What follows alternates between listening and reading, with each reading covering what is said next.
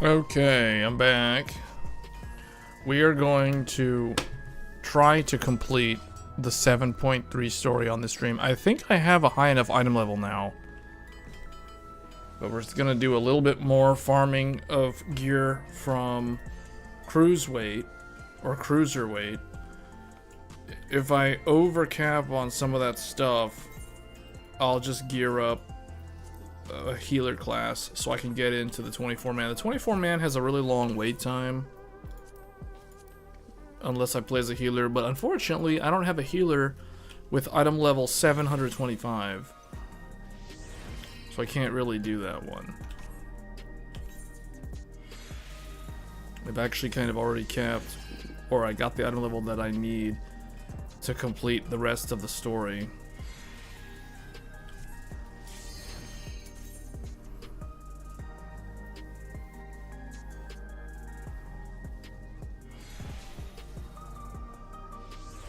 I should be getting my replacement godlike easy bridge dashboard thing either Monday or this Friday.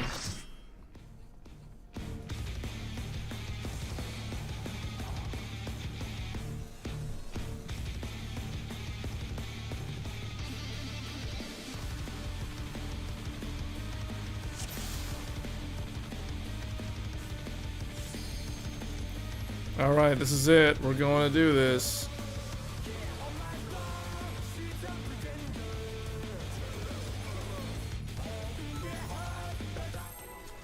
You're about to sleep?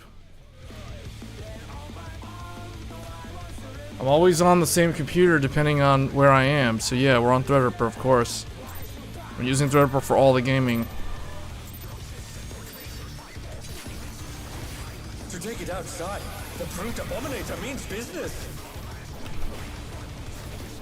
Will the unenhanced warrior be able to contend with this? Alright, let's do this. foe?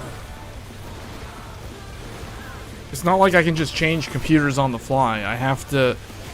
They're in a specific location. Mine? He's used his fetal powers to manifest a weapon. Oh boy, where's the tank coming to me?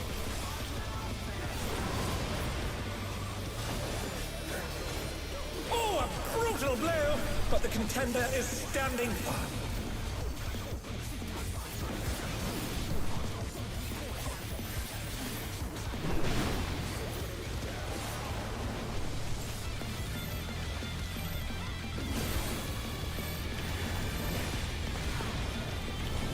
We need to get out of here, people. Fiendish flora have sprouted Oh, from the fiendish ones.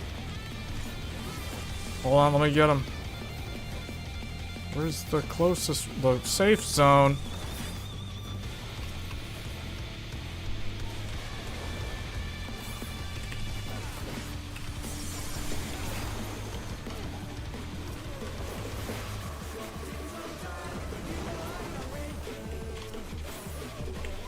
Oh my, even the cameras have been petrified, and now they're crashing down all around. Uh-oh.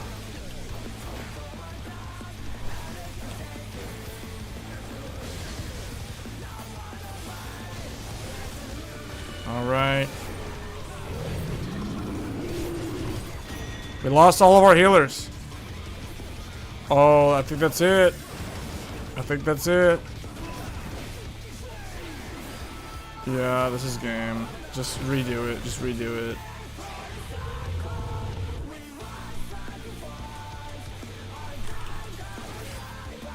Just redo it, guys. Just redo it, guys.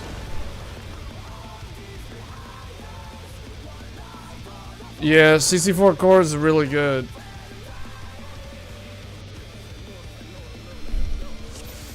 Yeah, that's very impressive.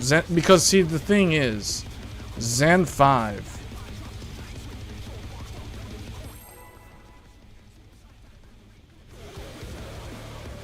Zen 5 is very good. When it came out last year, it was kind of underwhelming because you didn't really see the benefits of Zen 5 until you saw the scaling, meaning the higher core count. That's why on Threadripper, the improvements are very well visible compared to on the regular Ryzen CPU.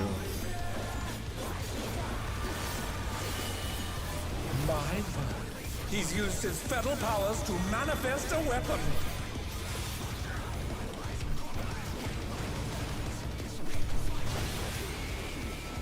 Oh, a brutal blow, but the contender is standing fine.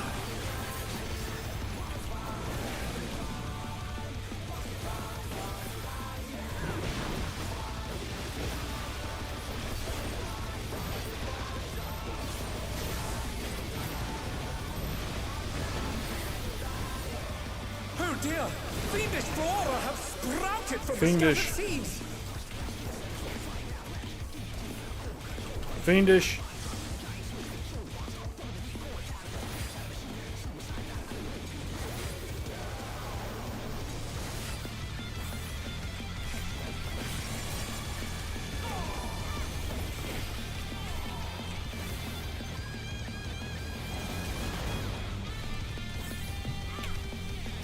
Oh my, even the Go to the corners, go to the corners. And now they're crashing Go to the down. corners.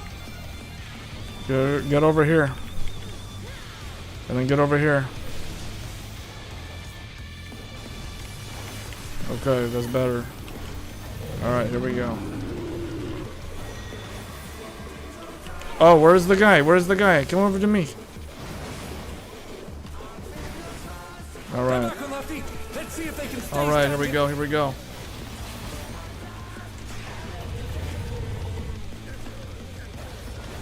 He's gonna push us back. Everybody, get over here, quick. Oh, man. Oh, we should just rival flying. What fearsome strength. Where is he? There he is.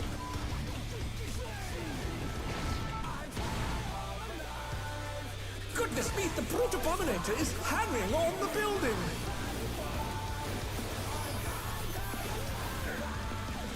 This is the music from the game. All music on my stream is always from the game. I never play music that's not from the game because I'll get demonetized.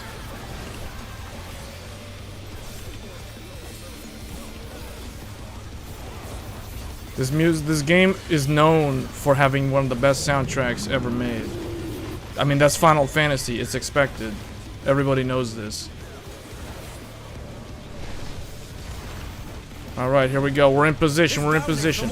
Everybody spread out. Everybody spread out. Spread out. In formation. In formation. Get away from the main tank. Get away from the main tank. Alright.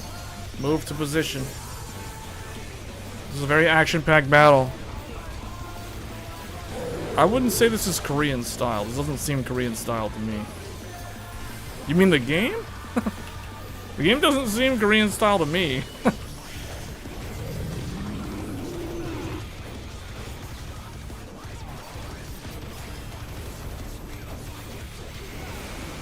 Uh-oh.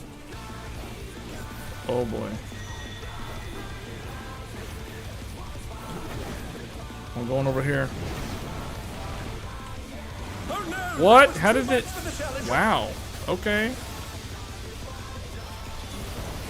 You needed to be in position. Wow.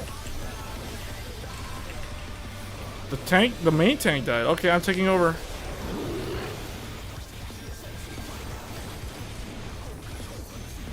The rooftop has caved in. Such Oh, we're going down.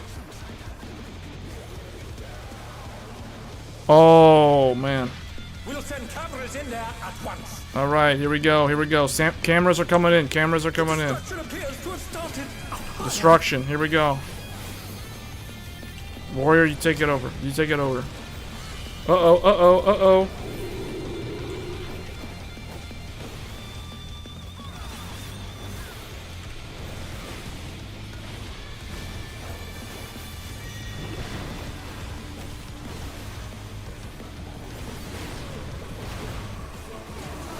How did I get too vulnerable? Oh, no.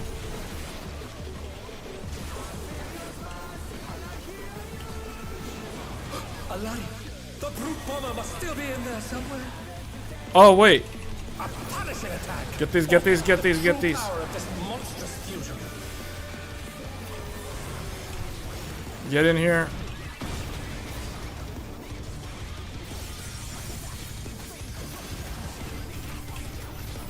Get rid of them. Get rid of these ads.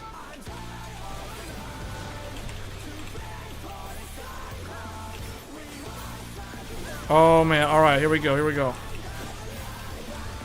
Yeah, yeah. This is why Threadripper, you can do everything. This Threadripper computer, you can play all the games, everything. It's so easy for this computer.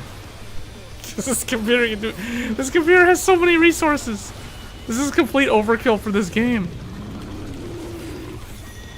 Uh-oh, come to me, come to me. Come to me. Oh, what, oh, wow. Okay. Come over here, come over here.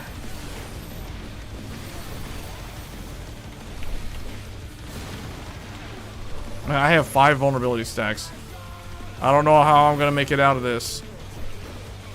I don't know how I'm gonna do it.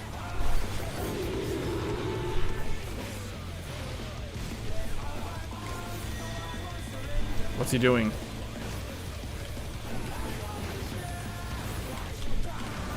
Oh, that was close. Spread out.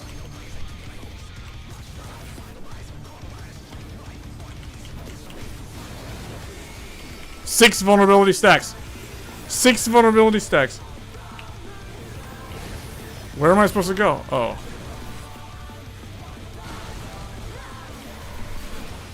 This is like playing Dota. This is ridiculous.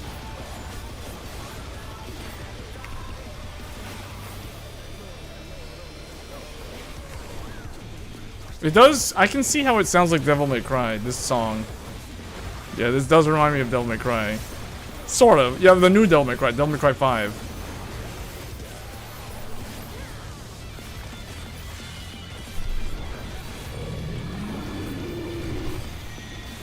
Uh-oh. Uh-oh. Hold him off. I don't know how I'm still alive. I need 3 seconds. Oh.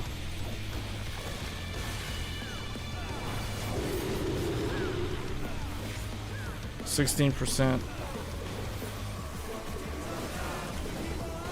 Yeah, that's what I like about this game compared to Guild Wars 2. Guild Wars 2, I feel like doesn't feel like the characters have unique roles in that game. Man, that's hard to get around.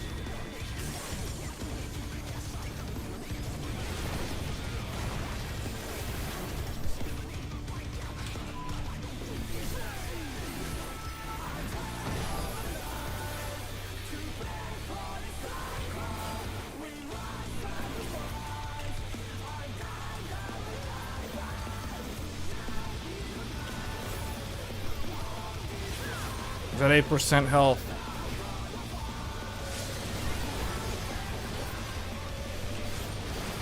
Alright, get him down. Come on. Oh, this is it. This is it. Someone isn't holding back.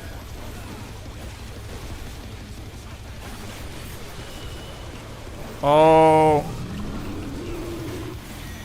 Oh. We did it. We did it. We did it. Oh, man. Is this the end? It's all Okay. over. Until next We time. got it. We got it. That was awesome. Who did good in that one? I think the machinist did good, and they left. I think it was Sage. All right. All right. The reason why I'm here is I need the chest piece armor and the leg armor. Can I win one? Probably not. I need an accessory also. Wow, I didn't win any of that stuff. I might win these. I don't know. I rolled 72. Okay, I probably lost this everything. Okay, I didn't get anything. I didn't get anything from that entire run. Yeah, I didn't get anything. I need the chest piece or the legs. I'm just gonna queue for all of them. It doesn't matter. All right, here we go. M2.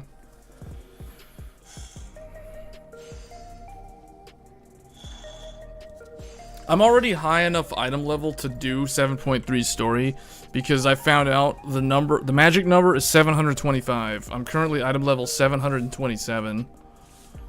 So I'm just over the minimum.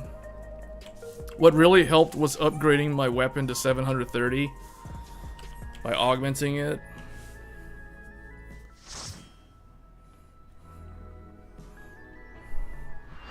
Alright, here we go.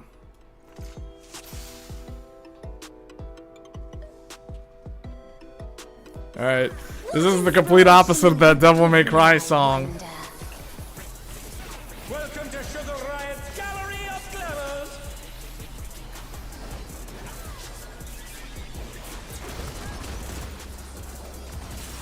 Hold up, turn this down. Turn the voices down. Turn this up. Perhaps I'll draw this.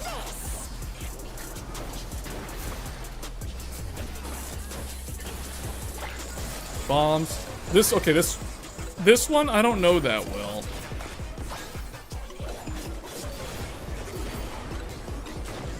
And with a flourish, Sugar Riot brings her work to life. Single style. What does that mean? Does that mean she's gonna toss them or something? Single style, they go single style, the arrow. So basically, stand like right here. Max range. Will the challenger be alright?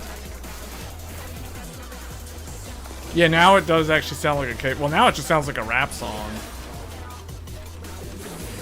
Yeah, this one does actually sound like a Korean song. Yeah. How do we know where we're supposed to go? I don't get this one. I don't get that one. I don't know the pattern on that. I just look at what other people are doing.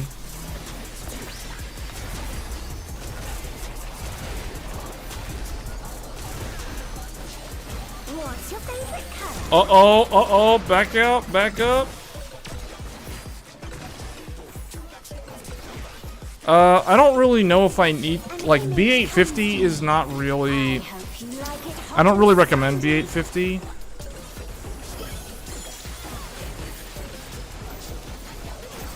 I really think if somebody's considering B850, they need to get X870 instead. Because X870, not X870E, regular X870, because X870E is a much better deal than B850.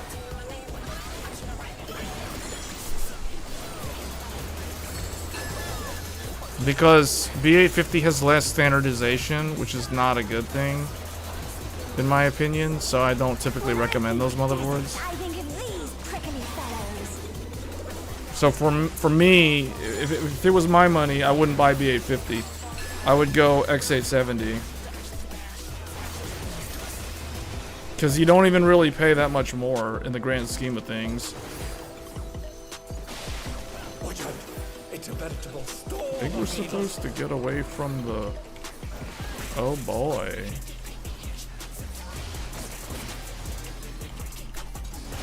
Oh, you just have to navigate it. There's something missing. Oh, I know. Man, this computer is fantastic. Everything is so smooth. And we're playing this game at 4K maxed out. Quicksand Desert. What is this? Where's the sandworm? Final Fantasy V.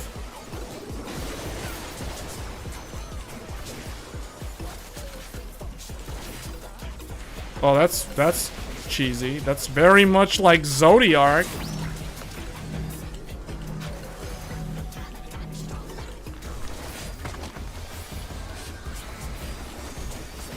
Have I played Space Marines 2? Yeah, I've already tested that game last year when it came out. What's your favorite? That game's not that CPU demanding. The most CPU demanding game that came out this year is Monster Hunter Wilds. Monster Hunter Wilds is about 3 times more CPU demanding than Space Marines.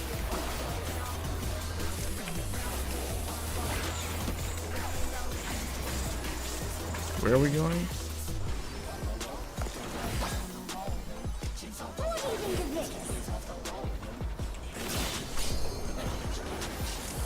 Double style. You gotta, what do we do? Go near the red one? The pink one's gonna slingshot, right? Oh, what the? Well, that got everybody off guard.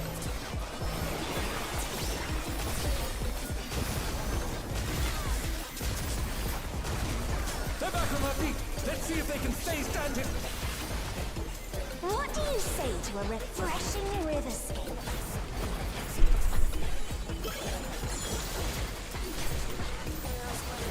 Monster Hunter Wilds scales with memory bandwidth, but it's so demanding that there's really no way to fix it. They're gonna have to change the direct storage implementation at a bare minimum. Oh, they need more people over here. Okay, I'll come over here. Okay. So the group AoE is a fire attack? Oh no! Oh boy.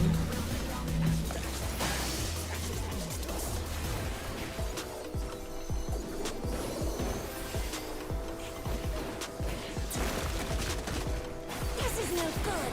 It needs a touch of thunder, a dash of downpour. Yeah, I like RE Engine. RE Engine's so good. RE Engine and Decima, and there's another one I'm forgetting right now. Those are like my favorite game engines. Oh no. I have it. Some distraction to facilitate. I don't think we want to stay on the water on this one. What's this?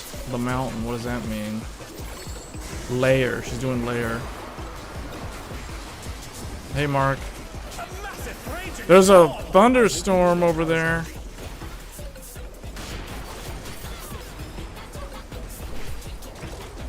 The thundercloud's moving. Uh-oh.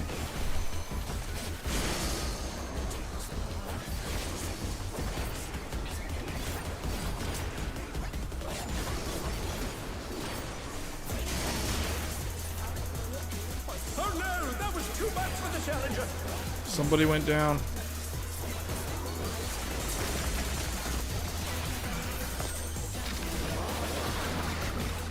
The challenger rises again.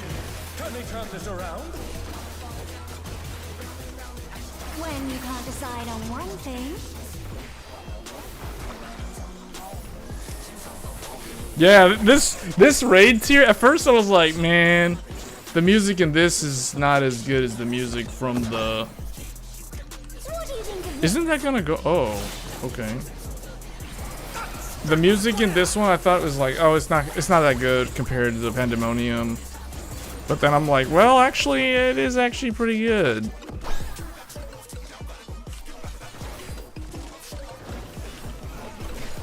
Amazing, they clearly anticipated. Alright, here we go. Alright, I'm going all out. Here we go, full attacks.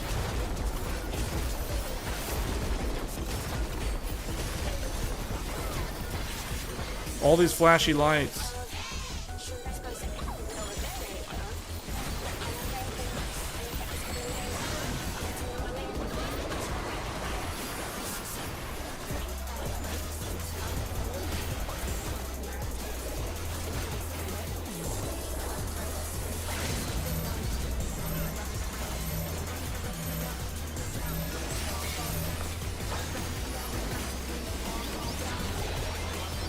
What power?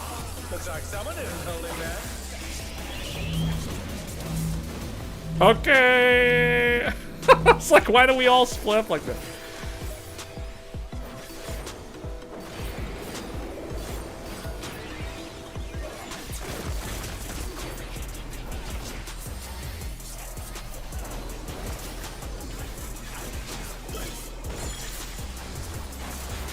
All right, that was a smooth run. That one was smooth run. That had the Korean style right there. Until next. That was Korean style. Oh, do I get a chance to win this? Because I rolled a 93. Oh, I got it. Oh yes, now I can level up one of the healer. I can get healer gear. I'll let someone else have that one. Okay.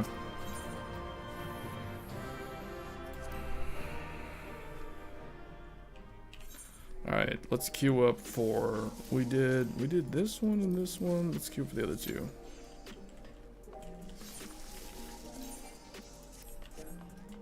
Tech Thursday, we should talk about the new Ryzen chip with 2 cores of L3. We can. I still don't know if that's a real product though. I feel like that's a rumor, which we can talk about, but I don't know if it's worth spending that much time on it because it could end up being something that never comes out as a product.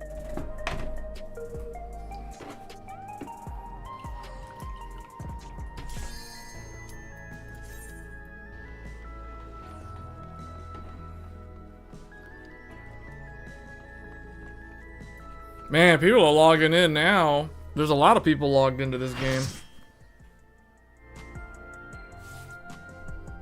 Alright, here we go. This is like JoJo's Bizarro World music going on now.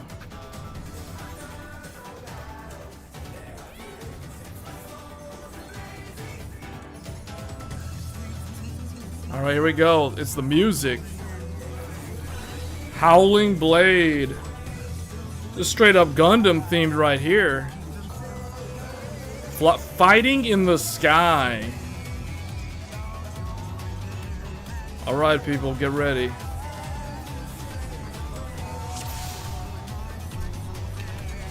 Let's begin, shall we? Can the challenger defeat the wolf in his own lair? Oh. Help me out. Am I supposed to take that by myself? Okay.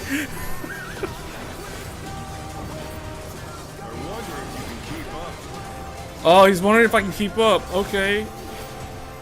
I might have to go Super Saiyan. Who knows?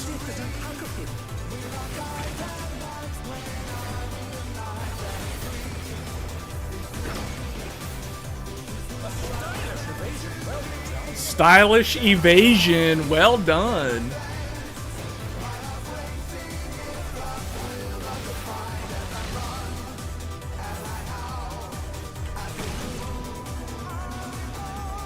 Wolf's Rain. This is so like Elden Ring Night Rain right now. This is like Elden Ring Night Rain but with good music. It's over the top.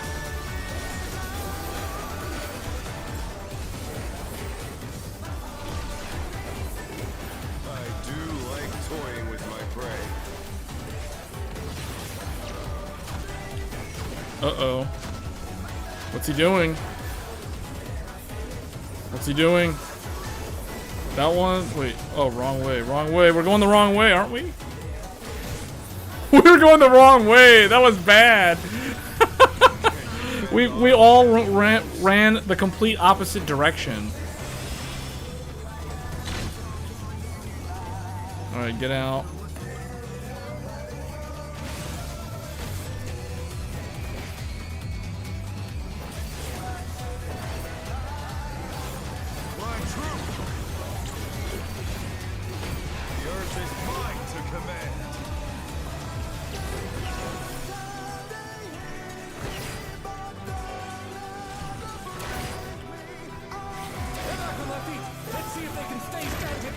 Everybody.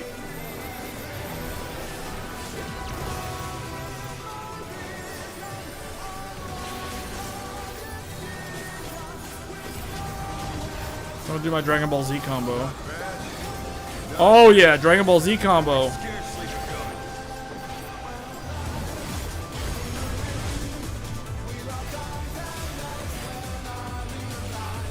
I'm gonna pull this one over here.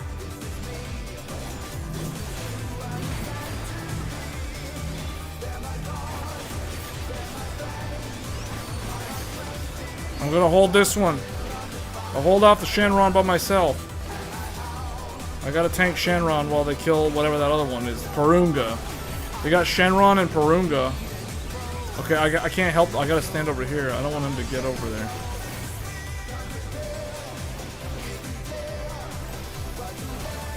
Getting close to that 20k mark. Yeah.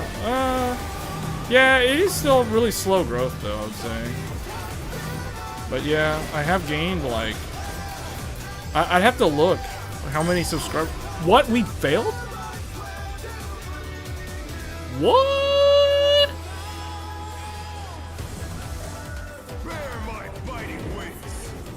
Oh! Oh no! What? Oh! Oh!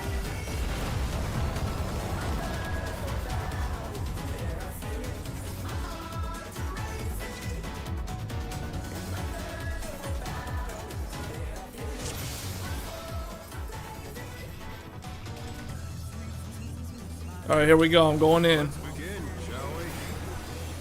No countdown, just go. We failed the DPS check there, that's why we died. We didn't deal enough damage. It's like Elden Ring Night Rain. That's why I keep saying. Elden Ring Night Rain was heavily inspired by this game. It was inspired by like two or three games. It was inspired. It was not really inspired by PUBG. It was kind of inspired by PUBG and Fortnite, but not really because it's not a PvP type game.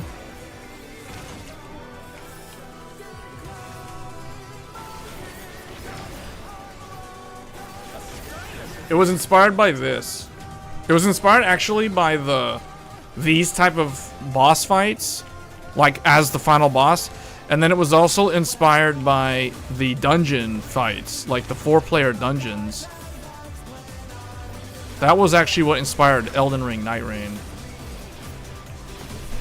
So yeah, it's Final Fantasy XIV behind the scenes. So it's like we're going back to where it all began playing this. Speaking of Elden Ring Night Rain, we will be playing Elden Ring Night Rain this weekend because Caligo Extreme is going to be added to the game for the first time ever.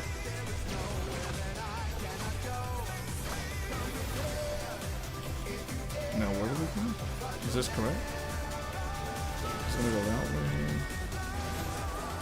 Wait, what?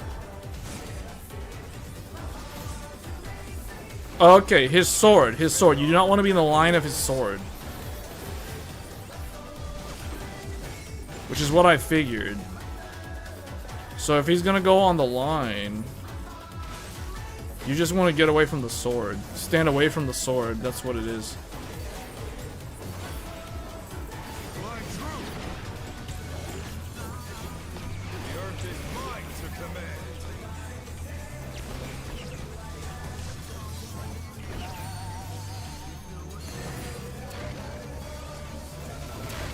The song is very different from that Korean themed K-pop style in the previous one.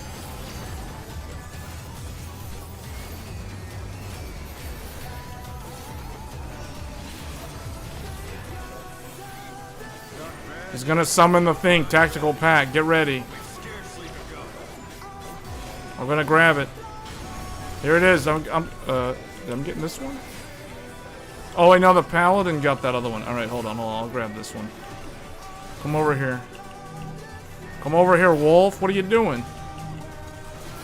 Oh, it's doing its AoE. Alright. They gotta be quick. They gotta be quick.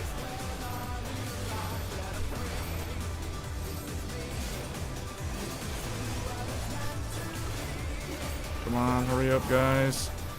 70, he's going up, he's going up. Kill it quick. Come on, come on, come on, hurry up. Okay, we got him, we got him. Oh, yeah, this is it.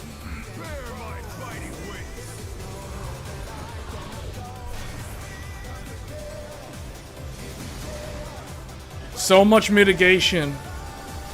So much damage mitigation right there. Look at all those buffs. That's just a thing full of buffs on the screen.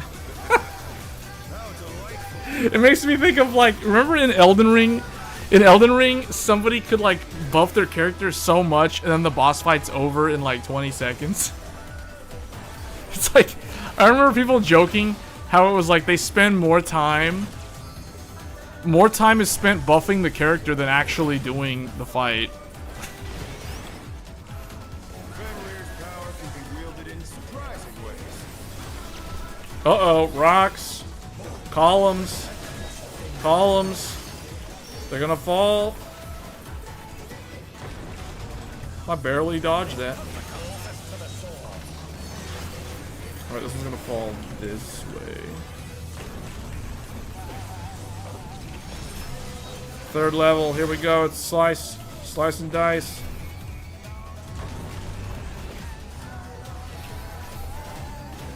Oh, the other tank died. It's only me now. Okay. Okay, I'm going all in. Here we go. Big attacks, big attacks. I'm gonna have to solo this. I'm gonna have to solo this. Huge mitigation, huge mitigation. Oh! That is meant for 2 tanks. That is not meant for 1 tank. That's literally like that one guy in the Kaiju movie, Pacific Rim. That one guy, remember the one guy? I forgot his name. The guy who can pilot the mecha thing by himself. He didn't need a partner. He just literally solo. That's basically what I did right there. I literally just soloed that. That was meant for 2 people to take that.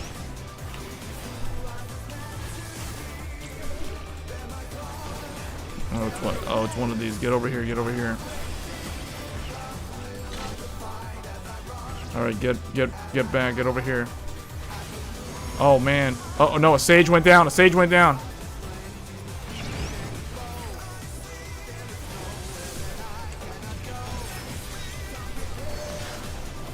Need to get that sage up.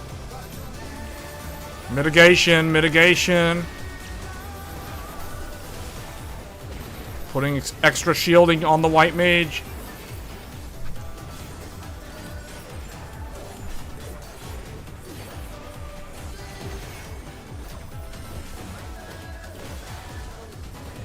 Yeah, this fight is surprisingly still challenging because this content's not new. This is content from March.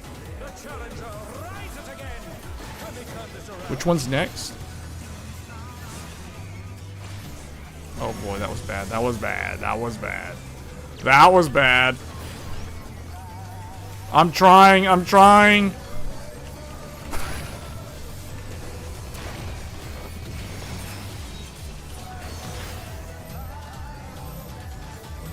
I'm trying. Hold on. Hold on. I'm trying to shield. I need to shield. I need to shield. No. Oh. The white mage. I should have used a tank limit break, actually. I could have saved us if we used a tank limit break. I didn't expect everybody to die like that, though. Man, this one... This one is the hard one. Alright, I'm gonna do 13-second countdown.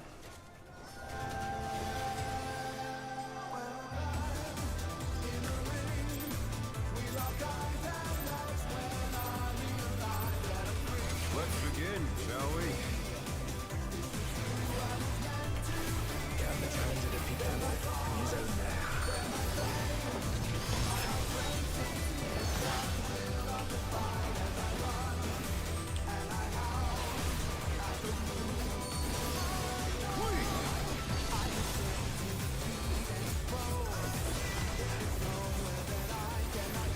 I wonder if you can keep up.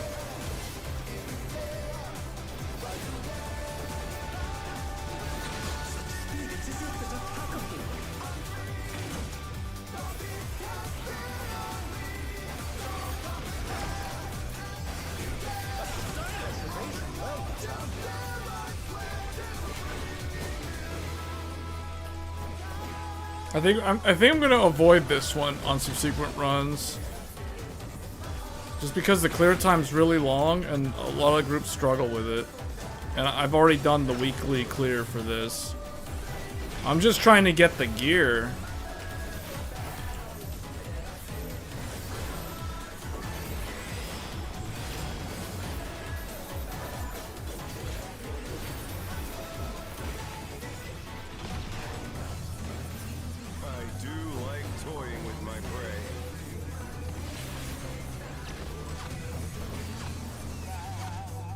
Oh wait, hold on. That's gonna be like that. Then this is gonna be like this.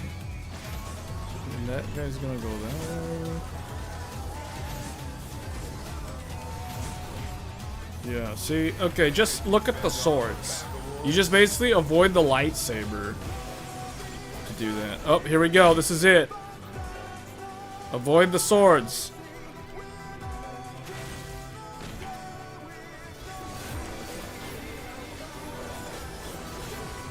Bare fangs.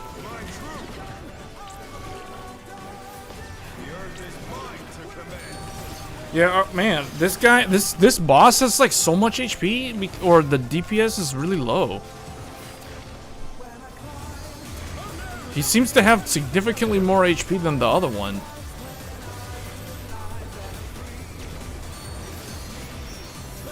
This group is struggling. Oh man, we got 2 DPS down. Alright, here we go. Split up. I'm going over here. I'm going over here. Hold on. You get the green one. I'm going to get the yellow. Gonna pull this yellow. Get over here. Why is he pulling both of them? Don't we need to separate them?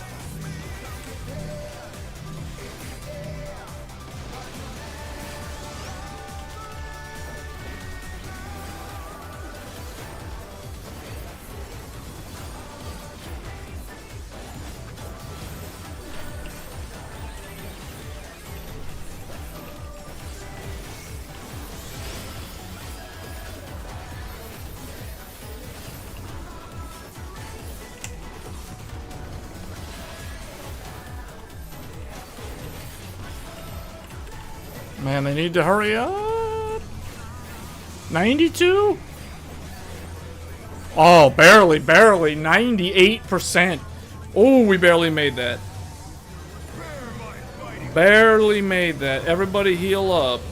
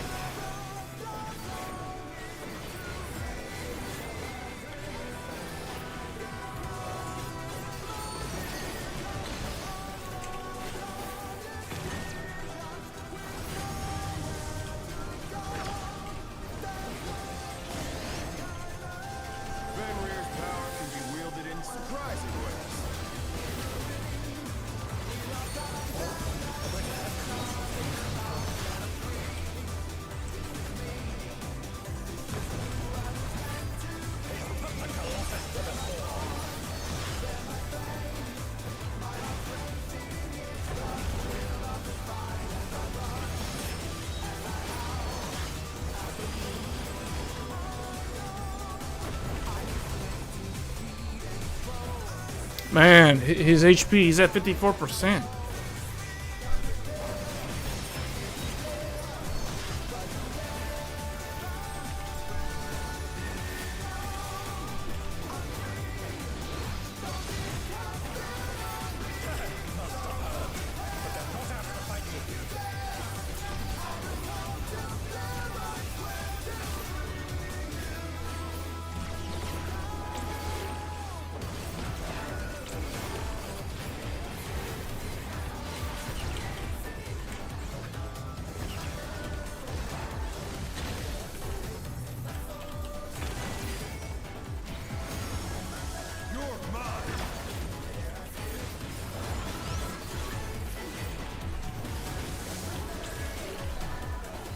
Both tanks have made lots of mistakes. That includes me. Oh boy, I'd stand here. Oh wow, what the?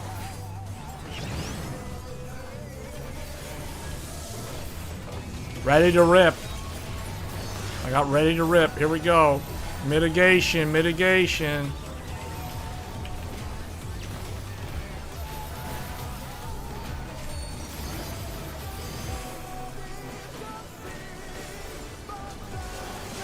Yeah, the more I use this computer, it's gonna be so hard to go back to a regular desktop.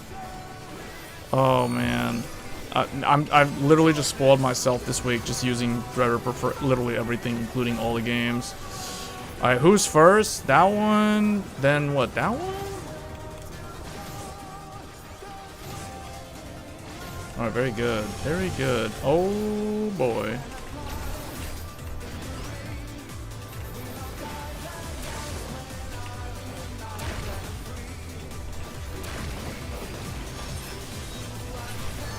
All right, we're doing good. We're doing good.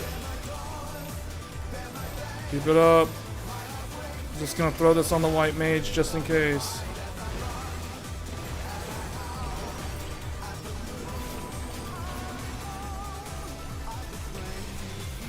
Stand together with the paladin. All right, here we go. Dragon Ball Z combo. Dragon Ball Z combo. Aerial combos, aerial juggles. Oh yeah, in the air. Oh, spin attack.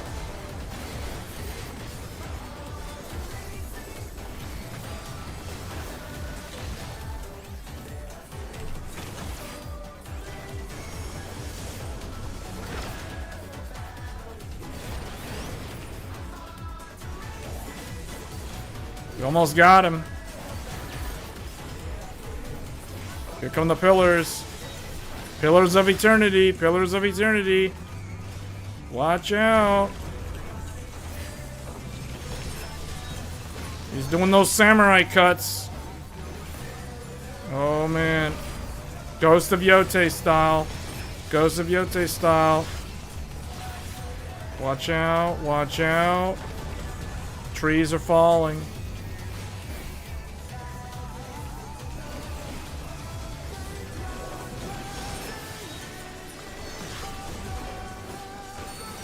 Alright, here we go. Big attack, big attack.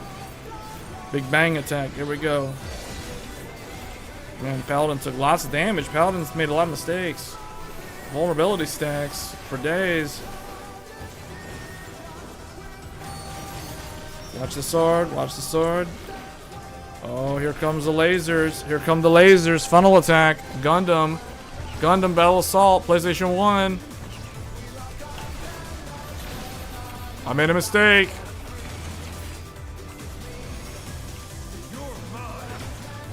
He's at 5%. He's at 5%. Come on. Get him with that Reaper attack. Threadripper attack. Threadripper attack. Watch out. Big swords. Watch out. Oh, watch out. He's at 2%. Hold. I'm going all in. Dragon Ball Z. Here we go. Dragon Ball Z. Mitigation. This is it. Okay.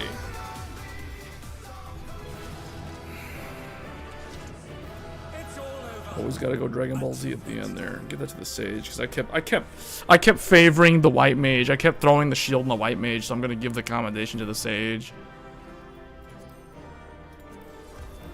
Oh, I rolled a 90, but that's not enough though. I only had like one of those. Oh, I got it. I got it. If I can get... Actually, I'm going to let someone else have the shoes, because I don't need those. Wait, I got the glasses? What is that for?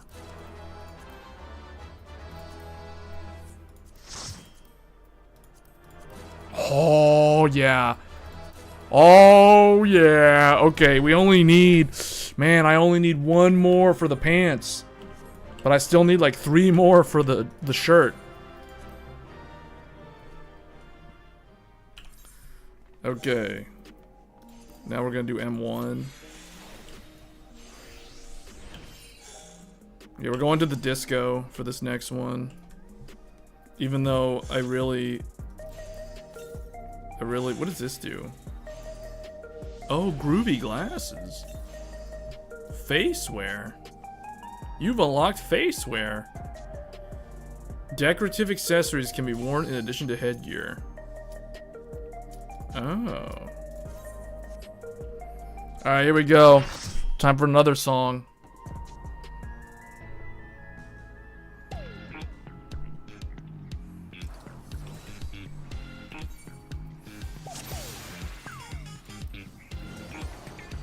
I need one more pants. Are you ready to Alright, here we get go. on Disco. The Upstart's cruiserweight campaign begins.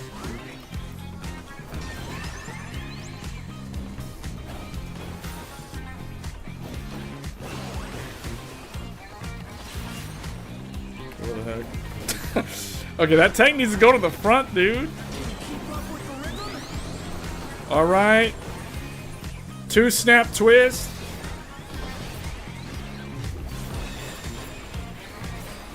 We're just getting started. Keep grooving, baby. 4 snap twist. Dancing Green is pulling out all the stuff with him. This reminds me of Hot Wheels Unleashed from a few years back.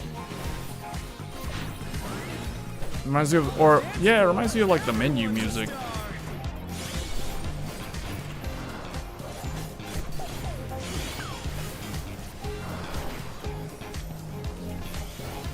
Try to get to them.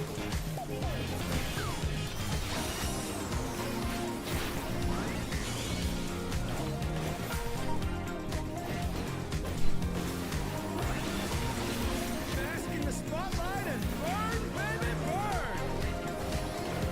An invitation. How will the challenger respond?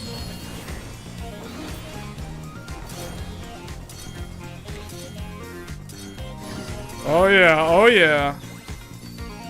Oh yeah, those moves. That's literally a show me your moves.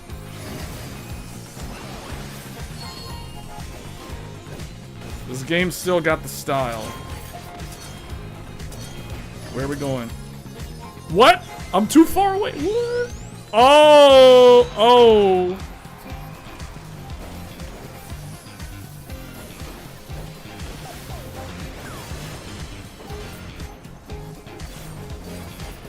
Come on, show me your moves. He literally said the Captain Falcon line.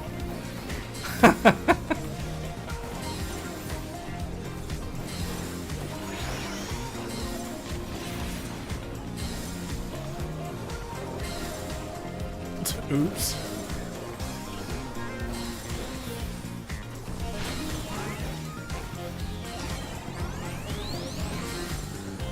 Four-way twist.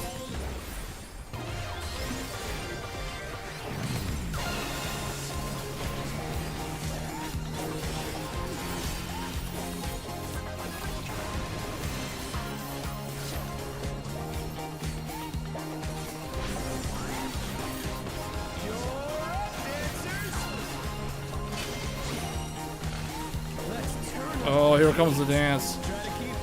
Here comes Just Dance. They took this from Just Dance. Okay, here we go. Here we go. Get ready, get ready.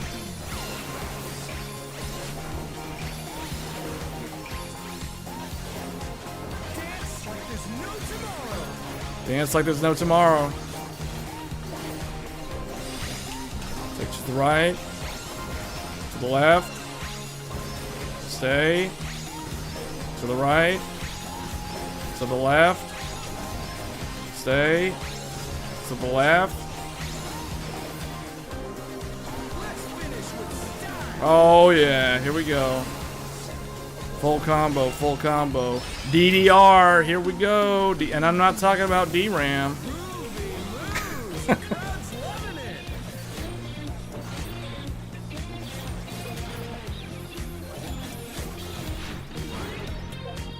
Back to it, dancers.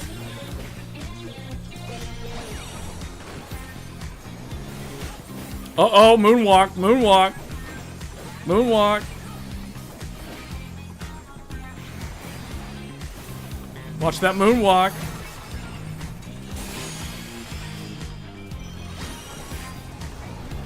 Oh no, that was too much for the challenger.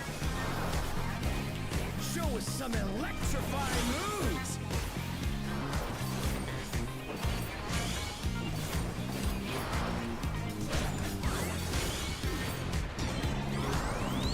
The challenger rises again. Doing four snap twist.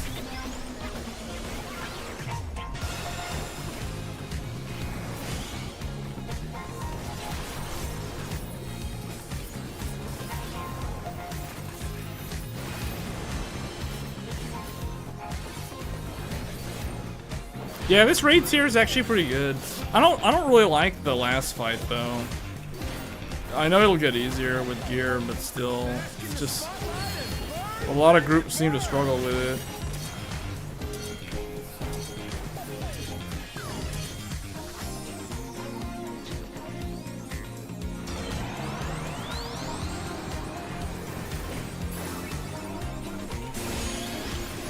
Oh, that's gonna get me a lot of, yeah, okay.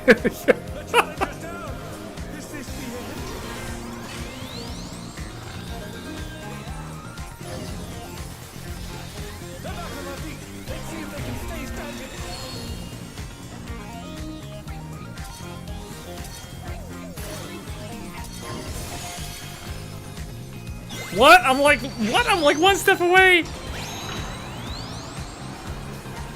Is he doing four-way? Two snap.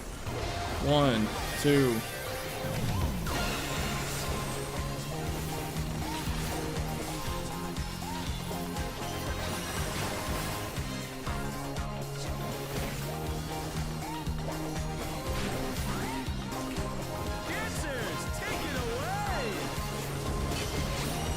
Oh, here we go. This is it. The final round of the dance. Just Dance.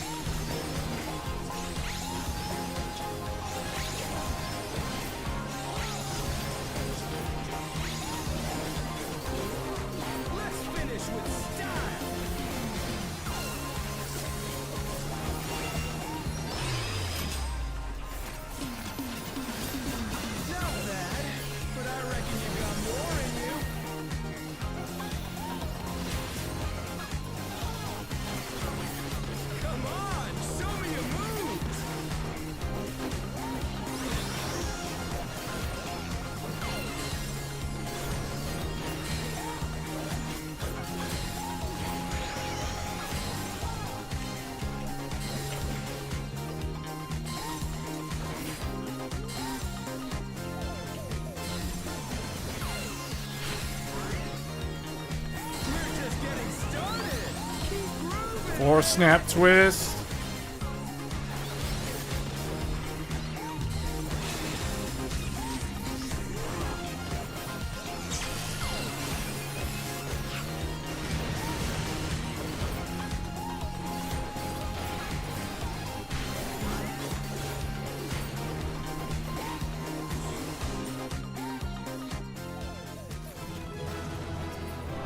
Okay. I really need the pants. Oh, 97 on the pants. Oh, man. 97 on the pants.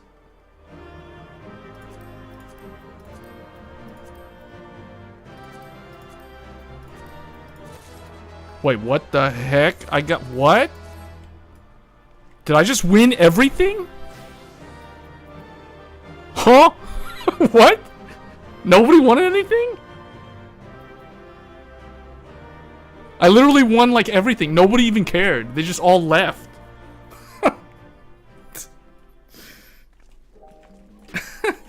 Okay, now I got the pants. Technically, now that I think about it, I could actually start gearing Scholar for the 24-man. But I want to get this up as far as possible.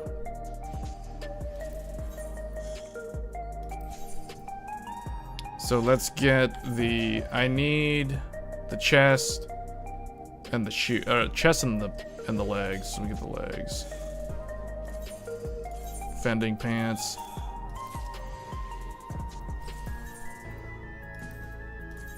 So what does that do? That puts me at 728. That barely moved the needle on that. I need to probably get some of these. I need to get the ring.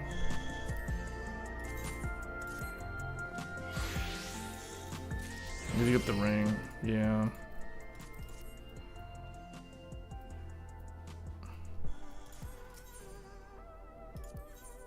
Ring offending.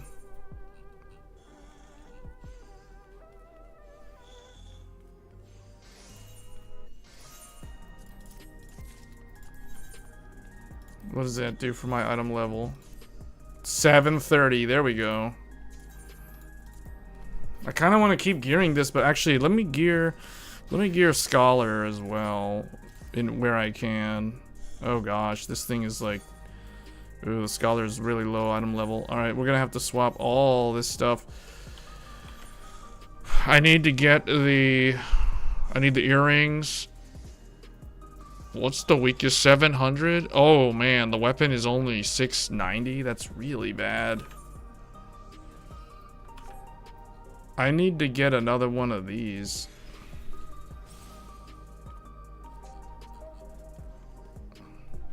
Yeah, because I need to gear my Scholar as well. Okay, earrings.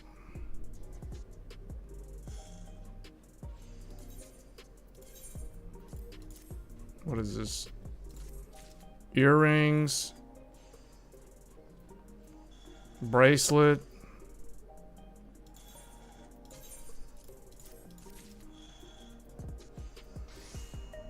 The shoes.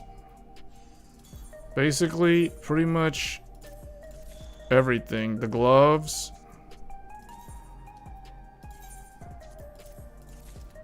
The hat. Yeah, pretty much everything. Alright, let me see. What does that do? Bam. That puts me at 716. That's still way low.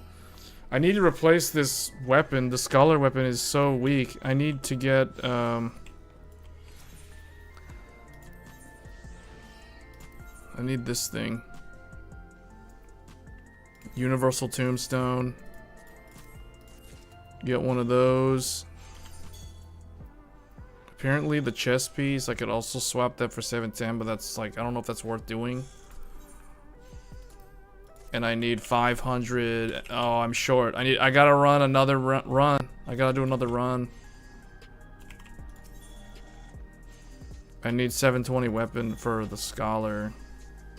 Yeah, I need like 20 more. I just need to queue up for just whatever. Like, man. Okay, I'm just gonna go in as normal raid. Go in. Yeah. Hopefully I get that thing again. One of those cruise things that I just did. For the good stuff.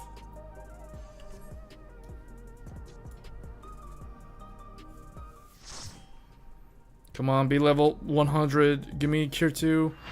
What? This one? Well, this is actually not too bad, because this gets me the, this gets me another one of those things for the weapon.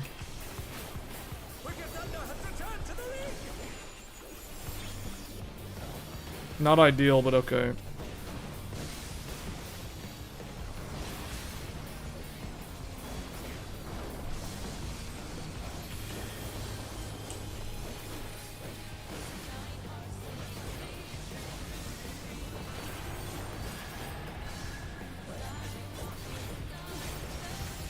There is no limit to Electro's potential.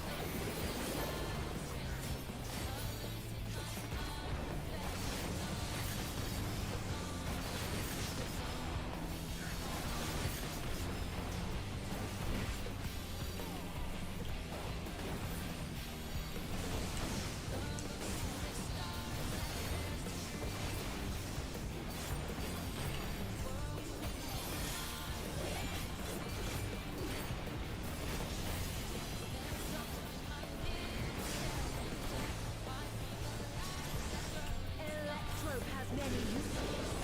Watch and learn. Look at that massive cannon. Her skills are as sharp as ever.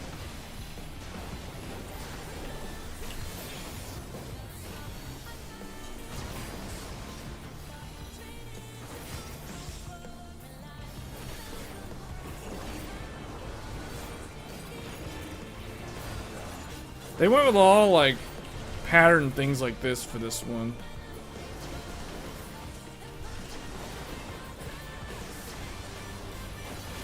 It seems to be a theme for the mechanics that they use in this entire series of the Arcadian Raid.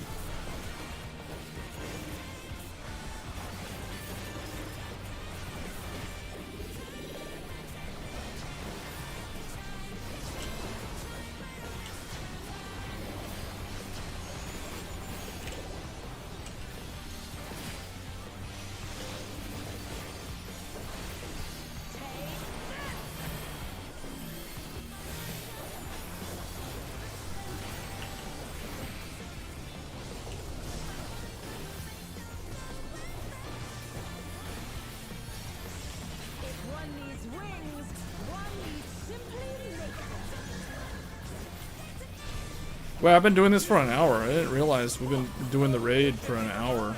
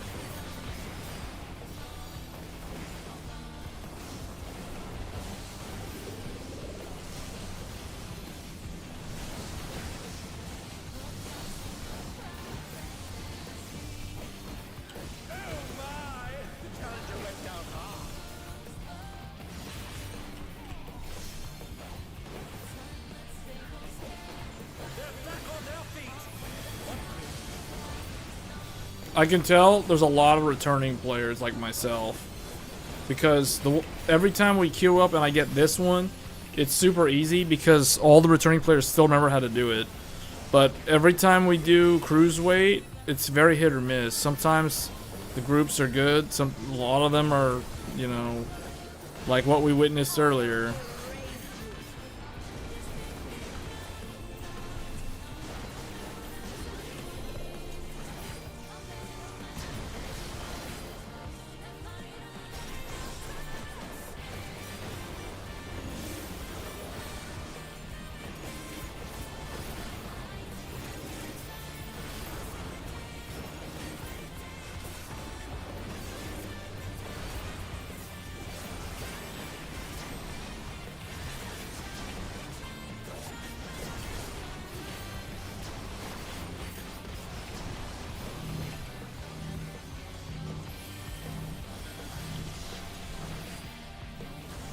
See, everybody knows what to do. Like, everyone gets into, like, the perfect pattern for that.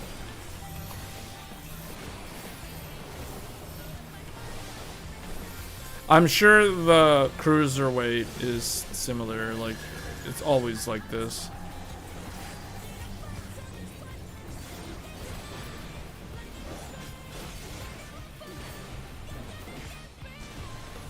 Yeah, see? We skipped the second phase. Because the DPS is really good in this one, we literally, that's what I was used to seeing from last year.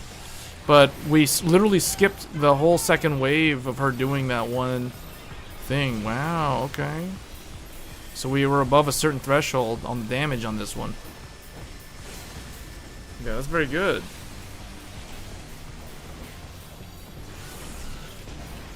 Was that how many of those? I have 10 of those. So now I have 11, yeah. So this is a good one to get on the duty. Until next time. I mean, I guess I can get 12 on that. 8 on that. I'll pass that one, whoever needs it. And then this one, I'll greet it. That guy can have it if he wants. Alright.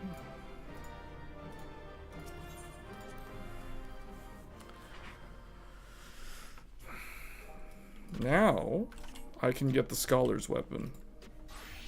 And this should put me over the threshold.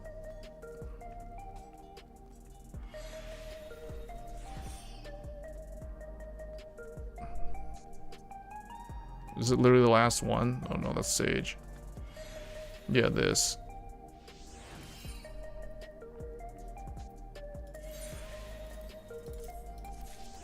There. So let me see, what does it do for my item level? That bumps it all the way to 721. See, so that's like 5 item levels right there. So that means now all I need to do, I just need to replace this chest armor and the, yeah, and these. And I guess I need a ring. So it's like, I kind of want to do the 24 man. So it's like I kind of want to keep doing this, but which means I need to get to 725. I need to get to 725 for the Scholar, which means we're gonna run this. We're gonna run the cruise thing again.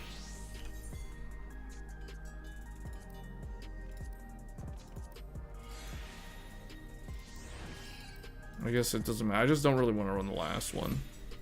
I'll run any of those 3.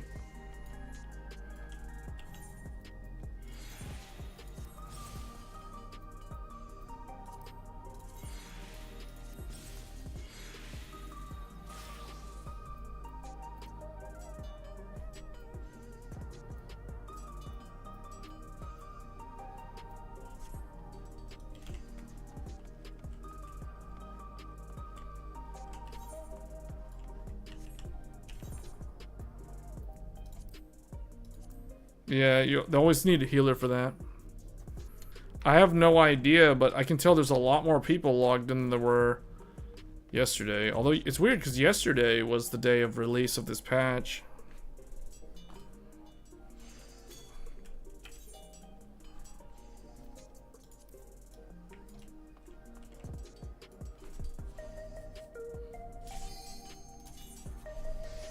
Oh, we got the Korean song again.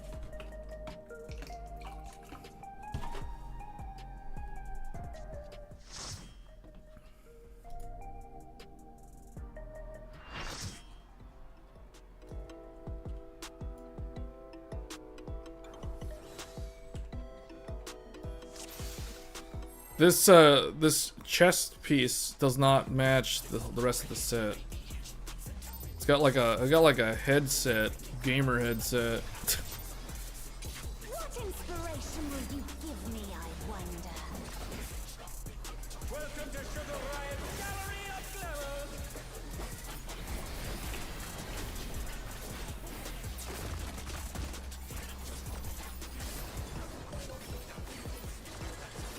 Perhaps I'll draw this.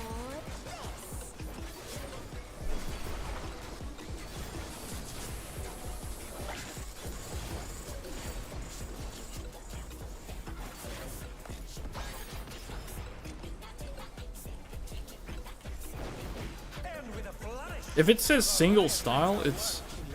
Man, a lot of people play as Paladin and Warrior. I don't see a lot of Dark Knights. How do we know? Oh, the wings! Okay, if the bomb has wings, it's going to fly. It'll jump to the other side. The arrow. This literally means just stand like here.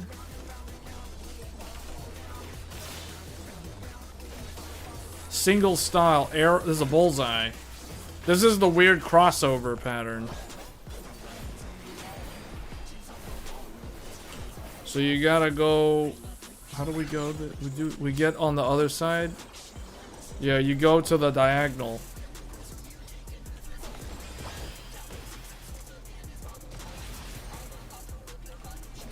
It does the X pattern.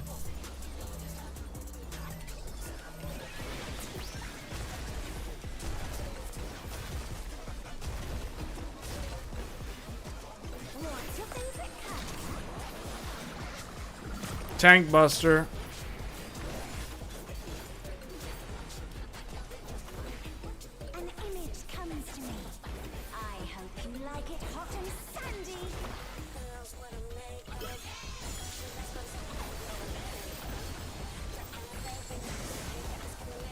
Sand.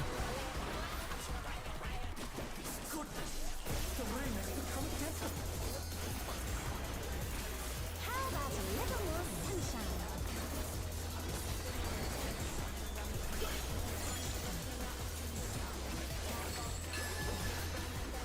Sunshine. It says it saps your strength. When I think desert, I think of these. Oh, here come the cacti. Here we go. Get ready.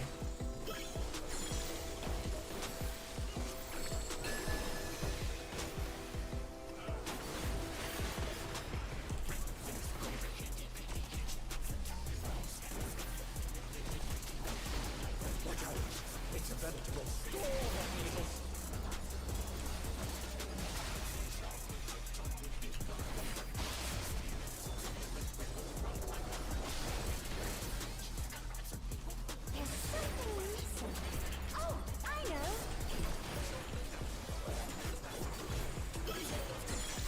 Quicksand. Yeah, quicksand. She painted a quicksand. Quicksand? Oh, you don't want to get caught in there.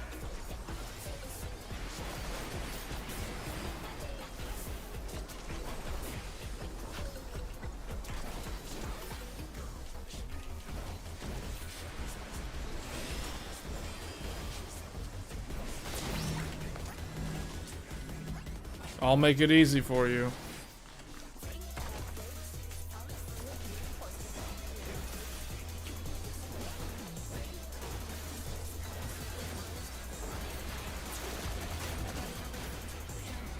What's your favorite color? Everybody get away.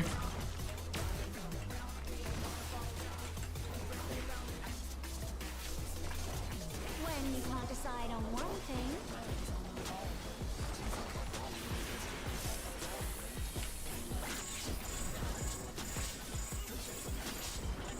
Which ones have the wings? What do you think of this?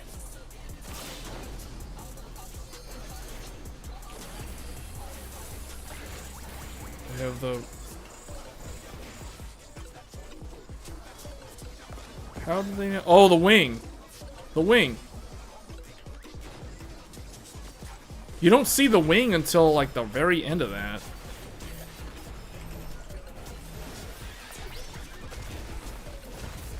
One thing this game... Oh boy. Oh no, the healer.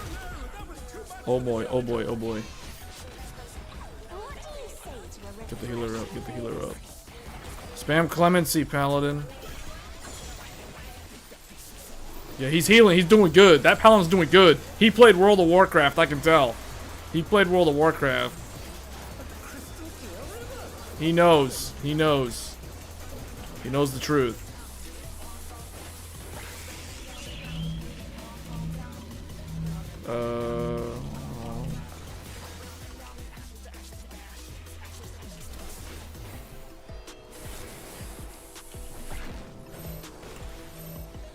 Stand in the water. Too many people on this one. Dude, that someone didn't go over there. The Viper did not help them. He didn't go. Oh well. Caused that red mage to die. It needs a touch of thunder, a dash of downpour. Here comes a lightning storm. Lightning, don't go in the water.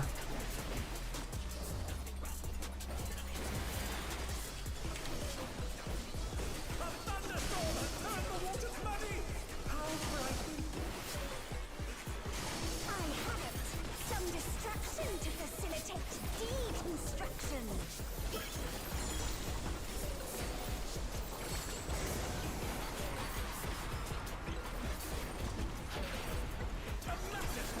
Uh-oh, uh-oh, thunderstorm. Big thundercloud.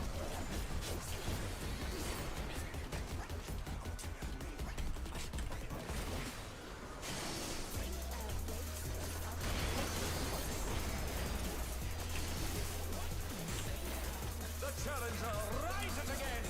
Can they turn this around?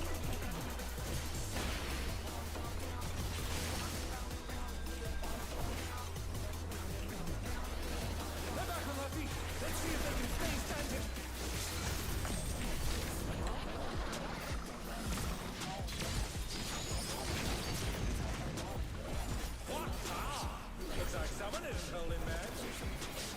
Then we can't decide on one thing. This is gonna have the wings. It's got the arrow. What do you think of this? Double style. Oh, wings. Wings and arrows. Wings and arrows. We need to go here. Right? Yeah.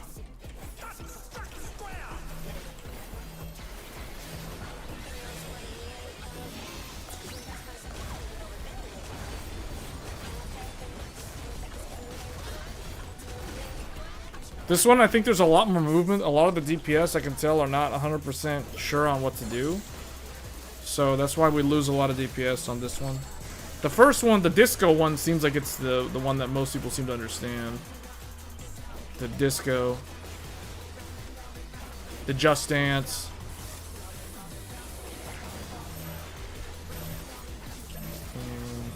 Over here, I guess.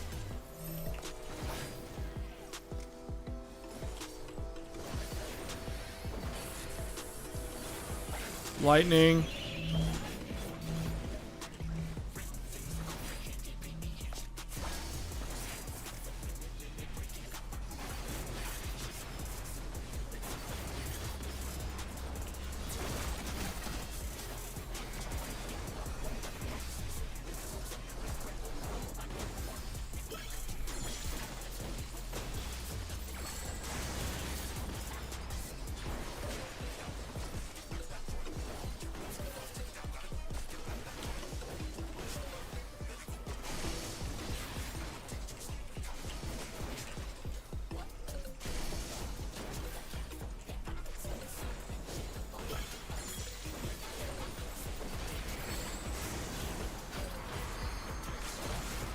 Alright. That's it. Should be it. Okay.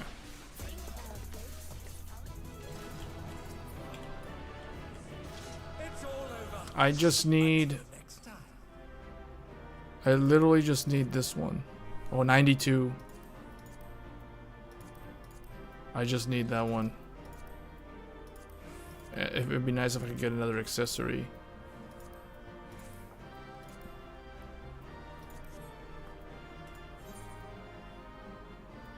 Sage. Like the Asus Sage. Oh wow, I didn't win that? Wow, I rolled a 92. Someone rolled a 95. Oh man. I didn't win anything. Wow, okay. Well, I won everything on the last one, so I'm not gonna complain. But that means we gotta do another run. We gotta do another run.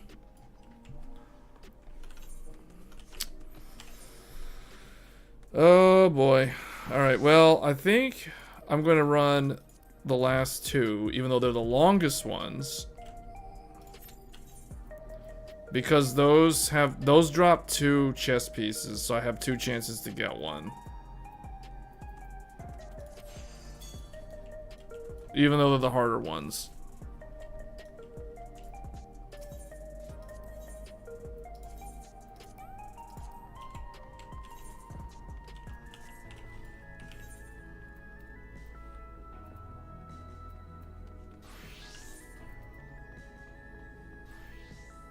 Wow, I'm wrong. I actually need two chess pieces.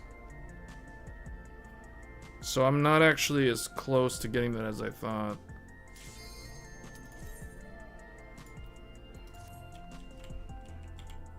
You know what? I may just forget about this and queue up for the 24-man as a tank. And if I get in, I get in. Without using the Alliance Raid, and I'll use Alliance Raid. Oh, they need this. They need tank for Alliance Raid. But it probably is for one of the lower level ones.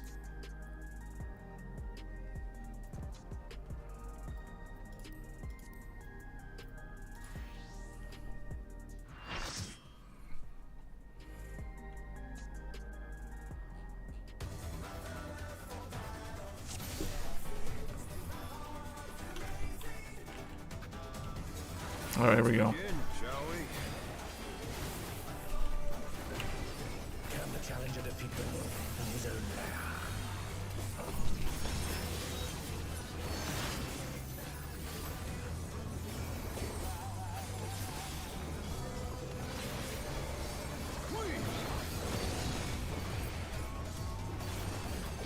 That was a lot of damage.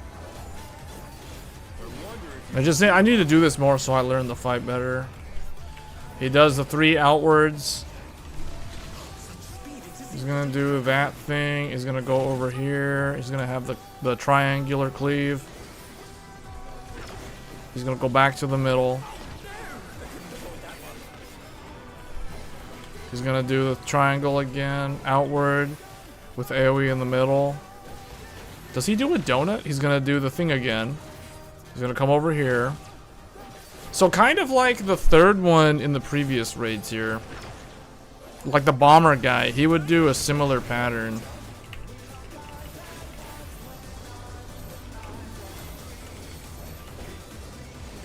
He does the AoE, everyone spreads out, I guess. They reset back to the normal. Beckon Moonlight. He calls Moonlight. Okay, that creates those things. Oh, I see. Okay, so it's gonna be 1, 2. What are you gonna do? Start here?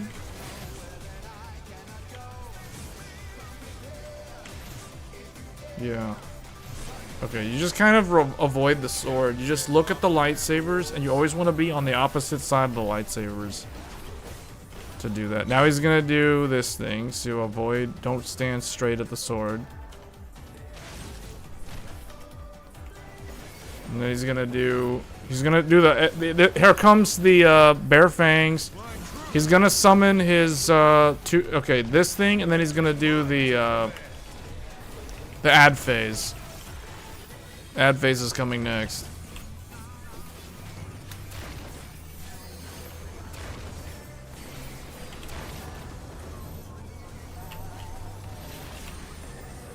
That guy like went way too far forward. All right, here comes the ad phase. We're doing pretty good. This DPS is strong, man. We got some good people in here. Where he's at like 62. Tactical pack. This is it. Here comes the ads. I'm gonna grab the green one. I'm gonna grab the green one. I'm gonna get Shenron. No, I'm gonna get Parunga. The other guy gets Shenron.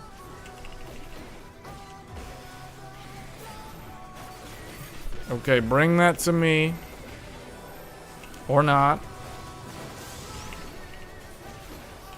I'm gonna hold him off. Wolf Wind and Wolf of Sand. Oh, that's what they're called. Wolf of Wind and Wolf of Sand.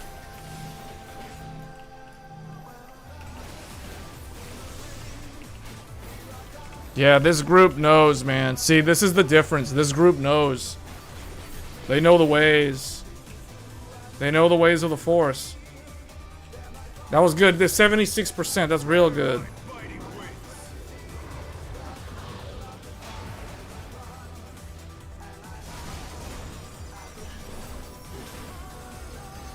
He's gonna do a nuke.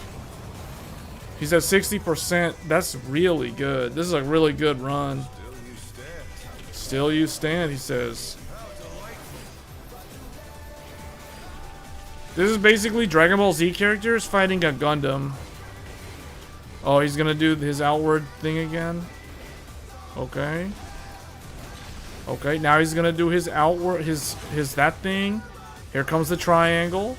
But now he's got the dragon heads. That's the thing that changes in the second half. Now he's gonna do his stone. He's gonna do his samurai slashes and cut those columns. Here comes the columns falling down. So just avoid the columns. Don't stand on the black circles. He's cutting more blade. That one's gonna fall right on me. Okay. We just play it by ear, man. This is like Night Rain style. You just kind of react. I like it.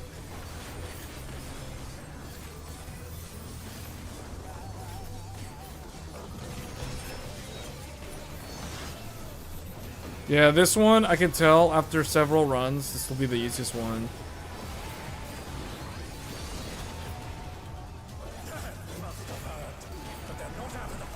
He's at 39%.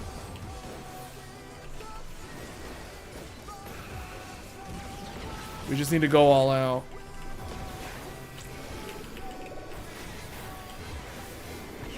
Okay. Okay. Oh, I messed that up. I messed that up.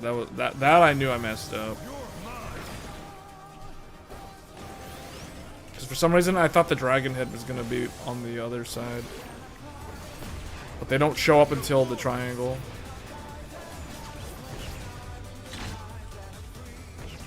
Oh boy, just stand here. Oh yeah. Oh yeah, I forgot about this dragon. Wind dragon. Extra planar pursuit. He does a raid wide AoE.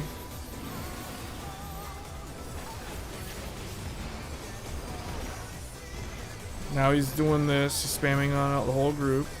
You have to stand together. Stand and fight as one, just like King Leonidas said in the movie 300. Or Russell Crowe in the movie Gladiator when he said, if we stay together, we survive. Alright, this one's gonna do like that. Then that one. I don't know which one's fourth. Okay. Yeah. Alright, here comes those things.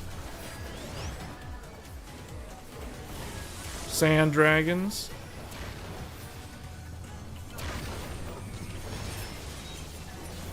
Raid wide. Group AoE. Mitigation. Time for my Dragon Ball Z combo. Oh, big double tank buster. Stand with me.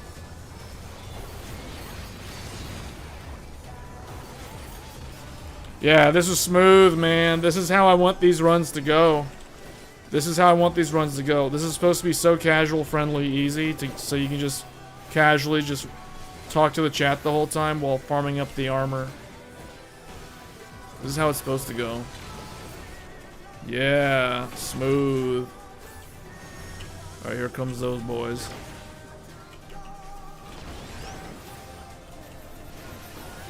Yeah, real smooth. Real smooth.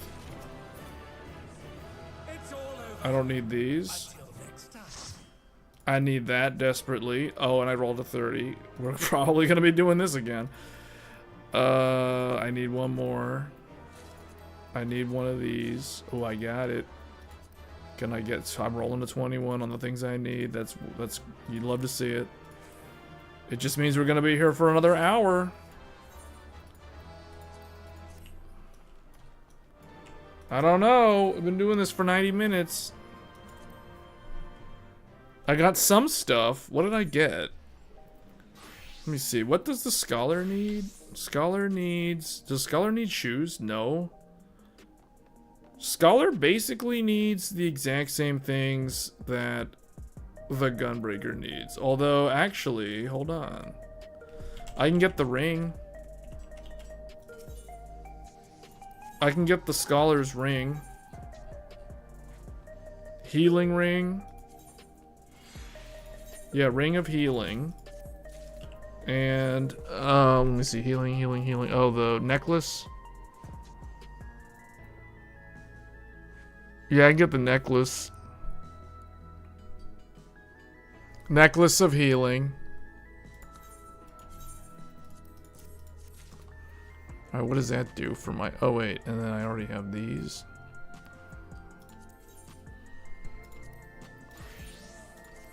That puts Scholar at 727. Okay, we are back in business. We can queue up for this thing now. And now it's saying it needs a tank. Well, well. In that case, oh, really? It needs tank now?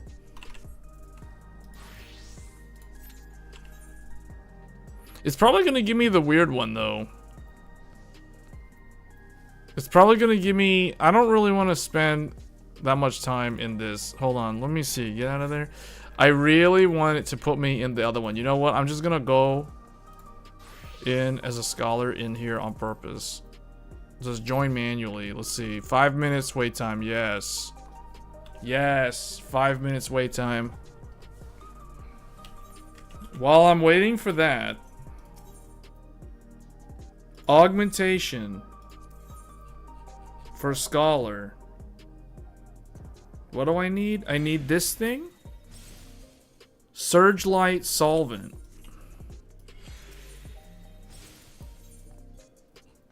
Surge Light Solvent. I can do it. I got it. Now I just need to weaken my... Yeah, let's do it. 7:30. Surge Light. You cannot do yes. Do it. Very good. Transform back. Okay. 729. Almost. Almost.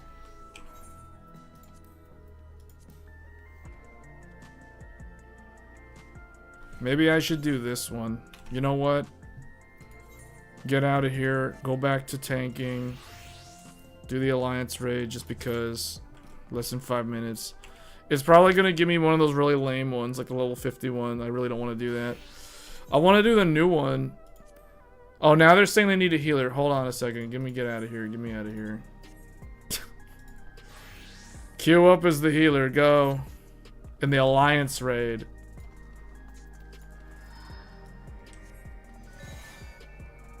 This is a really weird healer outfit.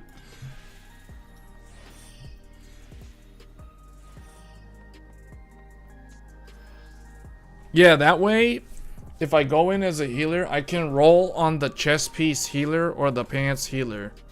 And that'll be perfect because this stuff is item level 700. And that's the stuff that I desperately need to replace.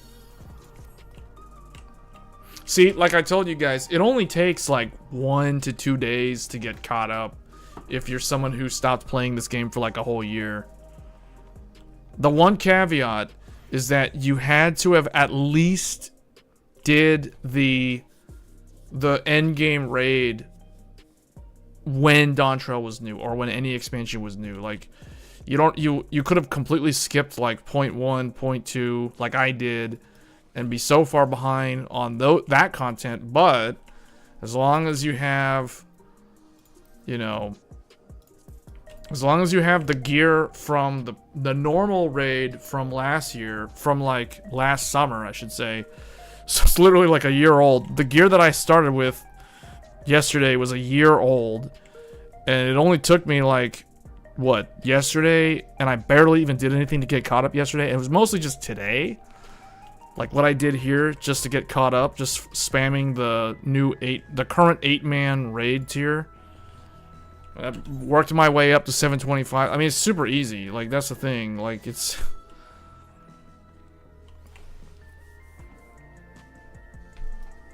Need to go in as Scholar so I can hopefully, if I'm lucky, I'll get the new 24-man raid that came out yesterday so I can clear that for the weekly. Because that's the one I'm hoping to get as Scholar. Even though I'm going in completely blind, doesn't really matter.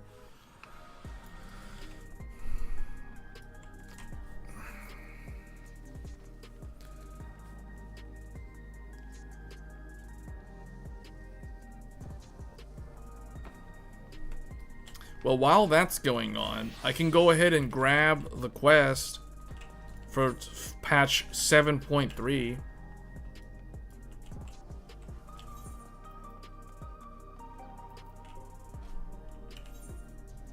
Oh, wait.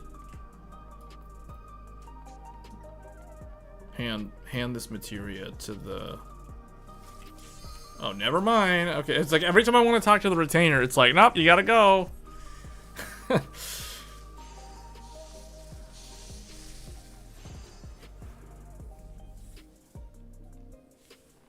Soon we'll be returning back to AM5 though. I've spent so much time on Threadripper. It's gonna be tough to go back to AM5 next week. MSI has shipped me a new easy bridge for the Godlike. So once that comes in, I'll be returning to AM5 for these type of streams.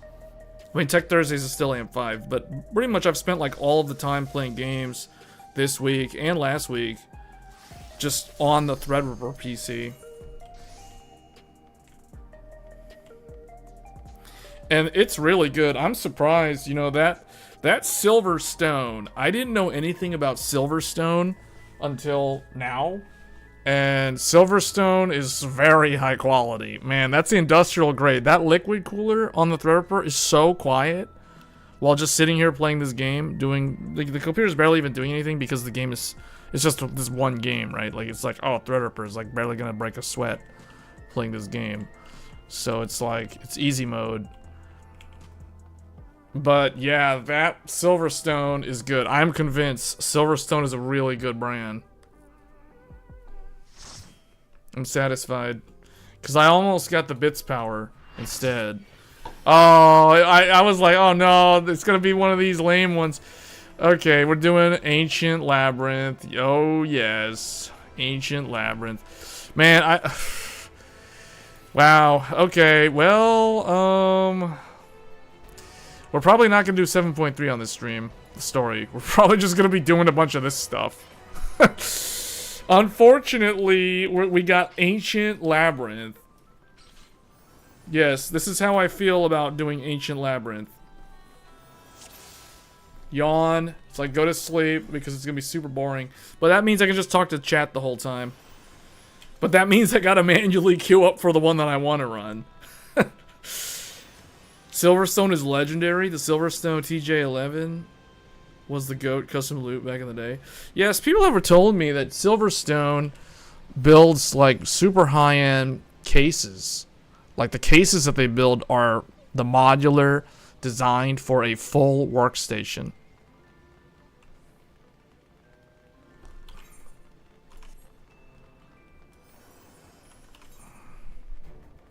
How many do I get from this? I forgot. It doesn't really matter. I know I get a lot of poetics. I need to cap on my weekly this week and next week, and then we're gonna kind of take it easy. All right, I'm going in. Oh wait, I'm not a tank. I almost forgot. I'm not playing as a tank. I'm gonna get killed because I'm going in as a healer, and I'm like trying to spam. I'm just going in. It's like whatever. Just go in. Just go in. Take big amounts of damage and heal up.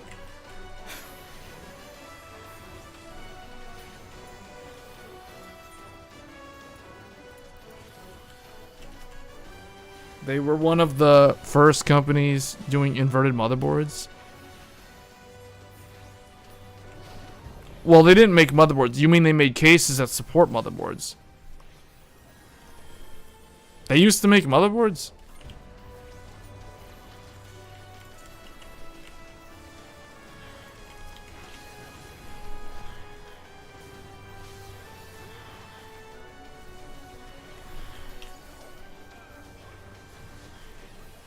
You mounted the motherboard upside down? Oh, like BTX? Was it like BTX cases? Does anybody here remember BTX? Because you know how there's ATX motherboards? There's CEB, there's EATX, which isn't even an official standard. And then there's EEB. There was once another one called BTX.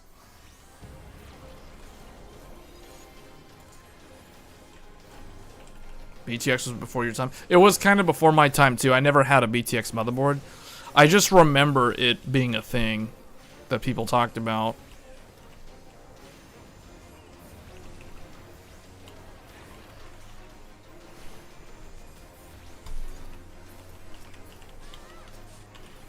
Man, the old content, this low-level content, it seems so easy in comparison. But I remember back in the day when this was actually challenging. The big 24-man raid. Look at all these people. I bet like most of these people queued up for the one that I was trying to do for the weekly, because a lot of them are saying that. Well, if they're capped on tombstones, they don't need to be. They don't need to be doing this. I don't know why they're here.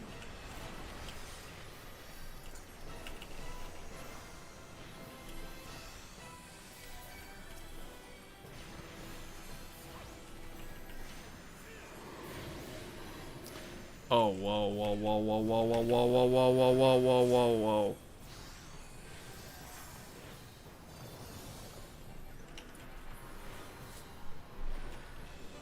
Uh-oh, I'm staying away from the zombie dragon. That's a bone dragon.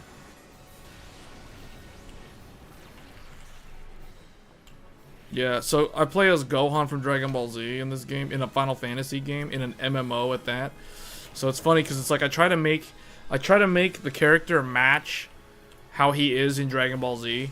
So like the classes, the jobs that he plays matches his how he is in Dragon Ball Z. So it's like he is a monk, scholar, and and also warrior. Well, he used to be warrior, but the one that's kind of weird is I did change him over to Gunbreaker back in Shadowbringers and never looked back. But yeah, I used to make this character be a warrior, monk, scholar. Yeah, warrior, monk, and scholar.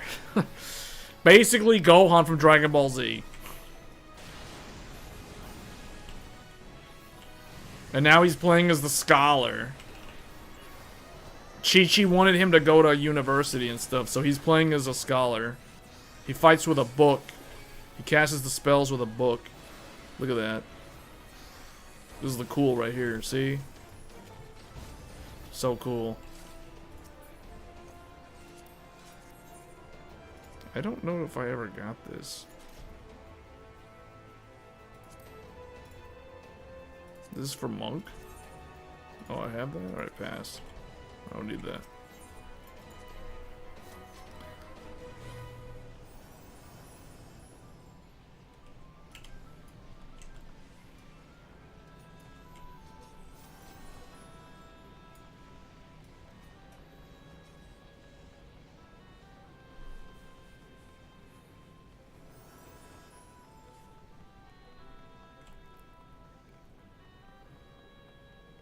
I always found this cool how they did this.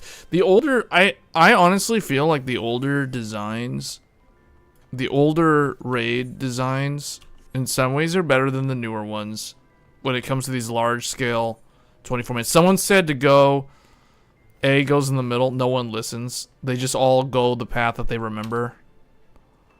A always goes to the north, the left path, B is the middle, and C is the bottom path.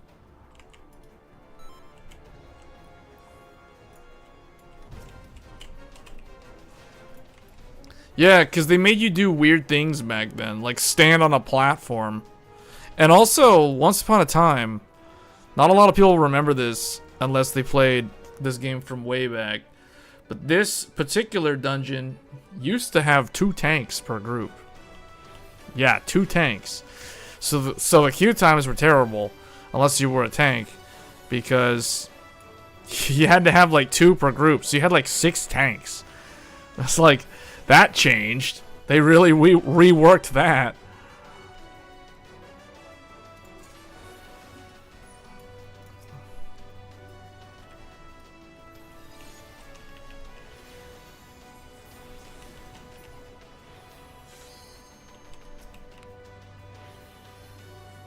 So we have to stand on the yellow one so the middle guys can actually damage the middle Atmos.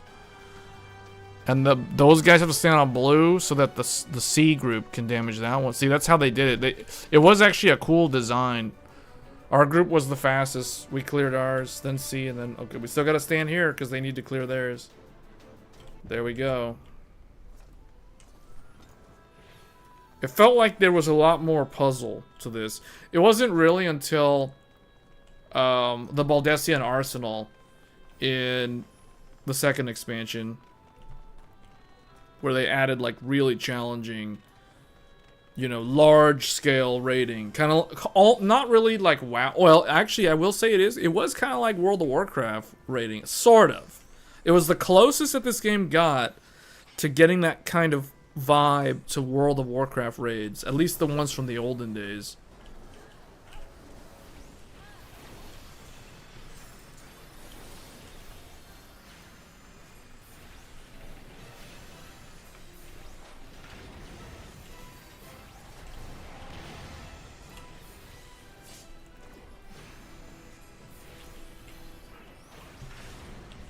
But I don't know, have you guys played this game, or am I literally the only one that plays this? That's part of the stream. I know a bunch of people that watch this stream play Monster Hunter Wilds.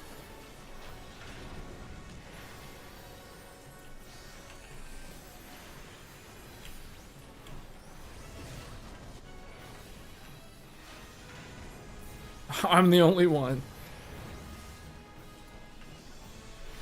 Oh, which MMO do you play? And I don't consider Monster Hunter Wilds an MMO. Even though it is kind of like one.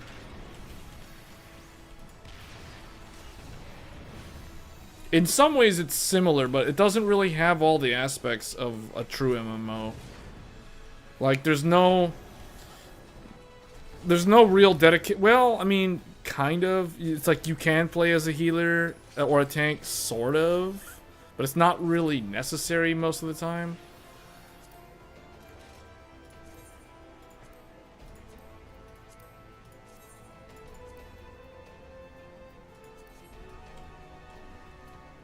Oh, RuneScape. Oh, I didn't know you played RuneScape. After a 13-year absence, your friend got you back into it last July. That was like a year ago. Or do you mean last month? You put an embarrassing amount of time into it since then. You know the one MMO that people keep wanting me to play is Guild Wars 2? I refuse to go back to Guild Wars 2. Guild Wars 2, for some reason, every time I look at that game, I think how that game has not aged well. Compared to this one. This one has aged well. The art direction in Final Fantasy is just always very good. Oh, your friend plays also Guild Wars 2. Yeah, Guild Wars 2 is a game that came out in 2012, so it's 11 years old. And it's okay. This game came out in 2013. But I just think Final Fantasy has aged better. Like, it just feels more high quality to play than that game. That game just feels very old. But there's a rumor that they're making Guild Wars 3. That could get me interested in that franchise again.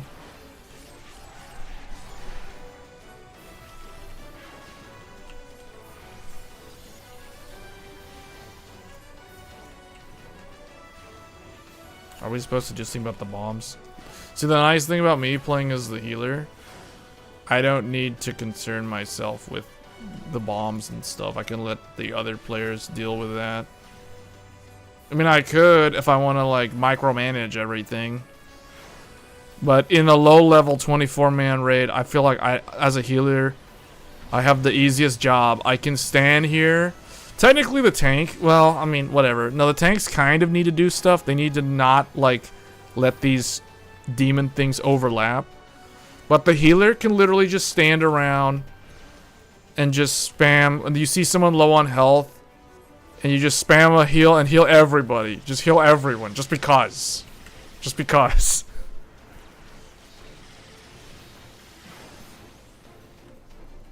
The vibe you get is this is the only good Final Fantasy since like 10 or 12. Well, in what way though? Are you saying that based off of this game's story?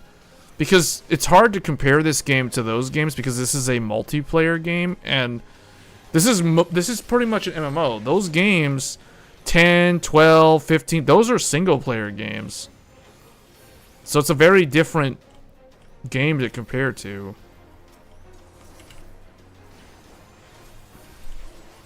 This game's story also just keeps on growing over time because they keep adding more chapters to it because of all the expansions and all the patches. So this game in that regard has an unfair advantage over a fully complete single-player game.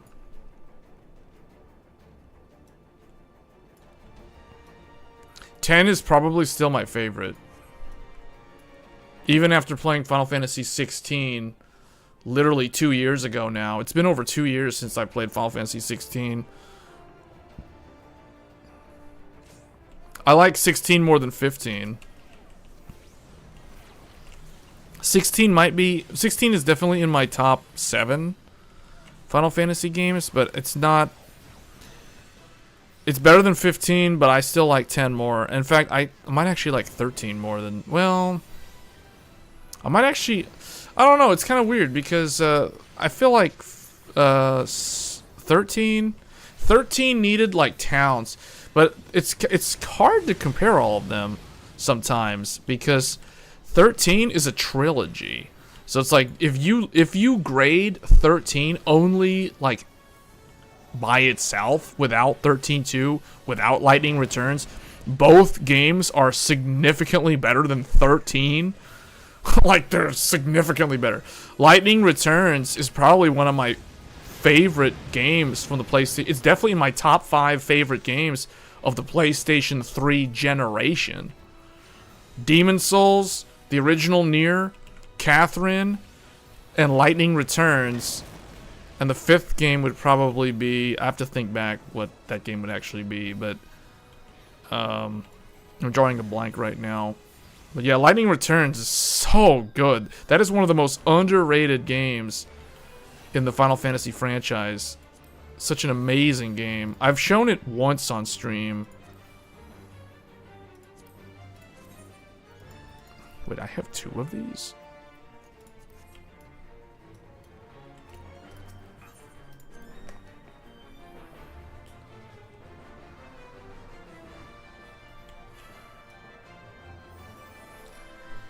Nine was my first one. It's actually, yeah, I think 9 was my first one. 9, 5, and 4 were the first Final Fantasy games that I played, followed by 8 and 7, and then 10, and then 12 and 13, and then, you know, this. And so the only Final Fantasy game that I've never played is actually 11. That is like a trivia question. It's like, which Final Fantasy game has GTR never played? Because there's only one. And it's Final Fantasy XI. The first MMO. The original MMO. From the PlayStation 2 era. That's the only Final Fantasy game I never played. I've played all the others.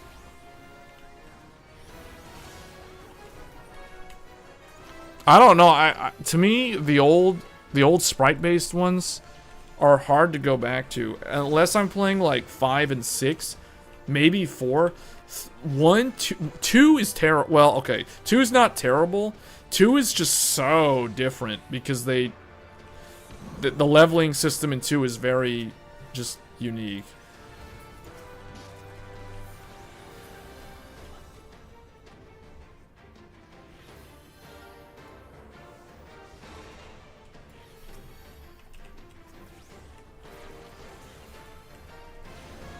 Seven belongs way down on the list. You didn't like 7? You're definitely in the minority there. Although 7's not my favorite either. I kind of think 7's a bit overrated. I mean, I think it's good. It's definitely, probably, it's in my top 5, but I don't think it's the best one. Oh, 8.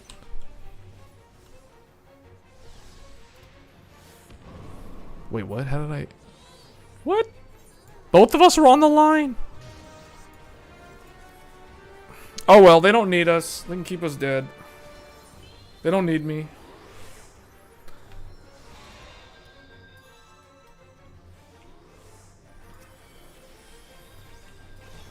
Wait, I gotta get what's her name back. Eos needs to come back.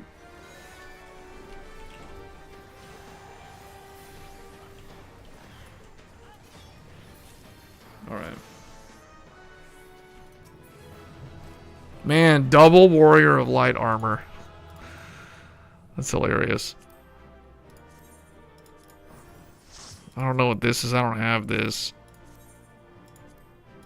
Man, I kept getting a bunch of armor that I already have. I don't need any of this. I don't really need this. I just don't need any of this stuff. So I'll just pass all this. I don't need any of this stuff. What is this? No.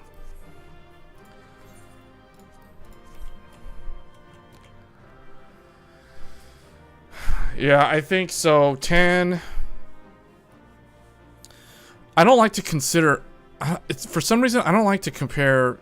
I don't like to include 14 and 11 in the comparison because they're multiplayer games and they're still around today, so they have a very unfair advantage compared to the other ones that are pure single player experiences. So, but if I had to compare, if I had to include 14 would be like, I don't know, it would rank pretty high, but I think it's unfair to do so. So if we're talking like numbered series without 11, without 14, I mean, really, I don't have much of an opinion on 11 because I never played it. I would probably rank, let me see.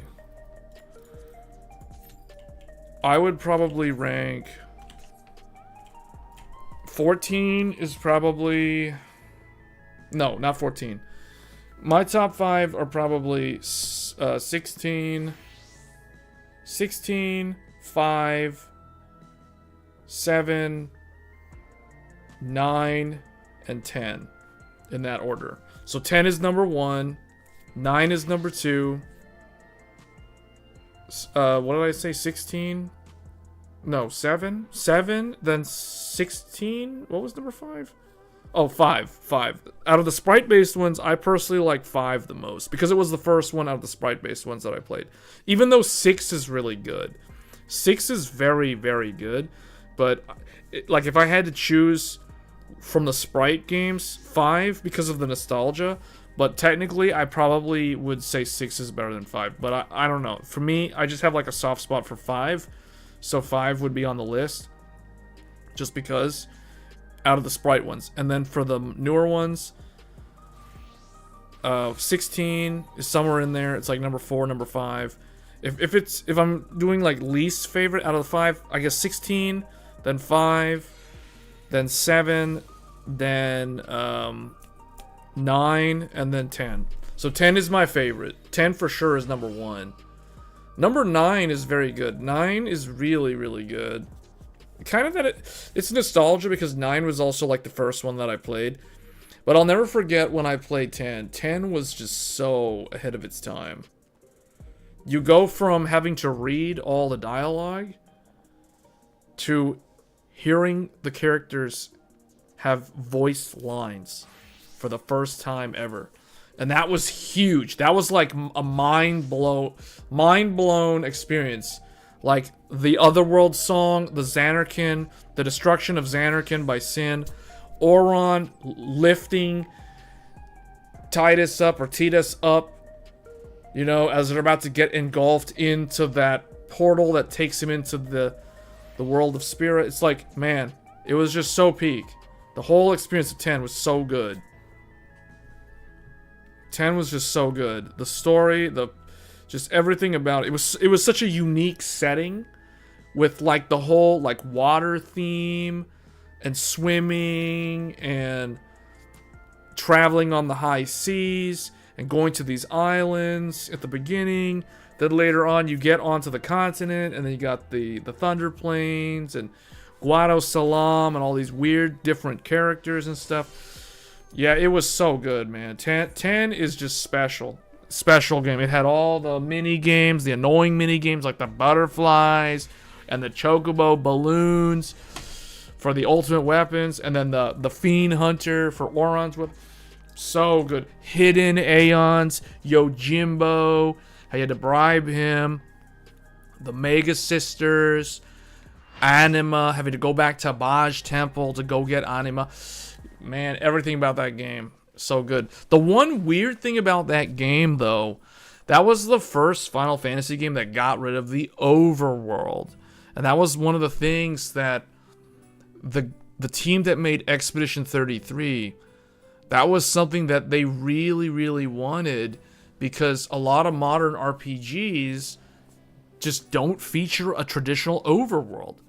So they made it so that they would have an overworld in Expedition 33, and that was such a cool throwback, seeing a modern game with an overworld map that you could explore. So cool to see that. Alright, we are here in the brand new content from 7.3, the latest patch. This is brand new content as of yesterday. We're doing the second walk, 24-man raid, going in as a scholar, healing, and I have no idea what to expect. Wait, is this... Alright, heal them up, heal them up.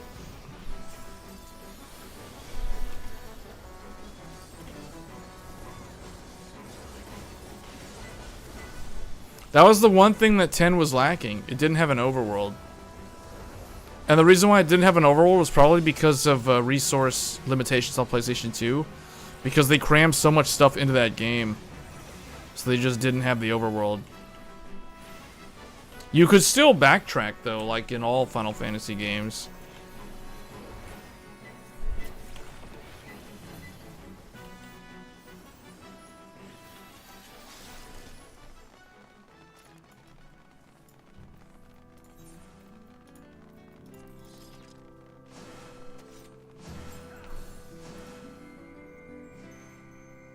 We're like fused together. Oh man, this is giving me the Orbone Monastery vibes. The beginning of Orbone Monastery. It's like Dunscape mixed with Orbone Monastery.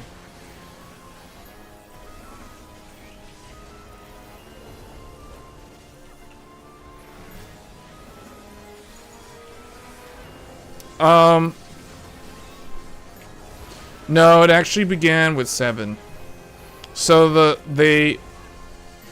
what happened with the company, what happened with the development team was during the development, after 6, Sakaguchi, what's his name? Shibata was in charge of making, well actually together, I think Shibata was the director and Sakaguchi was the producer or something like that.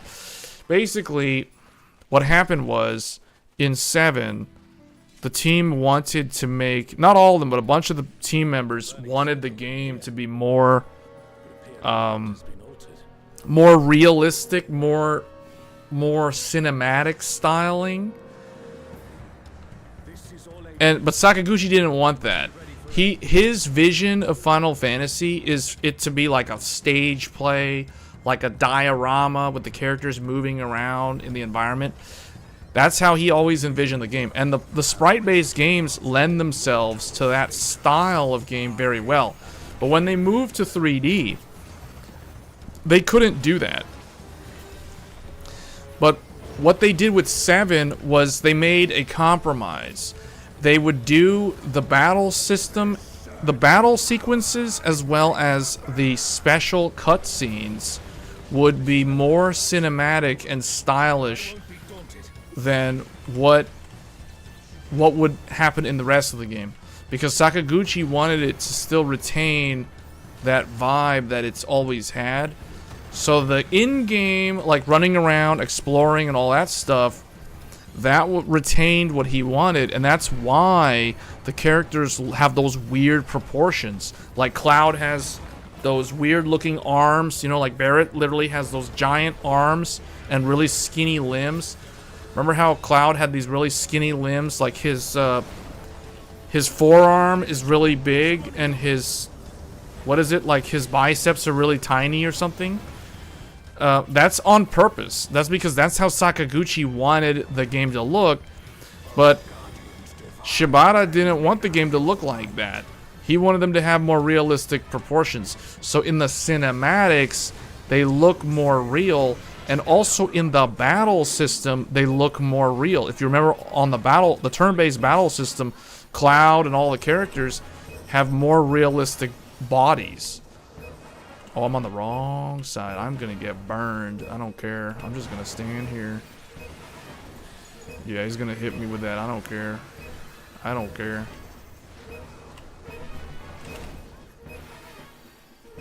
I'm gonna take that vulnerability stack.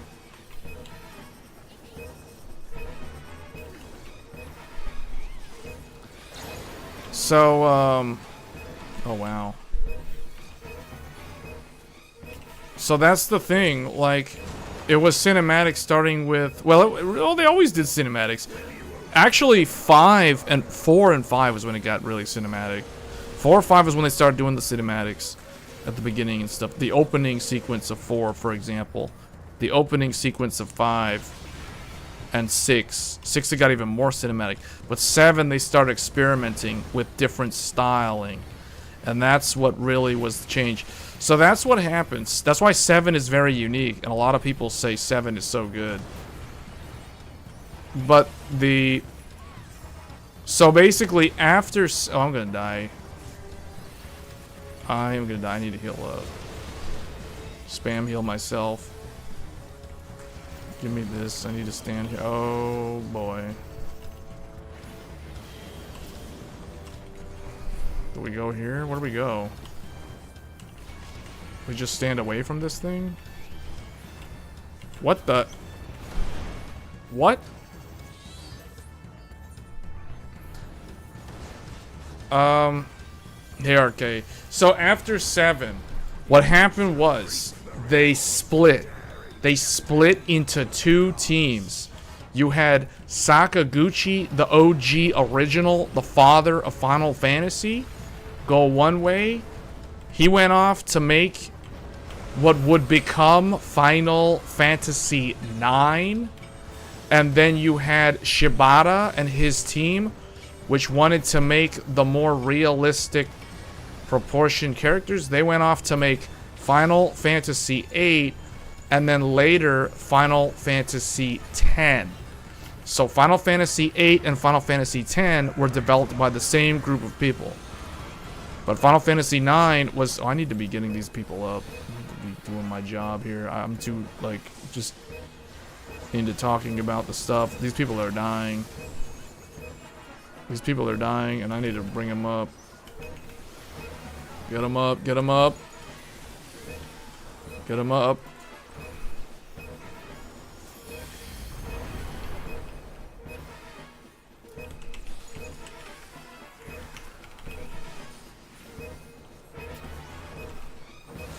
So yeah, 8 was not super well received compared to 7, but that didn't stop Shibata's team from making Final Fantasy X. I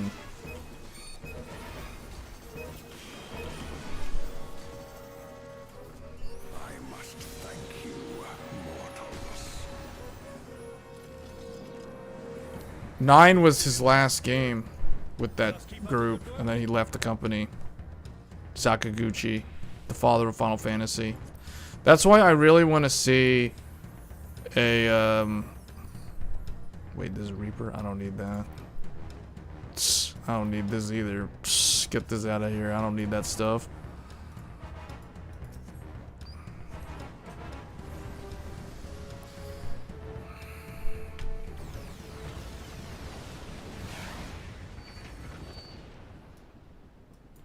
It's Ultima and Omega, and they're attacking those airships.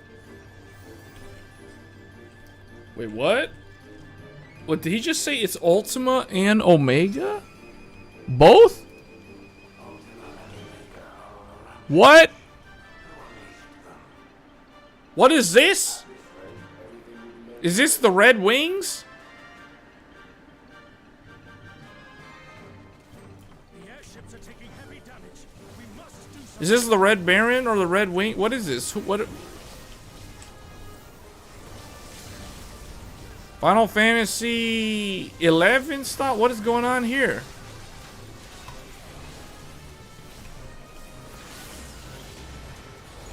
Oh man.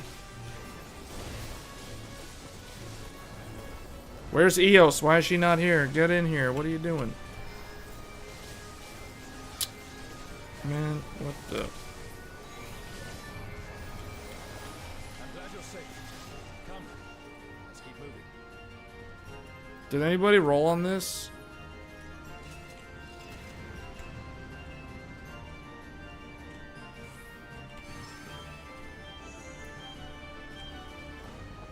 I never played Lost Odyssey, so I don't know. I don't have an opinion on it. See an easy way back. But I'm sure you can handle things without me. You're excited to play Mafia: The Old Country?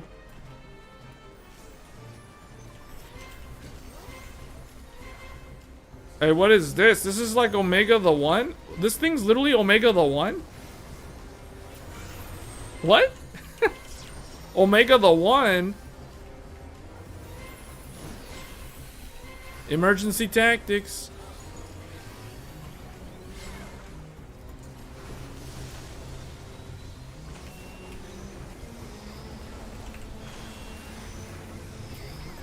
There's two Omega. Wait, Ultima the Feared and Omega the One.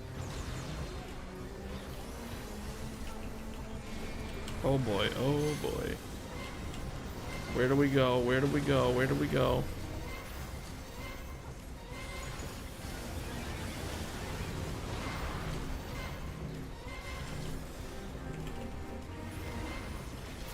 I haven't done the chaotic raid.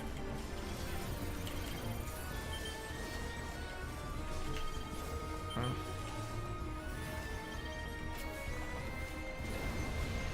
What? What? It was in the reverse order?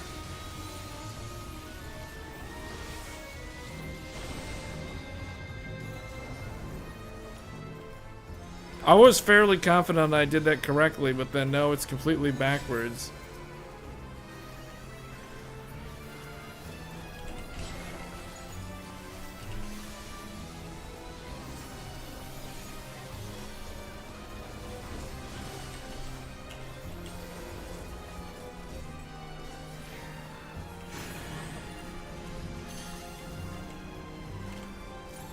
What am I supposed to do? Just go away?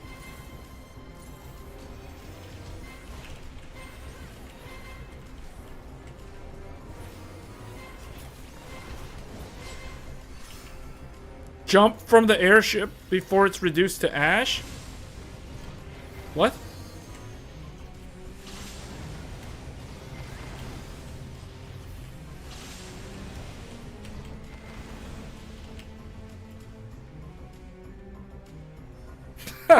This is kind of like that one. It's like yeah, it's like Orbo Monastery. The stuff that they make you do in here, it's so random.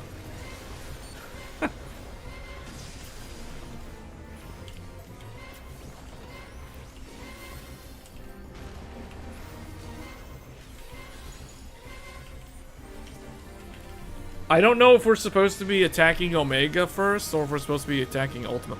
Probably Ultima because it's doing all the weird things. What do we do? Just avoid... Oh, you avoid the ship? Because the ship will knock you off the platform. I see.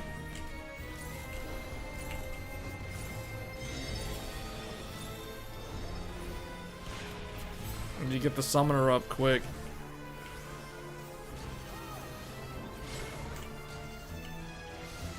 Are we supposed to go over here? Like, how do we know we're supposed to go? I don't know how people... Like, it's so random. It's like so chaotic.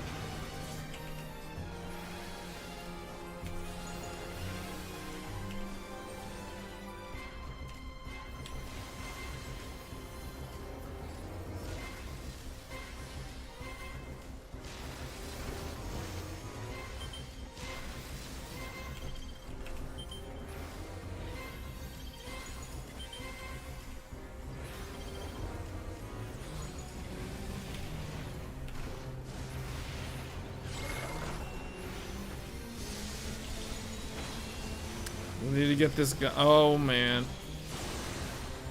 Oh, dear.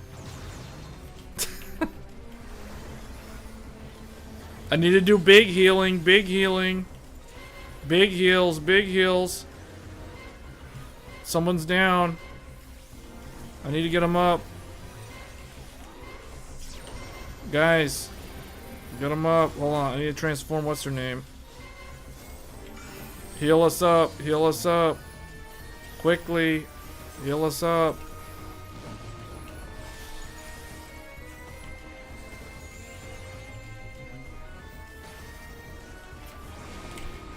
Oh boy. Where's the boat? Where's the boat? Oh, there's a boat. Get over here.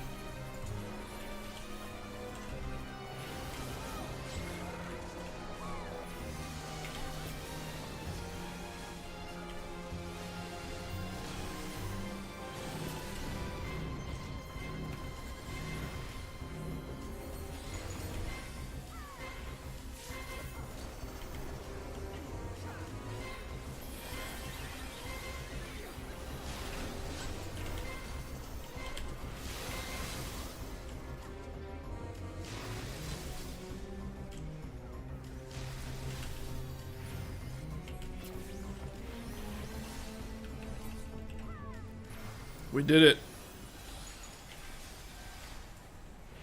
An impressive show. Hurry now. Do not keep me waiting. Man, a bunch of stuff that I don't need. What's this stuff? I don't know what this is.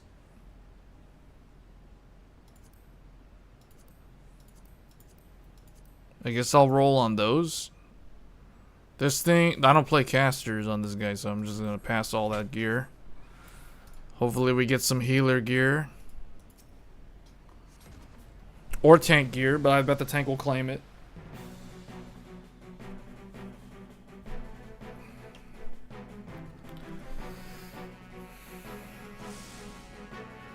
What's this? Worms today, crabs tomorrow? Leeches, maybe?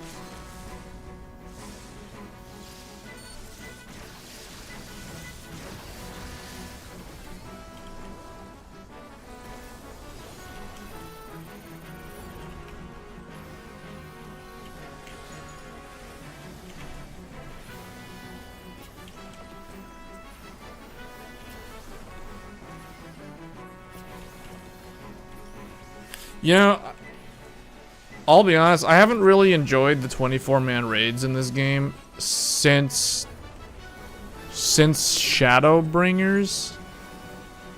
I feel like so the Crystal Tower is still probably my favorite one, even though it's so brain dead easy now. That one I still think is the best one, and I kind of like the one. I didn't really care for Endwalker's one, and I didn't really the near ones. I did not actually like those. That was actually when I started thinking the raids in this game are kind of lame. The 24-man specifically. I didn't like. Okay, the Stormblood one was basically all Final Fantasy Tactics / Final Fantasy 12. It was like all Evilise based, like the Royal City of Rabanastre, the Ridderana Lighthouse, the Orbo Monastery. You know, all of those places, which are like Final Fantasy Tactics based, Evilise based. Those were cool. So those are actually pretty cool. They were actually surprisingly challenging too, compared to the Heavensward, like Void Ark and Dunskaith and whatever man, what was the third one called? The Weeping City. I do think though Heavensward, A Realm Reborn and Heavensward had the best 24-man raids. So far, this one, I think I like this one a little bit more than the one from Endwalker, but that's not saying much, because I really didn't really care for the Endwalker one. But I kind of think the Nier one, the only thing good about the Nier raids was the music. Otherwise, the raids themselves were probably my least favorite one. I guess we go here. I don't know. How do we know where we're supposed to go? Like, I don't know what the marker is to know how they know that happens, besides experiencing it for the first time and messing up. Okay, he's doing something ice.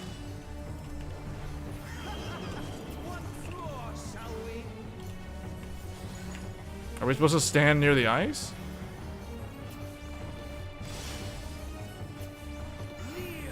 See, like, what was the marker to indicate that the one over there was gonna expand, but this one wasn't? Behold the glory of this alliance.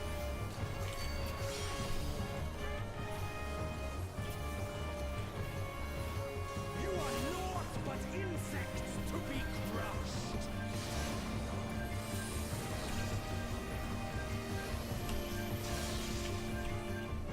Accept your fate.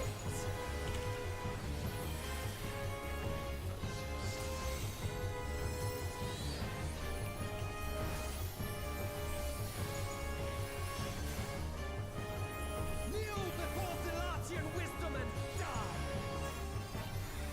This is the power of crystals. Transcendent. Sublime.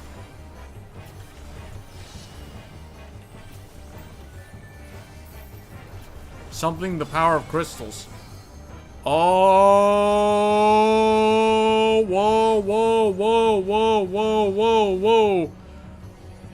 No gravity. Oh, he just slammed everybody down to the ground. I don't know what happened. That was cool. I don't get it. Let's just run with it. It doesn't really matter.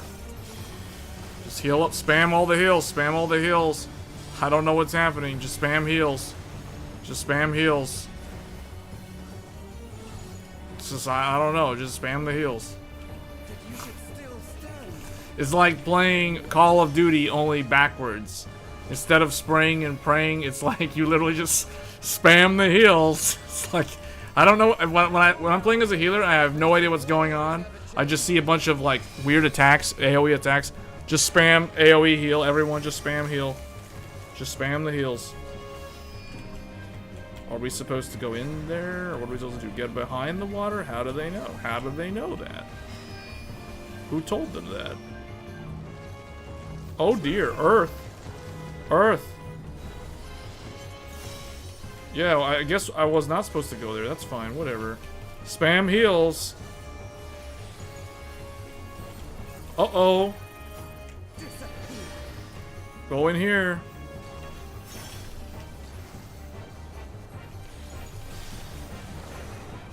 What the heck?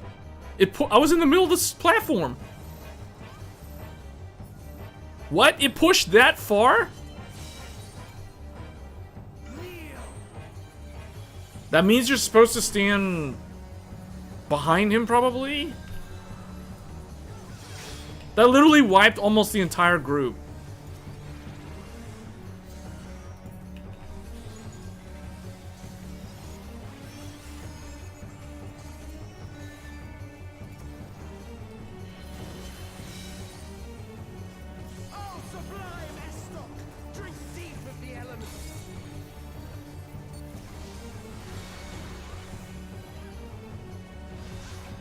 I gotta get this other guy up. I got 2 people up so far.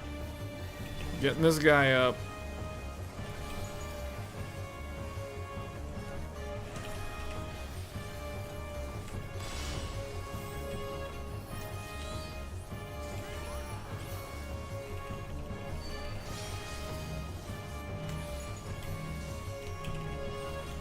Oh no.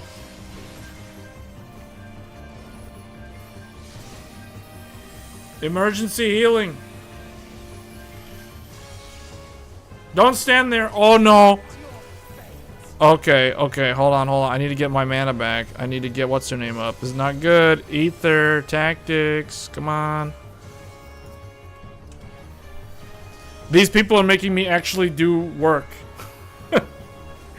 I'm actually having to actually play this job the way you're supposed to be playing the job. Oh, the tank in the other group is completely dead. Uh-oh, uh-oh, uh-oh. Where do we go? Someone help me. I don't know where I'm supposed to go. Follow the leader. I'm not the leader.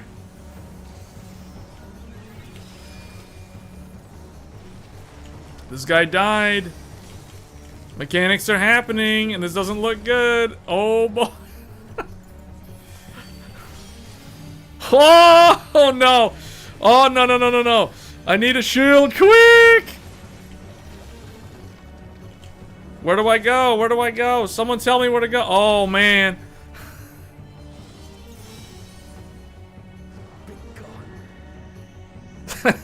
Why are there 3 of this guy? Since when did he learn the try technique? What is this, Saiyan Saga? There's 3 of this guy. Someone's trying to get me up. Someone's trying to get me up. Yeah, get me up. Yeah, I'm up.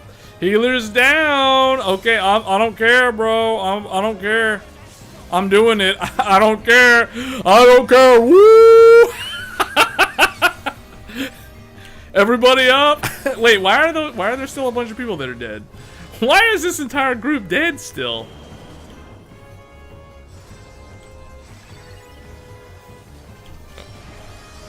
Yeah, get them up. What are you doing?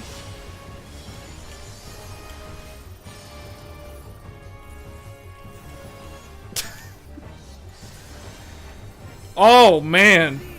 Big heals. We need big heals. Big heals.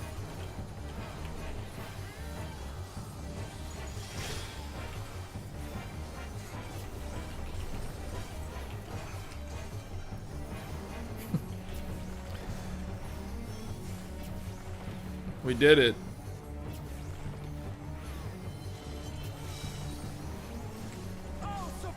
I call that one my leadership. I started the trend of spamming the healer limit break 3. Oh yes, yes, the robe of healing. Return to the crystals from which I don't need this thing. Get this out of here. Actually, hold on. I might roll on this if I don't win the healer robe. I need that healer robe.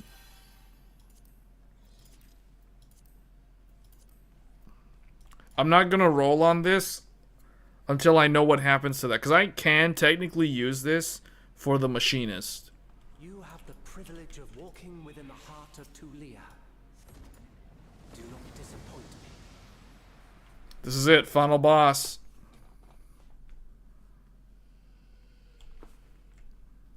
Here we go.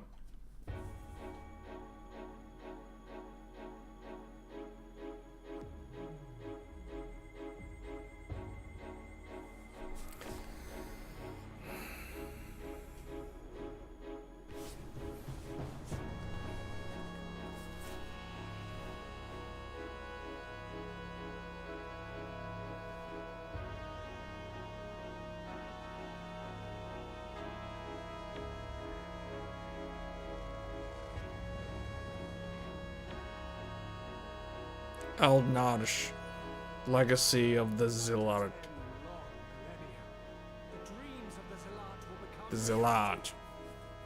Your time ends now. Alright, this is it. Did I win the thing? I need this. I really need this. I really need that.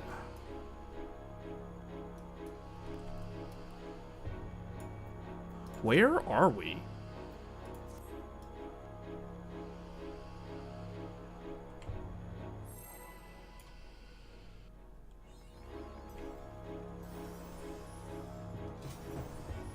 Alright, this is it. Can somebody roll on that? This world shall belong to the Zealot. Dude.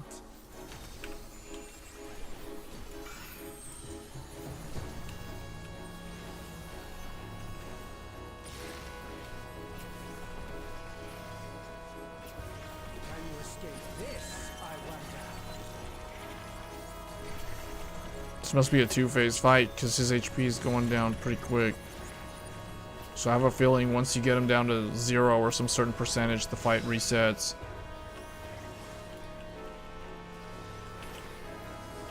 Be gone.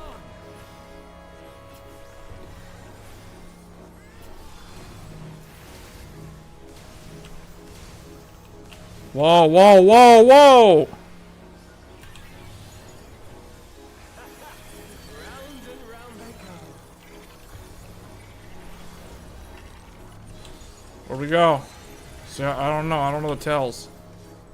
I guess stay over here because he's doing his weird, yeah, that thing. Okay, so I understand that one. Let's try this. What is this? Huh?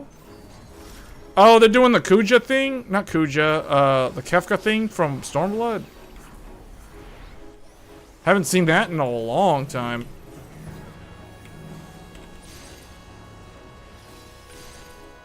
Oh. Whoa. Whoa, whoa, whoa, whoa, whoa, whoa, whoa.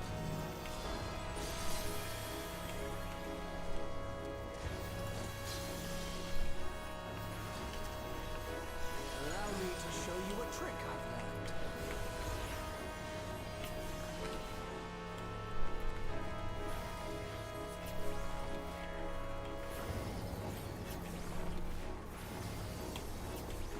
Have you the strength to find the answers you seek?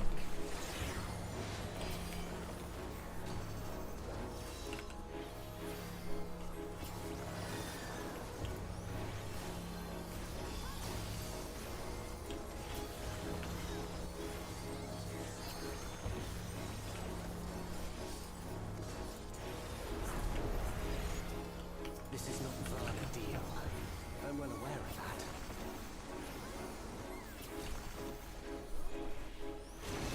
Oh, down for the count. I knew it. I knew this is one of those. He's gonna do something.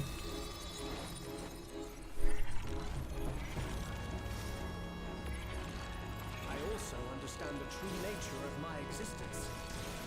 So come, let us finish this.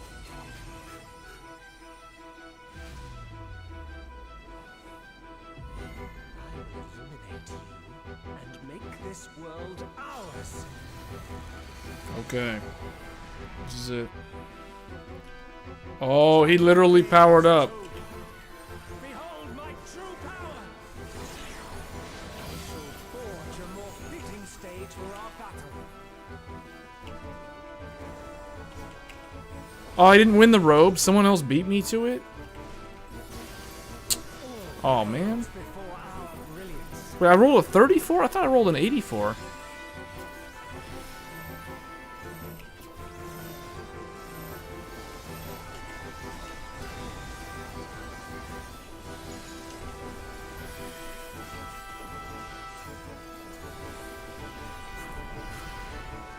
Perhaps some magic in the mix.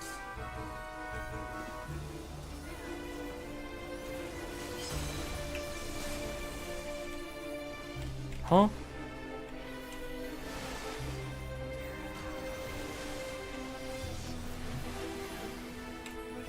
You fought well. We got mechanics that are kind of like, wow.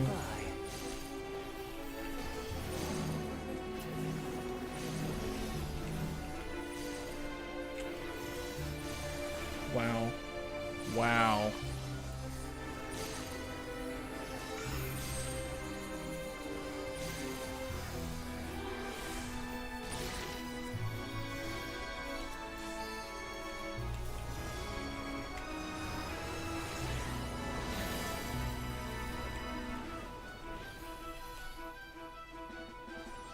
Can we go here? Oh. What? Oh, whoa, whoa, whoa, whoa, whoa, okay. Somebody...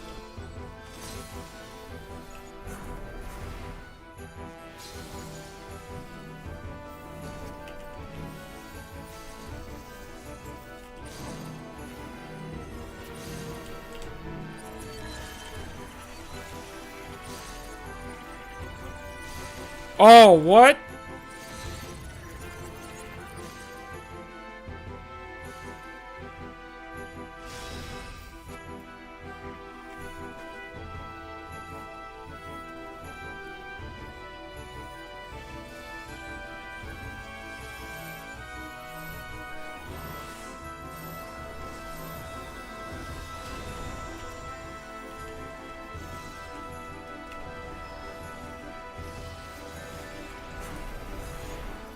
Even in this false flash, I will not lose to you.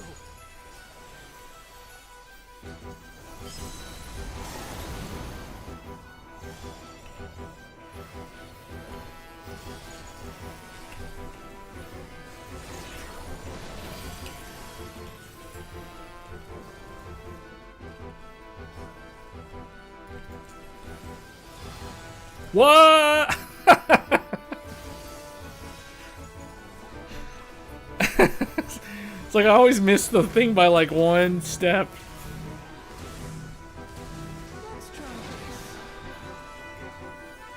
Alright, get this guy. Oh yeah, I don't even have any mana. Oh no. Oh no.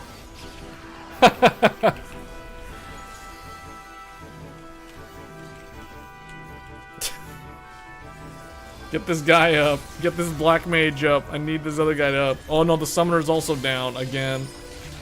Oh boy. Oh boy. Alright, I'm trying. Hold on. Oh no, I'm dead. I was just trying to get that guy up, and it's like, no, you sit back down.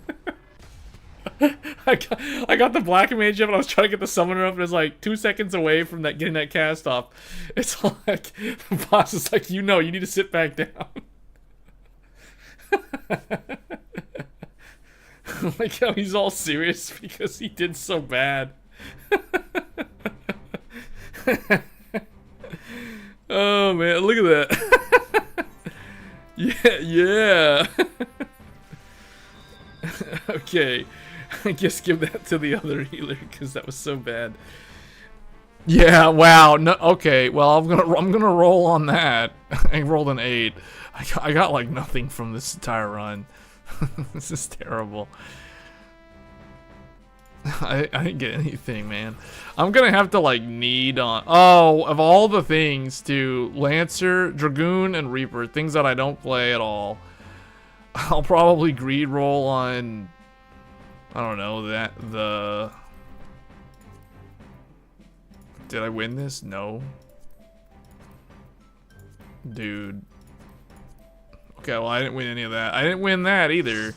So I guess I'm gonna take that for the machinist and then pass these two for whoever wanted that stuff. Okay, well I got a piece of gear that is mostly irrelevant, but it is the highest gear that I have.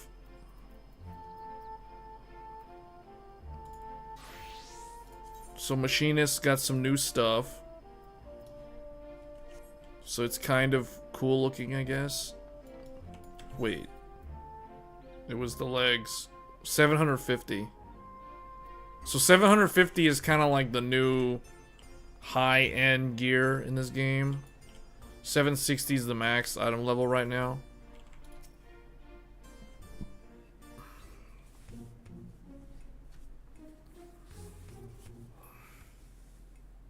This is all Final Fantasy XI based. This entire raid series is based off of Final Fantasy XI.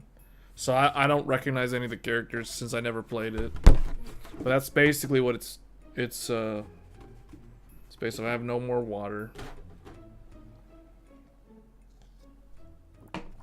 Well,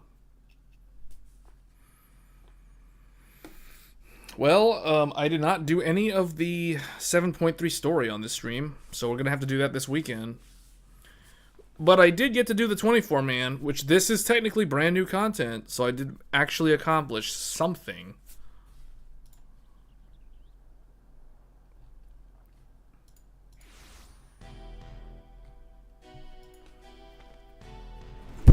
Oh.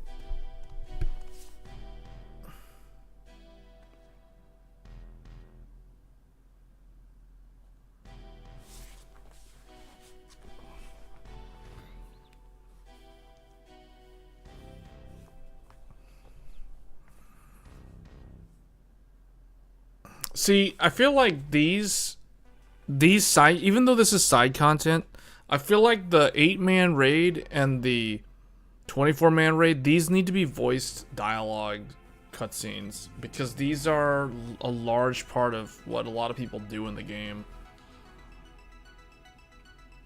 It is disappointing that the 24-man raid storyline does not have any voice acting.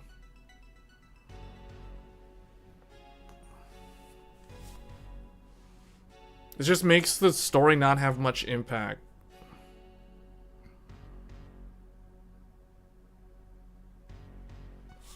And the thing too is other live service games, particularly games from Chinese developers, have so much voiced content. Like almost all the dialogue in Genshin Impact is voiced. So much dialogue is voiced. So it makes it look like the game has a certain quality level.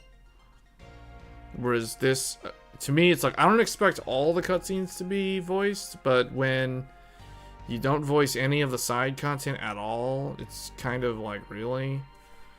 They should at least do the 24 raid, which is this, and they need to do the 8-man. Raid content, the storyline needs voice acting. That's all I'm gonna say. But I've been saying this for years, and they never did it, so it's like, I don't expect them to ever implement it.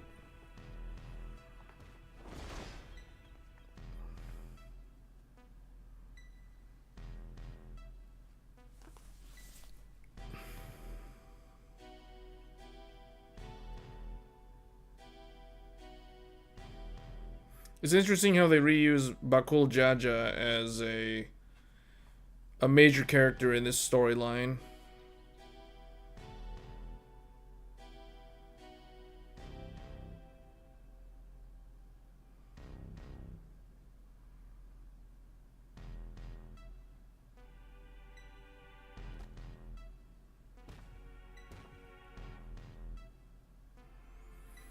If there's nothing else, I have much to prepare and more still to consider before making my next selection. Until the next time.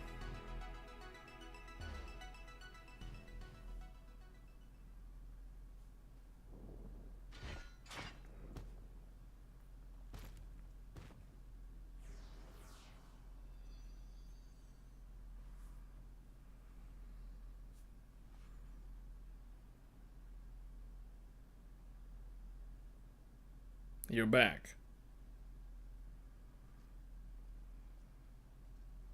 My apologies for the delay. Fighting off the echoes took longer than I had anticipated.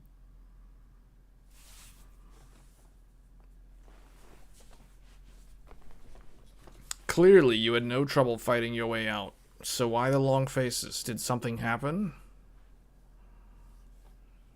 That's right.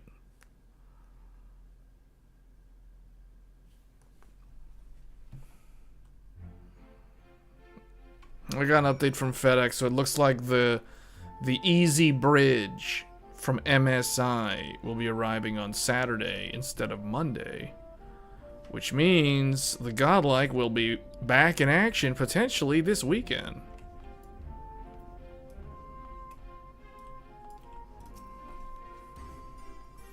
Which is pretty good. I will say that means that the entire turnaround time from MSI, from the time I shipped them the part, which took them like 3 days to get it, and then they shipped it back to me, which is gonna take what, 3 days. So six days in transit and 3 days with MSI. So that's all business days. So total turnaround time is literally just 2 weeks. About 2 weeks for an RMA. That is quite good. That is a lot better than Gigabyte, based on what I've heard with Gigabyte RMAs. Quite good on MSI. Mm-hmm.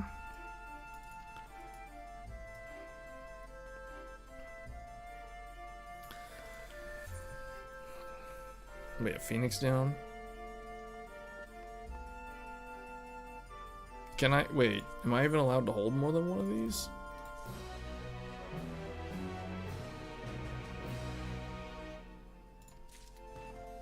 Wait, what? How many Phoenix? Wait, you can hold more than one Phoenix down? They changed that. You used to only be allowed to hold one of those.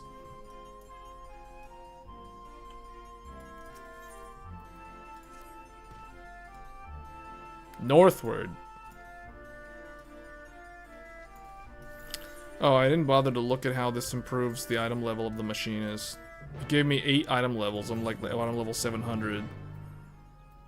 Well, that's because this... Wow, this is wearing, like, super old gear.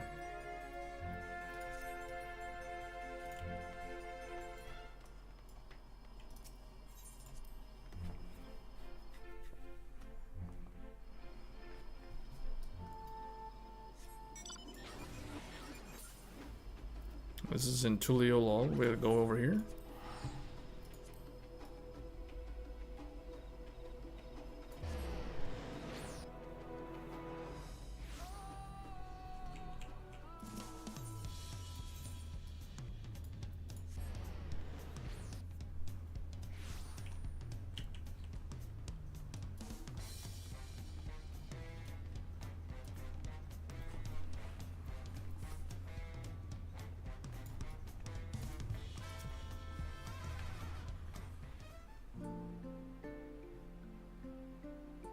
After those orcs and everything else Sarilja threw at us, it's nice to finally get the chance to relax. Speaking of which, what were the two of you up to in the first time we were afforded this holiday? Doing as good any adventure as... What do you say? We happened upon a most fascinating settlement of giants on our travels, the Yakhoi, I believe they called themselves. Only in appearance, trolls are a hostile sort given to looting and plundering and known to serve as sellswords. That wasn't all we saw, though. We traveled all over. I was hoping we'd find someone who might have seen Saralja. At the very least, knew something about Electrope. I'd be surprised if you did. Electrope isn't native to Tyrol. It comes from the Kingdom of Alexandria. The Dome? They said we needed some sort of permit to cross into the Dome. If that's where Electrope comes from, do you reckon there's anyone there who could help figure out? Oblivion may be able to shed some light on things, as they've been working rather closely with the Landsguard of late. I see no reason why a request couldn't be made through the Wing of Reflection. Meaning we should go and pay them a visit, yes? Just as well, if we're going to get to these 2 travel passes.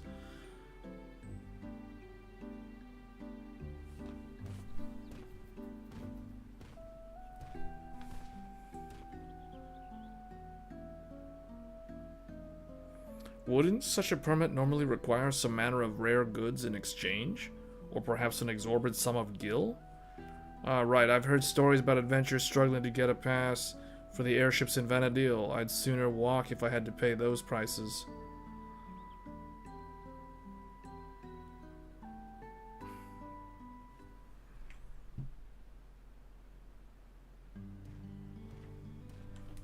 Well, he has all the gil, man. This guy had like 1.5 million gil. Sorry for the wait. The Landsguard had no trouble renting passes for the 2 of you. So soon? Gods, the depth of his coffers must be staggering. Yeah, that's what I mean. He's got all the money. As for Oblivion, they're keen to learn more about you. In fact, they've asked to meet on the outskirts of Alexandria. It's a rather long walk to the Dome, though. We should stop in Sheshenwezi Springs, catch our breath, and shore up. Okay.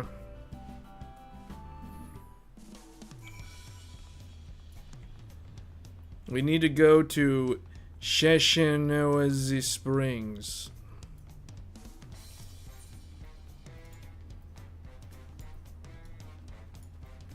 Over there. Wait, that's the north exit.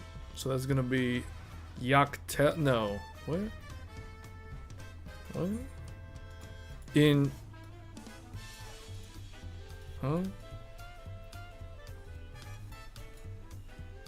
In Zaktoral.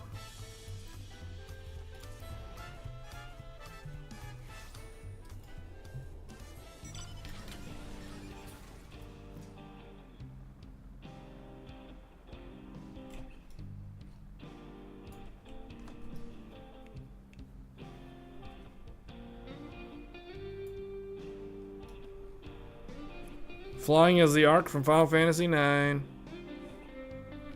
The optional hidden boss. Wait, was this? No, this was not an optional boss. This was a mandatory boss. You fight it in Oliver on disc 3. It's an optional summon. It's a secret summon, that's right. You learn this from the pumice. Dagger can summon this thing. It's one of the coolest summons in the game. It deals The same element that Doomsday deals, I think. It's like the dark damage? Shadow damage, that's right. Arc deals shadow damage.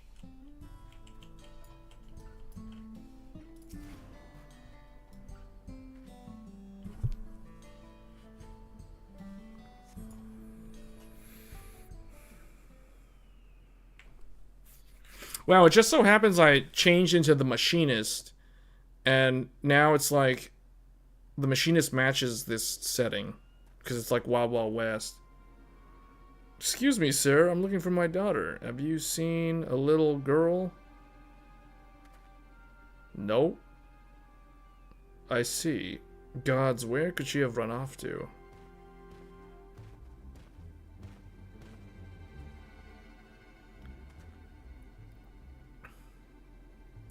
Say, you're from the Dome, aren't you? What's got you so worked up? Yes, I am. My name is Jasper, and it's my daughter. She's gone missing. Try to stay calm, alright? Maybe we can help. What does she look like? Right, her name is Scoria. She's an Eldite. We were planning to move from Solution 9 to Tuliolol, and so we came to visit first. We were waiting to ride this Roanek, but before that, I think I may have seen her a little while ago. Girls like your daughter don't seem all that common in these parts. Pretty sure she was heading somewhere to the south. We'd better hurry and find her before something in the wilds finds her first. You leave this to us. She'll be back and safe before you know it. Sorry to put our plans on hold. We should have more than enough time before we'll meet with Oblivion. Besides, what manner of adventures would ignore a person in need? That's right. Well, let's be quick about it. I'll go with Jasper and ask around if anyone has seen Scoria. You three check the south. Oh, thank you, sir. Thank you. Please do be careful. You heard Bakul Jaja. Let's get going. Runs away. There was a settlement to the south, if memory serves. Perhaps someone there has seen Scoria. Let's each speak with 3 or so people, then reconvene to see what we found. Yes, because you have to speak with 3 people. Apparently that's the magic number. You gotta go to talk to 3 people. The guy is dressed like a gamer in the Wild West. Who, this guy? Look at how he's dressed. Look, he's got a hoodie. He's wearing like an urban. He's wearing like an what is it? Urban armor, Under Armour. He's wearing like a North Face Urban Armor, Under Armour. He's got Under Armour North Face on, and he's like in the Wild Wild West. What is this 1800s getup? I'm wearing some 1800s Wild Wild West cowboy hat, and this guy, man, look at this hairstyle too. This guy needs to be from the south. Man, Bakul Jaja, this guy don't even look like he belongs here either. This guy isn't even wearing, like, this guy's wearing gamer gear from like League of Legends Worlds or something. And this guy's dressed like he's from the movie Gladiator 7 or something. What is this? Whoa, there's like a big fat chocobo flying around. Let's go find those people in the south. We gotta go talk to 3 folks. Summon the Ark. Transform like a Gundam. I really like how they did the animation on the Ark's transformation.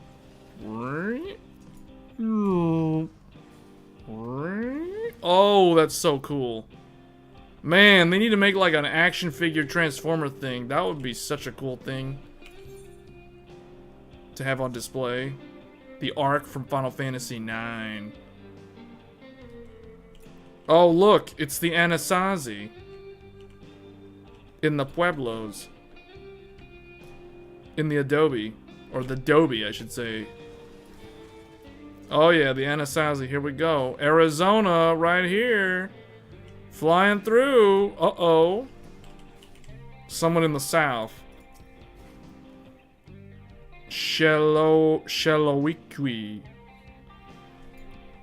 I was just up north a little while ago, but I didn't see any Edite girl wandering about. Poor thing. I hope she's not in any trouble. Alright.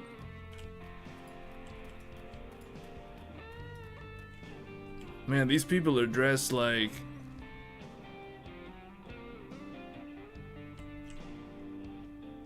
You can tell these people are dressed for the clothing that's out in the sun all the time.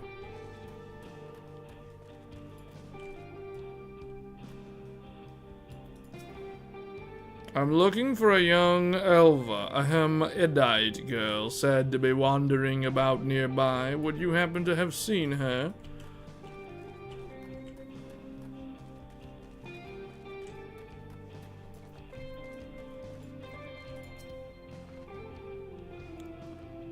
Huh? A young Edite girl? No, I haven't. It's not often you hear of Edite looking to move to Turio, y'all. If we can expect more in the future, I'd certainly like to get to know— Whoa, there's a duck! What? What? Wait, where'd she get that minion? The ugly duckling minion, I want that.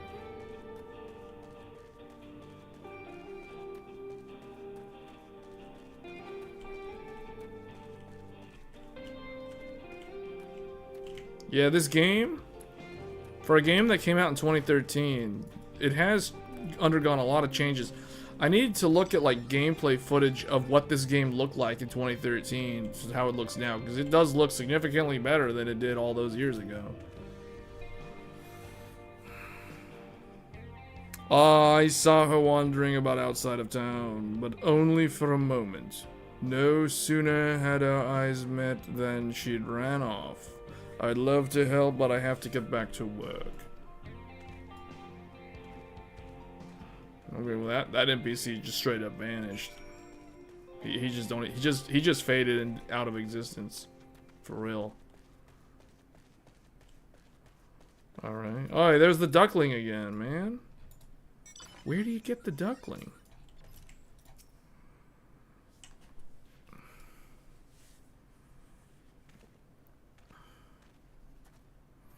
I think I've learned all I can from the people here. Did you discover anything of note?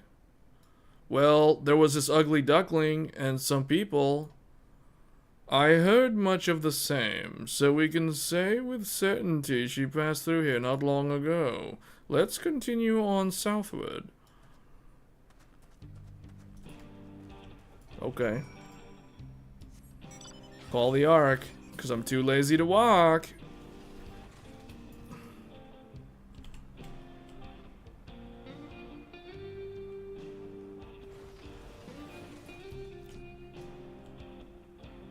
Wait, what's that? There's some T-Rex.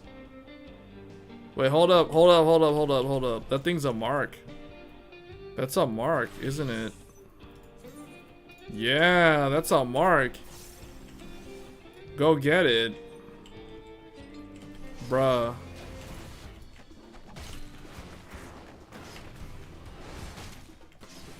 I need this. It's got the mark symbol on it.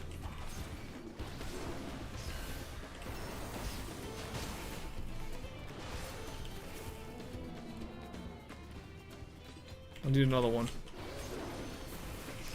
Riddle of Fire, or was it Riddle of... Yeah, Riddle of Fire. Okay.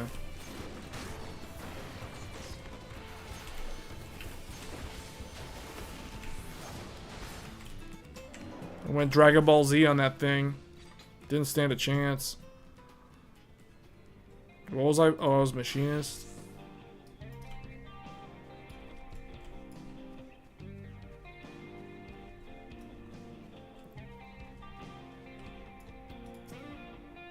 Prish defeated a T-Rex. There you are. I take it you haven't had any luck finding her either. All I found searching around here was monsters. To be honest, I felt like a waste of time at first. While I was thumping this one, though, I could have sworn I saw a kid off in the distance. I'm betting it was her. If we hurry, we might be able to catch up to her. Okay. For whom the verse is sung. Whoever that was I saw scurrying off can't be far. Let's go before any monsters find them. Okay.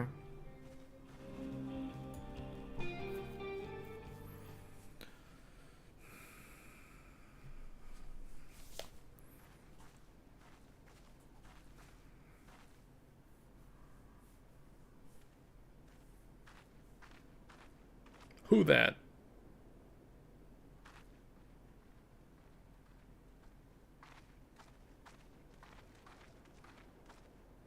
We found her, thank goodness.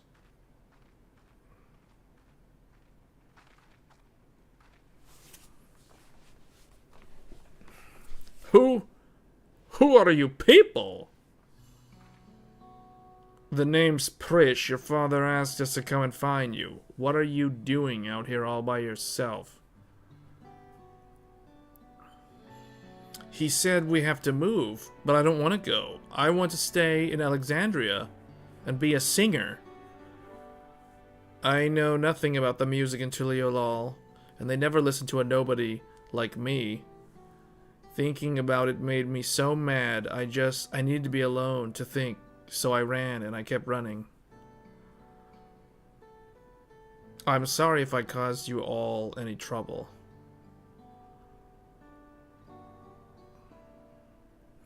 No need to be sorry. You're safe, and that's all that matters.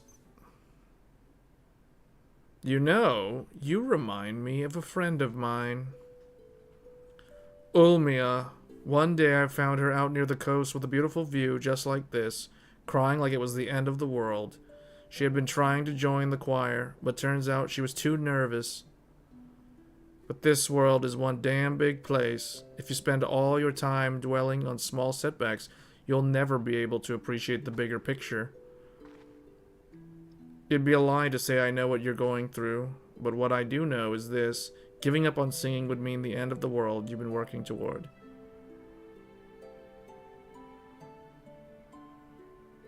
I told Ulmia the same thing, and you know what? She kept pursuing her passion for singing and eventually joined the Tavnarian Cathedral Choir. What? But what if they hate my songs?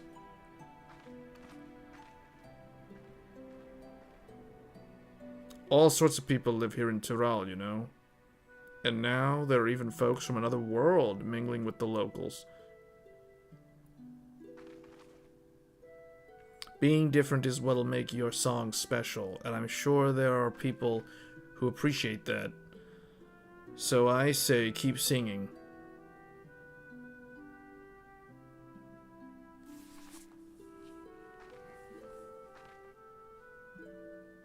Would it be alright if I start by sharing with you?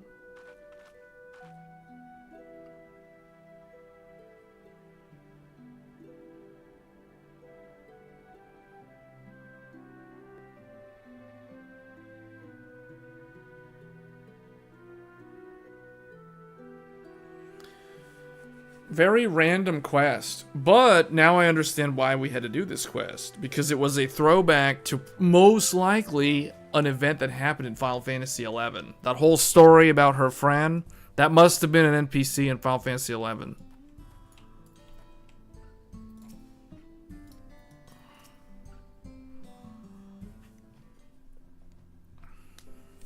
Ah, there you are. It's so good to see you all safe. Scoria has told me everything. I don't know how I could ever thank you, but after we finish moving to Tyrol, I certainly intend to try.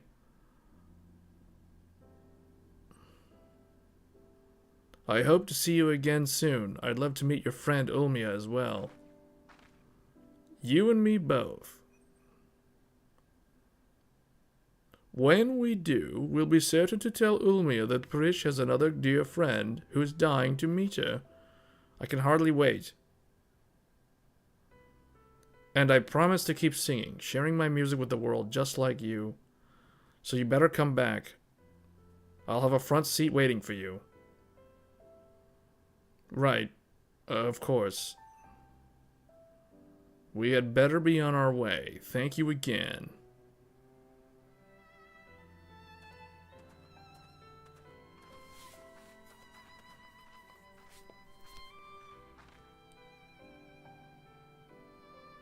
Till we meet again, I hope.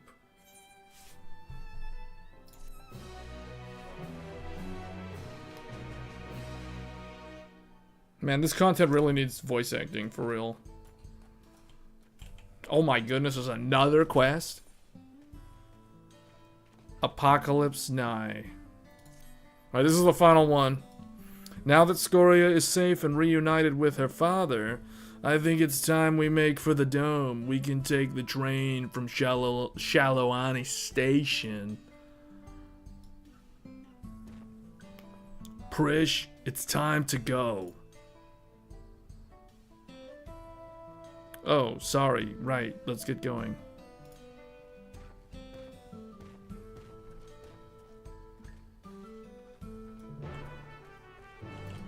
Alright. So where are we going? We're going back to... Oh, we're not going to the dome. We're actually going back to... What am I doing here? We're going back to Tuliolal.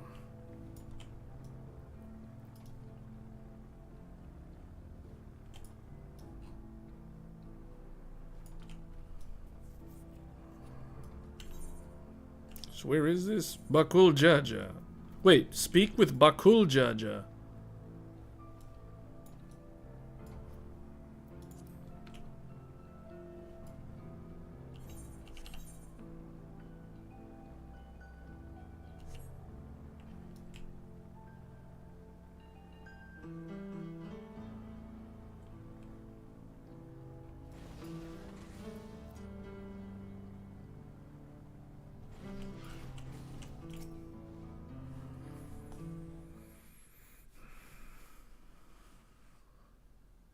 What luck, the train's just arrived. I know I said worrying about if we're real isn't going to get us anywhere, but...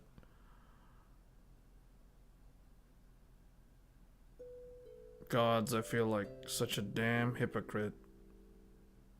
I can't stop thinking about what Saril just said. I'm not scared though. I mean, it's a little scary. Why does this have to...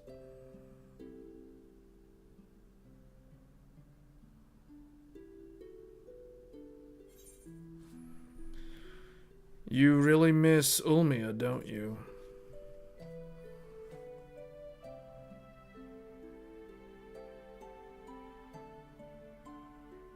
That's probably it. Listening to Scoria sing reminded me of Ulmia.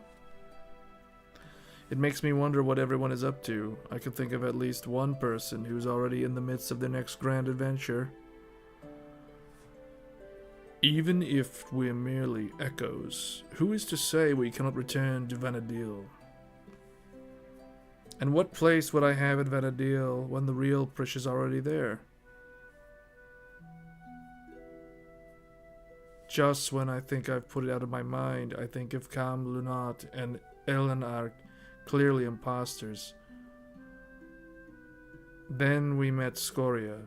She's so excited to have us come back and see her sing, and saying we would just felt like the right thing. There's no doubt in my mind we'll stop Sarilja, but then what?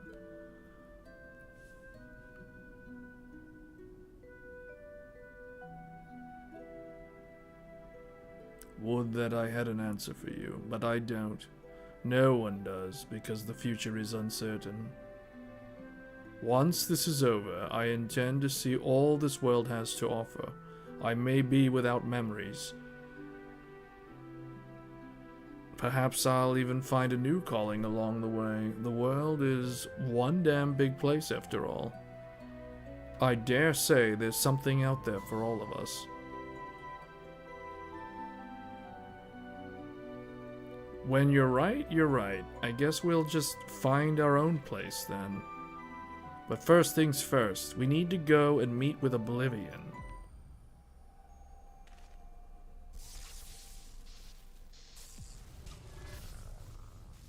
Wait, what?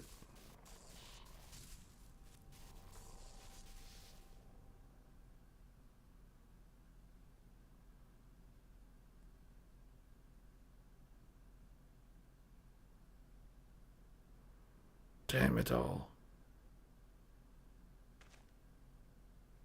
We had better hurry.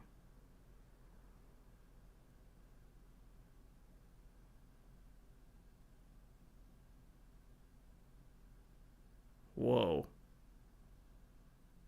So, they're definitely not real. That revealed the truth. Wait, how do we end up like way over here? Oh, the train. That's right, they got on the train. The train runs all the way. You might be the ones Shell told me about. I'm Kikwazana, one of the Electrope engineers. So, what was it you wanted to discuss?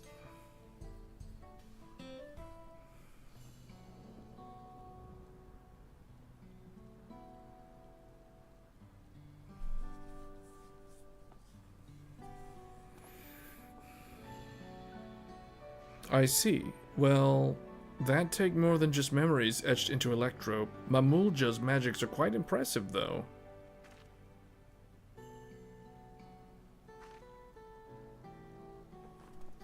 I mean, of course you're alive. Technically, maybe. Let's just forget I said anything, alright? Don't worry about it. We're not even sure ourselves, to be honest. The only thing we're certain is that our bodies are made from Electrope. We were hoping you could help figure out what that means for us. We can't just sit around moping, you know?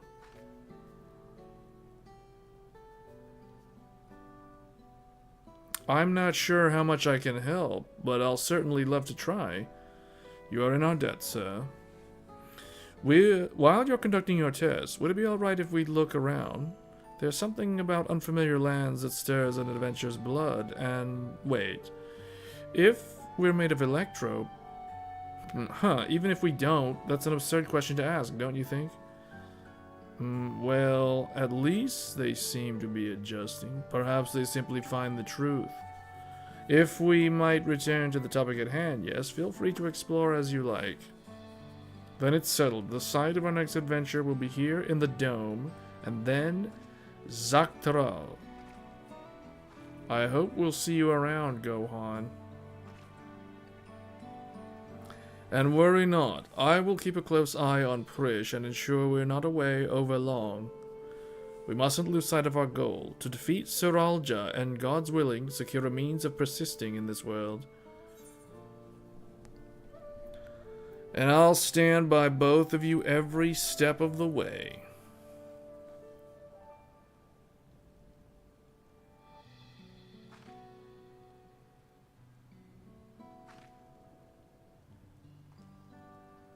If the two of you will follow me, I need to collect a few samples.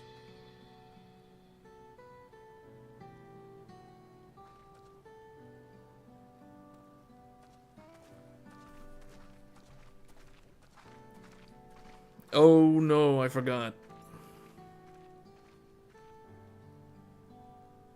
I never took them to Jabak for tacos. There's so much in Tulialal they have yet to see.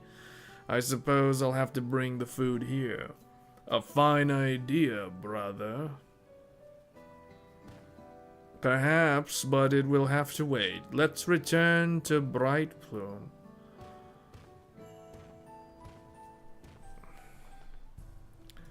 Alright, so they want to go back to Tuliolal.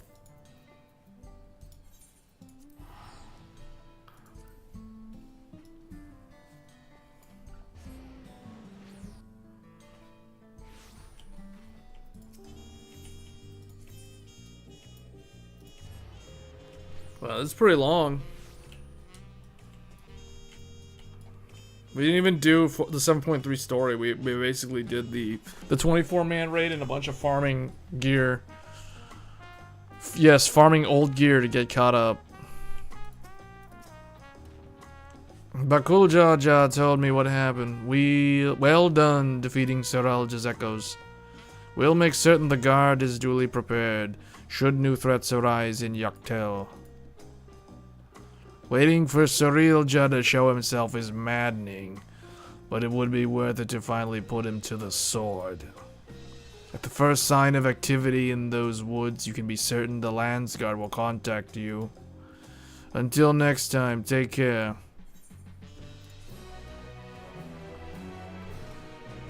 And off he goes.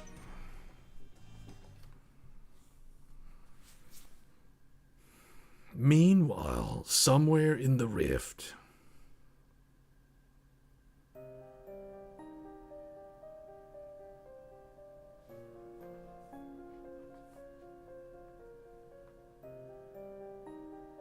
How much longer must I wait for this vessel you promised me?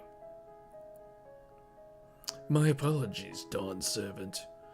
It is no simple matter to fashion a vessel befitting one of your majesty, but soon, very soon, preparations will be complete.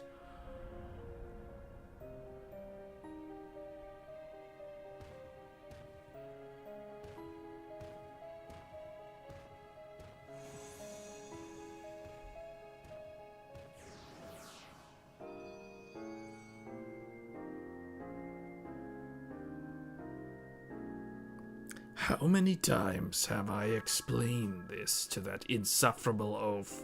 I thought him a kindred spirit from across the rift, but his impulsiveness proves maddening.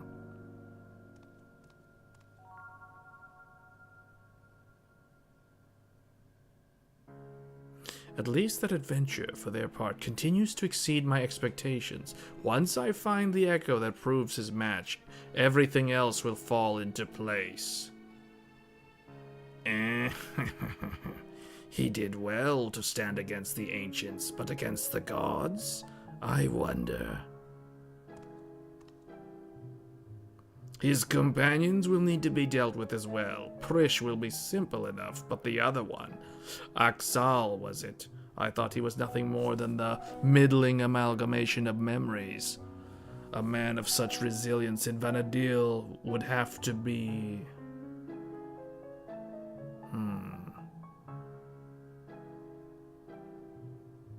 No, it couldn't be. If I'm right about this, then no matter. We deserve better. We will have better. Only blessed siblings. Pakuljaja was little more than a witless brute before, but clearly his companions have stirred something within him. Perhaps he's not without value after all.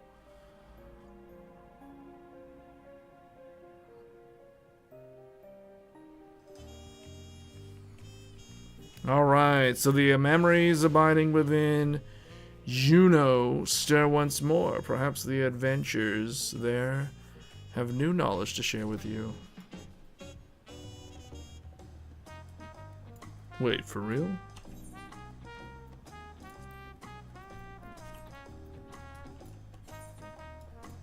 Oh, that must be the Geralt quest or something. Alright, well, that's basically it. That was at least something I accomplished on this stream that was actual new content. So I did my weekly run. Technically, I should run this just because I need the gear, but I think we're kind of at the end of the stream.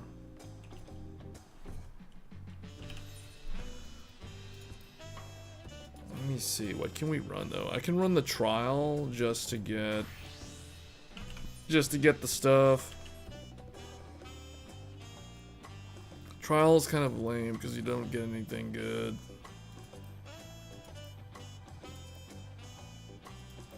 Level cap dungeon. I will cap this probably doing Alliance and normal tomorrow or something. I don't know. Well, tomorrow we have Tech Thursdays, so I probably won't be playing this tomorrow. Let me see. Is there anything specific here that I need to grab? No. I didn't do Occult Crescent. I mean, I did start it actually, but whatever. I'm not really going to do that right now.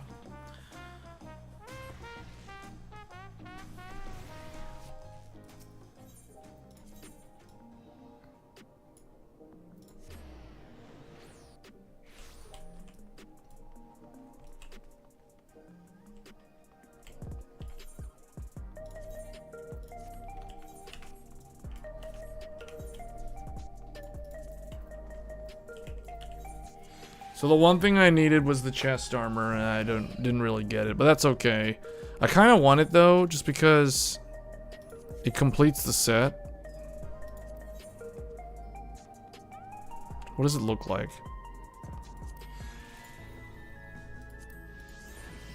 Oh, it looks like this. I'll literally look like one of those gamers from League of Legends Worlds. It's the gamer gear. Okay, well, I'll have to do that some other time.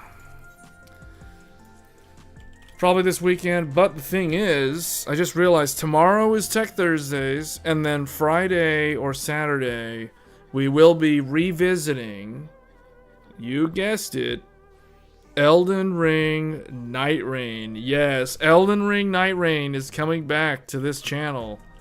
So, at least, I mean, partially. I need to run the new, I think it's like Caligo is the new Everdark Sovereign coming out, so I gotta do that. Once I clear that, I'm done with Elden Ring Night Rain again. So that's kind of the new thing to do there. And then we'll be back to this game, because this is really the only game that I feel like playing these days. I don't know why, I just like, oh, it's like, oh, Final Fantasy XIV, patch 7.3.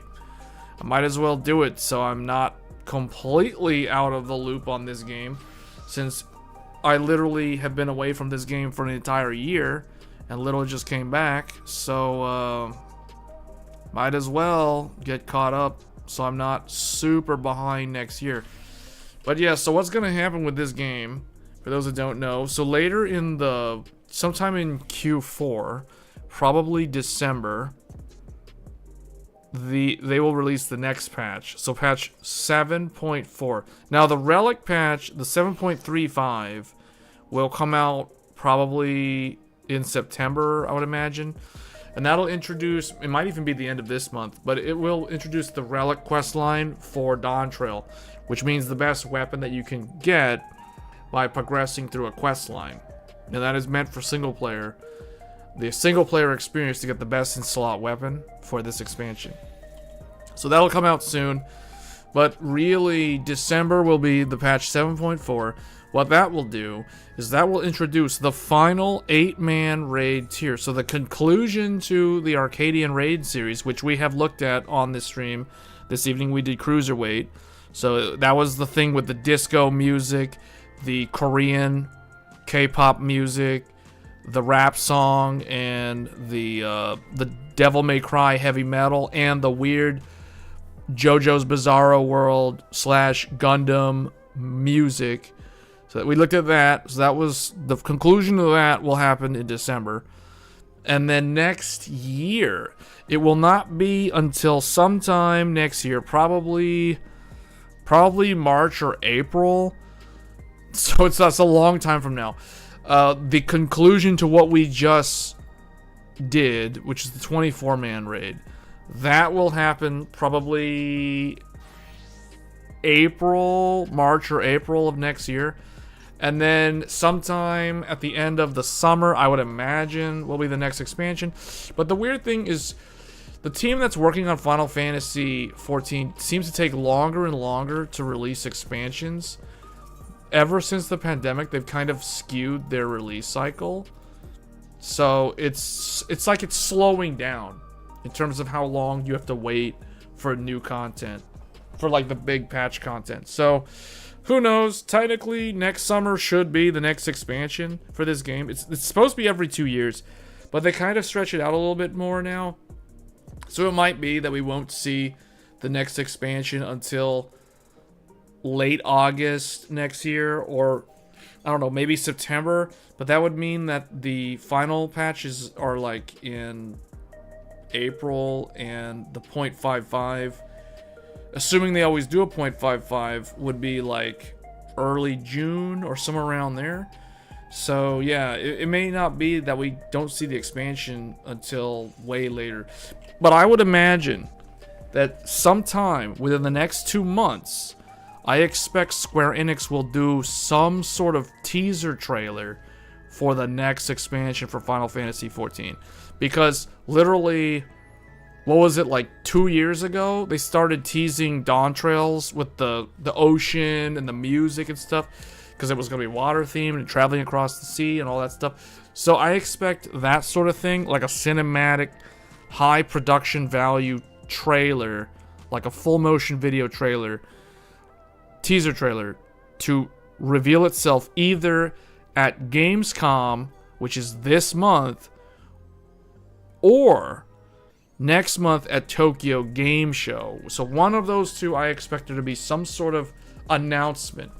Not really revealing much of anything, but the teaser trailer for the next expansion should come out soon, within the next 3 months, I would imagine. Because we are now at the point 3, which means this story, which we have not actually shown, but we'll have to do it on another stream. Supposedly this story concludes Dawntrail, which means the next 2 patches will start the storyline that leads up to the beginning of the next expansion. That's typically how they've done things. They did not really do that with Endwalker. They kind of like went all the way to like point 4, because you fought Golbez in point 4 of Endwalker, so it was kind of stretched out another patch. But from what I've heard, I think this one, the point 3, concludes the majority of the Dawntrail story, like the Alexandria storyline. So we're gonna play through that on stream, so you guys will get to see it. For those of you that don't play, so you can at least understand where the story in this game is going. But yeah, I'll just continue to play this on and off like we're doing right now. So once I'm done with the story, like, which is really only like one more stream, and then we're done with this game. Unless they have like a summer event or something, which they should have at some point real soon. It's kind of weird. It's like we're in August and we still haven't seen the summer event. Yeah, that's my plan for this game. And then just kind of looking at the calendar here, we have no more hardware releases for the rest of the year. So most of the content on this channel will be gaming focused, besides the regular YouTube videos, which will be tech focused. And of course, Tech Thursdays isn't going anywhere. But we don't really have, like, okay, this month, the only game that I'm tracking for this month is Metal Gear Solid Delta, which is another remake of an old game. And I may or may not get that game. So it depends. But really, that's the only thing. Lost Souls aside, I may look at, but I'm starting to get more and more strict on, like, selecting. I'm becoming more selective when it comes to Souls-like games, because there's just way too many of them now, to be honest. So I may or may not even cover that. And then next month, September, we got Hell Is Us, Borderlands 4. Probably not going to cover either one of those games unless they're exceptionally good. Then we have a mystery game, which I've mentioned before. That one will definitely be covered. So that one for sure will take priority. Then we have Silent Hill F. And I will most likely be covering Silent Hill F. And then after that, Ghost of Yotei. But that's October. So October, there's 2 games that you can expect to see on this channel. Ghost of Yotei, but I don't know how interested in that game I actually am. And then the final game that you will expect to see an entire stream playthrough is going to be Ninja Gaiden 4. Ninja Gaiden 4, 100% will be streaming that. Like the whole game. The whole thing. So, and that's it. That's it for the whole year. So November, December, I got nothing. Literally nothing. No computer hardware, no games that I'm tracking. For the last 2 months of the year, there's literally like nothing. So I have no idea what I'm going to be showcasing in November and December. We may start doing like PC live stream builds or something. I don't know. I got to think about what I'm going to do at the end of the year. Q4 is the best time of the year, personally. Like, October, November, December is my favorite time of the year. So I gotta think, because it's like, man, it's empty, but at the same time, it's actually kind of a good thing that there's not a lot listed for the end of the year. At least things that I'm interested in. So there's really only, what, 1, 2, 3, 4, maybe 5 games that I plan to cover for the remainder of the year, and compare that to how many I've already covered this year. So let me see, how many did I cover this year? 1. So Ninja Gaiden 2 Black, The Legend of Heroes Trails Through Daybreak 2, Like a Dragon, Monster Hunter Wilds, Assassin's Creed Shadows, Atelier Yumiya, the first Berserker Kazan. So that's like 7 games right there. Clair Obscure, 8 games. Doom the Dark Ages, that's 9. Elden Ring Night Rain, that's a full 10. Stellar Blade on PC. Lies of P Overture, so we're up at 12. Death Stranding 2, 13 games. Donkey Kong Bonanza, 14 games. 14. Wuchang Fallen Feathers, 15 games. So I've covered 15 games this year, and I plan to cover like 5 more. So you can see, like, we're mostly kind of, yeah, we're gonna be running light in terms of games. Hence the reason why stuff like Final Fantasy XIV is coming back into action, and I might actually go back and stream Genshin Impact again, because I gotta do that summer event, because I need that free costume for what's-its-face. So, you're feeling old just listening to this list? You think you... Wait, I think I pulled like 3... Like what? Like 3 games? Oh, played like 3 games? What, Monster Hunter Wilds? What were the other 2 games that you played? Lost Souls Aside is a beat-em-up action game. So what does that mean? A beat-em-up action game? What is that? That's like a like Dynasty Warriors? Like a hack and slash? Wilds, Expedition 33, and RuneScape? Well, RuneScape's not a new game, though. RuneScape's not a new game. I'm talking about all the games that I've listed are games that have come out this year. Obviously, Final Fantasy XIV doesn't count, but that's because it's like, hey, you know, like, we're doing this because there's like nothing else for me to cover. Unless I want to stream Death Stranding 2 again. Or go back to Donkey Kong Bonanza. Oh, well, if it's that type of game, I don't know, man. I don't know if I'm gonna cover that game, to be honest. I may end up covering Metal Gear Solid instead.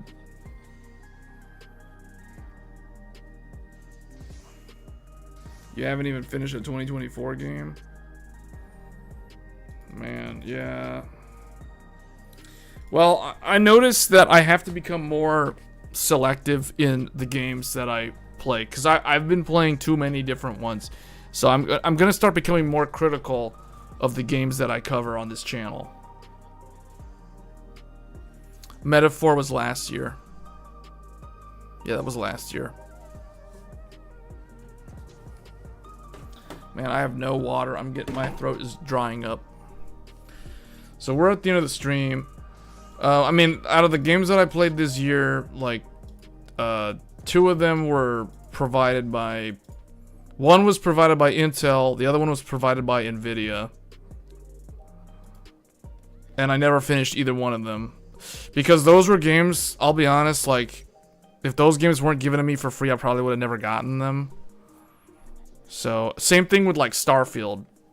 If Starfield wasn't included by AMD back in 2023, I probably would have never played Starfield. Tomorrow is Battlefield 6 beta. I probably won't cover it. I mean, maybe I will. Like, do you have to download... Do you have to have, like, EA's Origin launcher or whatever it's called to play that? I'm actually kind of semi-interested in Battlefield 6. Because I really liked... The last Battlefield that I played was Battlefield 1. Just so people know. I never played Battlefield 5. I never played Battlefield 2042 or whatever the last one was. So, like, those 2 games I haven't played. I've literally not played Battlefield since Battlefield 1 in, like, 2017. On a Vega 64 or a GTX 1080. That was the last time I played Battlefield.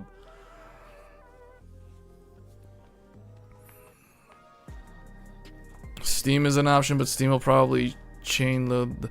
Well, I don't think Steam gets the game until it's released, right? Like, I don't think you can play the beta through Steam.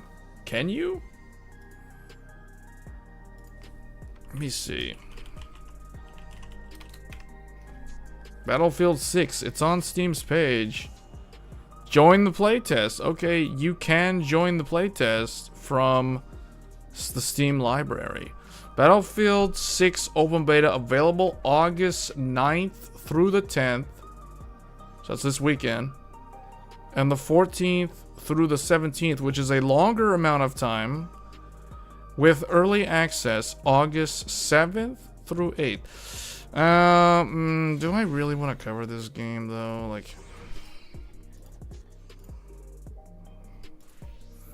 yeah, the playtest is free, but I don't know.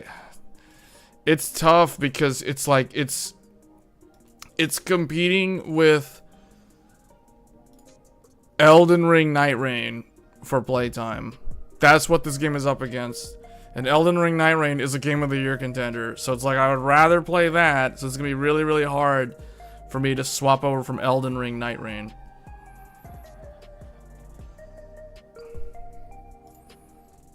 Are you sure it won't install the EA launcher? Because the last game I got where EA is the publisher and it was on Steam, guess what? The EA launcher was installed, and that game was Jedi Survivor. If you go to the beta sign-up page, it asks you what platform, and Steam is an option. Well, I mean, I can literally see it on the Steam app right now. Battlefield 6, join the playtest. I can click on it from the Steam. The question is, I don't know if I want to. Every time there's an alternative to Steam, I always go with the alternative. I never prefer Steam. Oh, it depends. It depends. I shouldn't say that because when it comes to like, if I choose between Steam and Epic Games Store, I typically go Steam.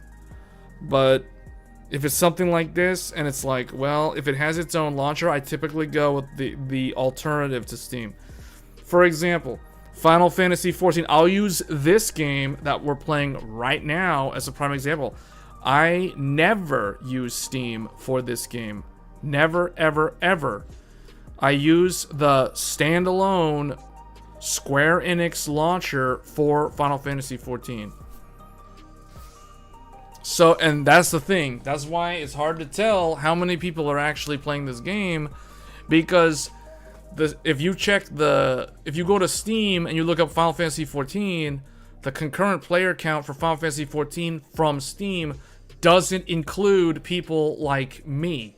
And the reality is most people that play Final Fantasy XIV do not use the Steam launcher. So they use the standalone one, just like how World of Warcraft used to have its own launcher.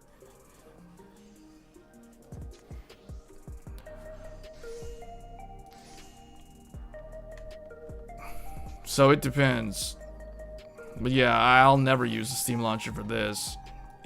I remember, because Square Enix has such a bad track record with the expansion launches. I remember years ago, like, the first expansion, people who had the Steam version, they had to go through so many extra steps to get their pre-order DLC stuff. Whereas the people like me, who literally just use the regular launcher, we just got the stuff automatically. Like, we didn't have to do anything. Because Square Enix, I don't know, they're, you know, I mean, you know how Japanese developers are, like, you know, you have to add like 6 layers at least of bureaucracy to get anything done. So, Steam is just like a whole nother layer of bureaucracy that they have to throw on top of there.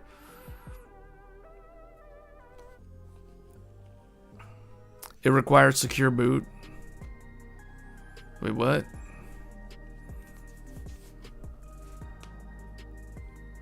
You have to make sure you're secure booted. Wait, what?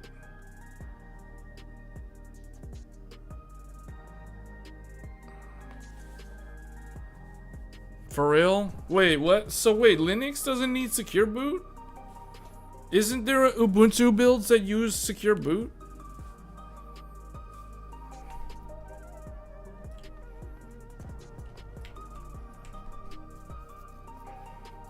Yeah, see, that's why it's gonna be so hard to go back to regular desktop. I'm so used to Threadripper now. Man, Threadripper, I turn on like Hyper-V and I bring up like VMs and stuff and partition the memory and all this. I mean, you can do all of that on a regular desktop like Ryzen, but man, I feel like you have like no resources on those puny little computers compared to this. So what if I want to run it in like a virtual machine? Can I run it in a virtual machine? Does the EA launcher work on a VM? Has anyone ever tested that? The only Linux distros that support secure boot out of the box are the ones that Microsoft signs. Ubuntu is the one that I fired up. I turned that. I put that in a VM on Hyper-V, and I gave it like 32 gigs of RAM and 8 cores, and it fires right up, and it's super fast. I mean, that's the beauty of Threadripper. I got that quad channel memory, 128 gigs of RAM, which, I'll be honest, I started thinking earlier today that 128 gigs of RAM doesn't really feel like a lot of RAM. If you're going to give one VM 32 gigs of RAM, you know, it's like, that's a lot of RAM for one virtual machine. What are you going to do if you have to fire up a second virtual machine?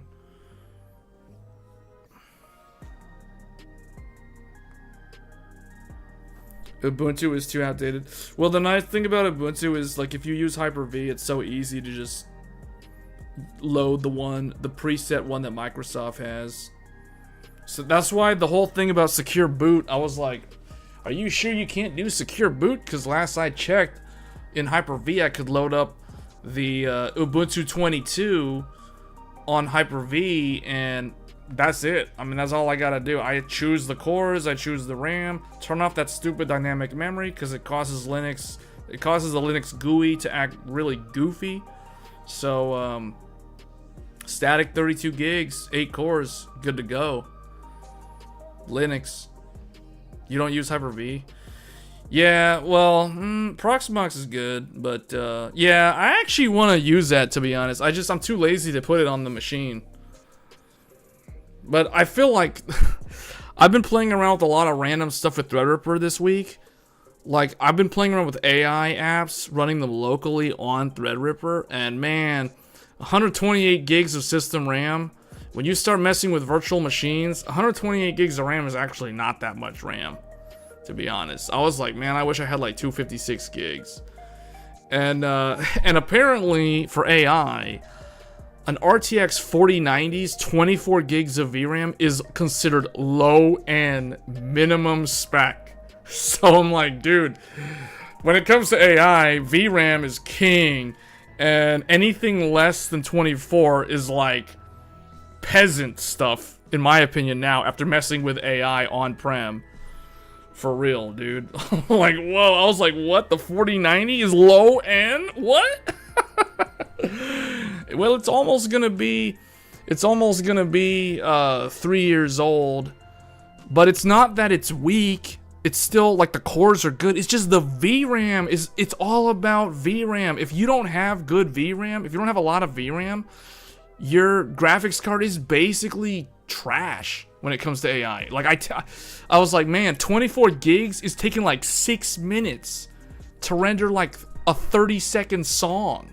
You know what I'm saying? Like, because I was messing around with AI to create music, and you need a lot of VRAM to generate music that actually sounds good, not like this choppy, noisy, you know, like staticky kind of stuff. Like, dude, you need VRAM. It's all about VRAM. And I was like, dude, man, 24 gigs, because I was like, AMD. Where is AMD at with that 32 gig Radeon Professional AI card?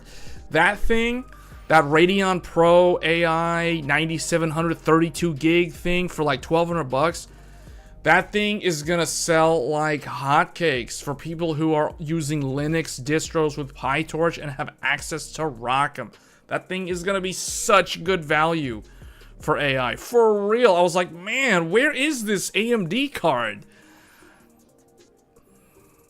But I'm thinking, I don't want to take my 5090 out of the Godlike computer, but I was so tempted to go and rip that 5090 out of the Godlike and put it in the Threadripper, because I'm like, I need more VRAM.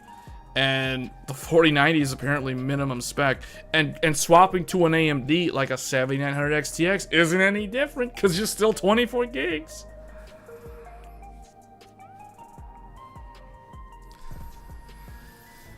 It's all about VRAM, guys. It's all about VRAM. So all these people talking about like 5080, this is why every time someone asks me or mentions that they want to get a 5080, I'm just like, facepalm moment, because that is the biggest waste of money. That is like the stupidest thing to spend money on in 2025. Like the dollar per like gig, the value of the 50, like it's cheaper to buy as stupid as this sounds, it is cheaper and better value to spend on to splurge on a 5090 than to waste money on a garbage tier 5080. For real, like for real. And the reality is all those people who don't listen to me and buy a 5080 now, they're gonna come back to this channel when the 5080 Super comes out at the end of the year, or like in January, as we know it's going to,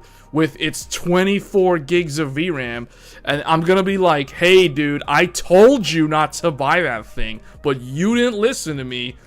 And I'm just gonna be laughing. It's like all those losers who bought a 5080 when I told them not to do it, when the 5080 Super is gonna like fix that entire fiasco with its 24 gigs.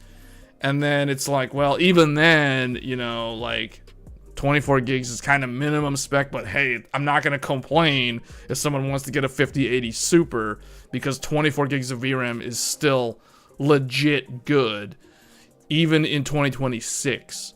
So yeah, the dumbest thing someone can do right now is waste all that money, spend over $1,000, was it like $1,200, $1,400 for a stupid 5080. That is like the dumbest thing. That is like, I don't know, that is the complete opposite of the big brain move in 2025 when it comes to buying computer hardware.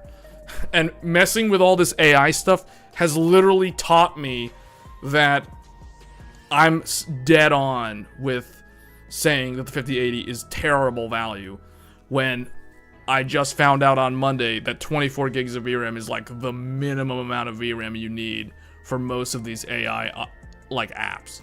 And some people don't care, because maybe a lot of people just don't care because they're not going to do AI on their computer, and so it doesn't really affect them. But still, you got to think about the long-term ramifications of spending money on a 5080 versus spending money on a card with more VRAM at either a similar or same price point when it comes to like resale value. Because it's like, what are you gonna do? You're gonna like try to sell your 16 gig card that no one wants in the AI.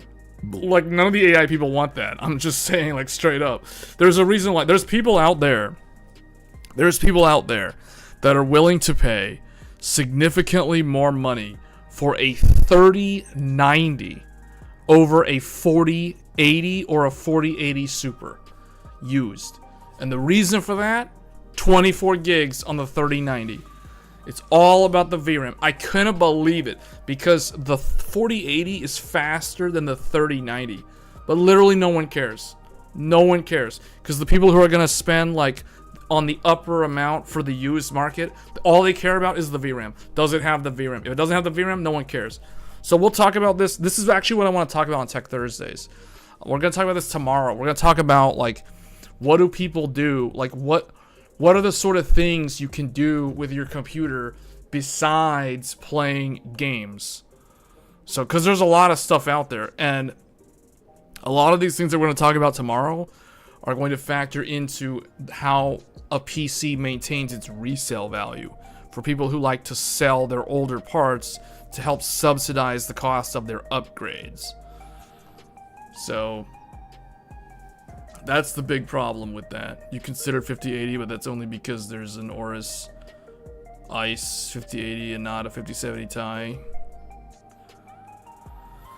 Yeah, the 5070 Ti is a smart choice. Like, anyone who's considering the 5080 and doesn't have money for something like a 5090 should strongly consider the 5070 Ti or the 9070 XT instead. because those are the smart choices. The 5080 is the stupid choice. It's going to age terribly and lose a lot of its resale value because it just doesn't have the VRAM. That's all I'm going to say. It just doesn't have the VRAM. It's no one is interested in that card aside from gamers. And the people who buy a lot of these GPUs on the used market and are willing, because see, the thing is, you try to sell your GPU to a gamer in the used market, the gamer is always going to want to haggle for like a lower, they're going to always try to lowball. The gamers that buy used always try to lowball, unless they're dumb and they have no idea how to like buy used hardware.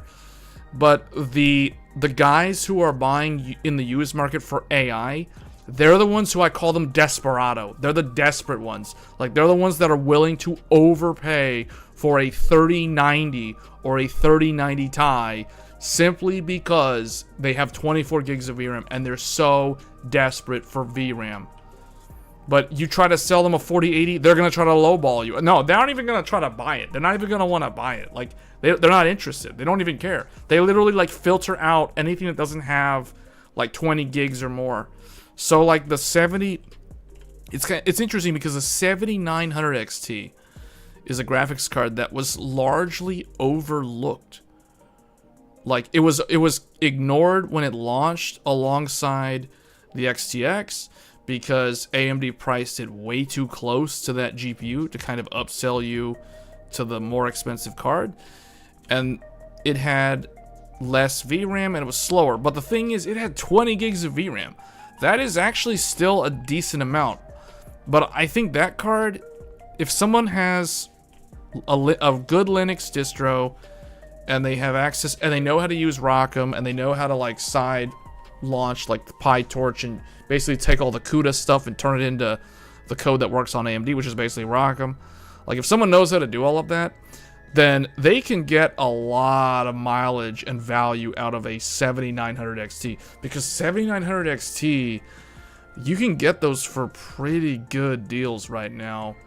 Even brand new still for like 600 something. And I kept thinking like, wow, for the price of a 9070 XT, but it has more VRAM. It's slower, but it's like no one, like, again, the AI bros, they don't care. They don't care if the card is slower because they only care about the VRAM, because it's not like they're running a game. It's completely different. It's a whole different world.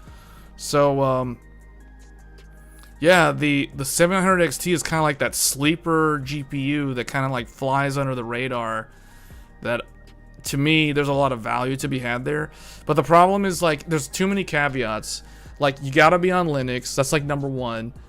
And you have to know how to use ROCm to leverage the AMD hardware. Otherwise, most people are just gonna be using NVIDIA for AI.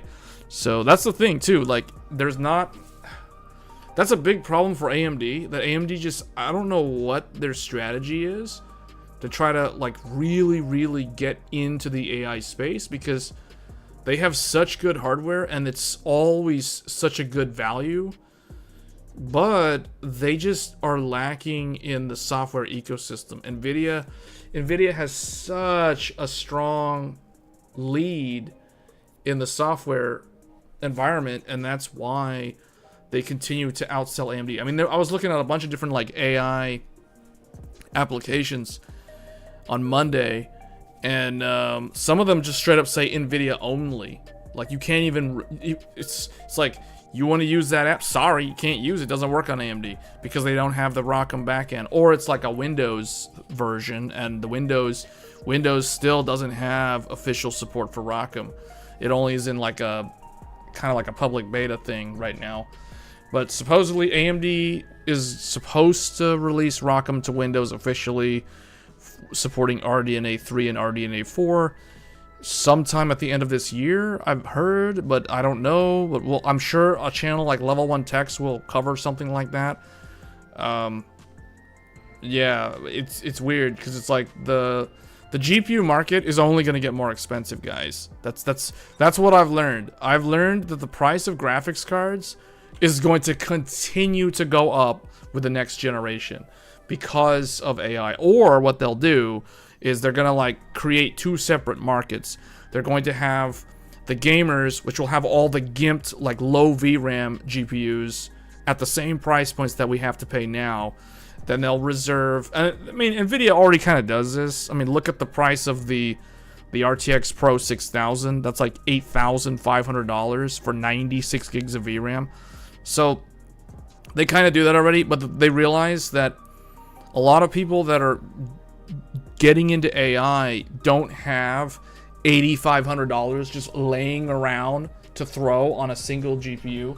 So what I see them doing is they're going to introduce a second, like a mid-tier for AI, which we're kind of seeing Intel and AMD do with the professional cards, like the AMD 9700 Pro.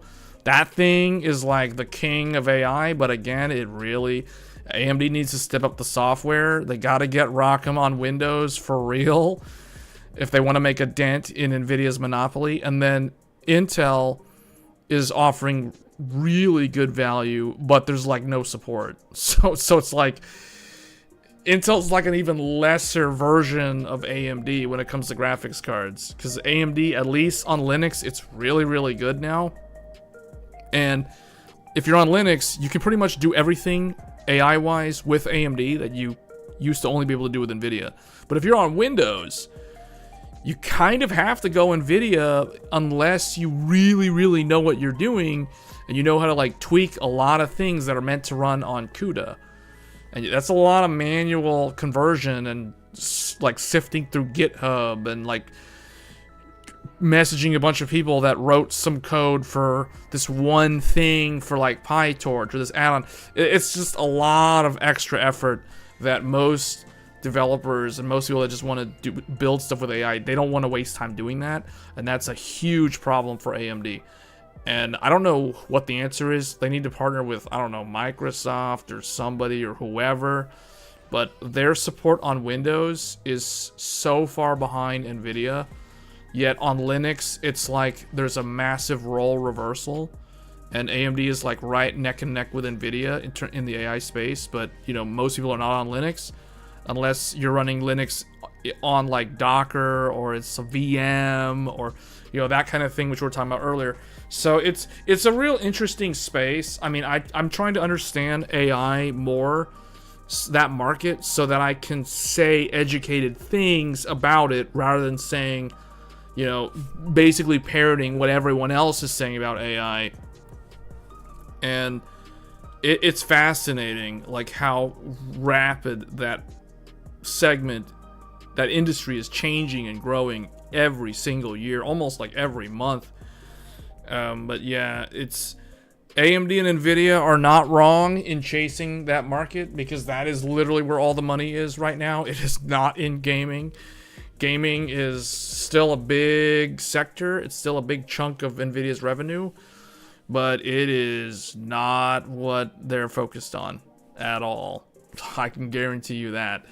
So I can see them creating a new segment for GPUs where they basically shaft all the gamers into this like peasant tier stuff with low VRAM, and they basically increase the price of all the decent VRAM cards to these much higher price points. I'm talking like $2,500 to $5,000. They're basically going to take Threadripper's price structure and adapt that to their GPUs.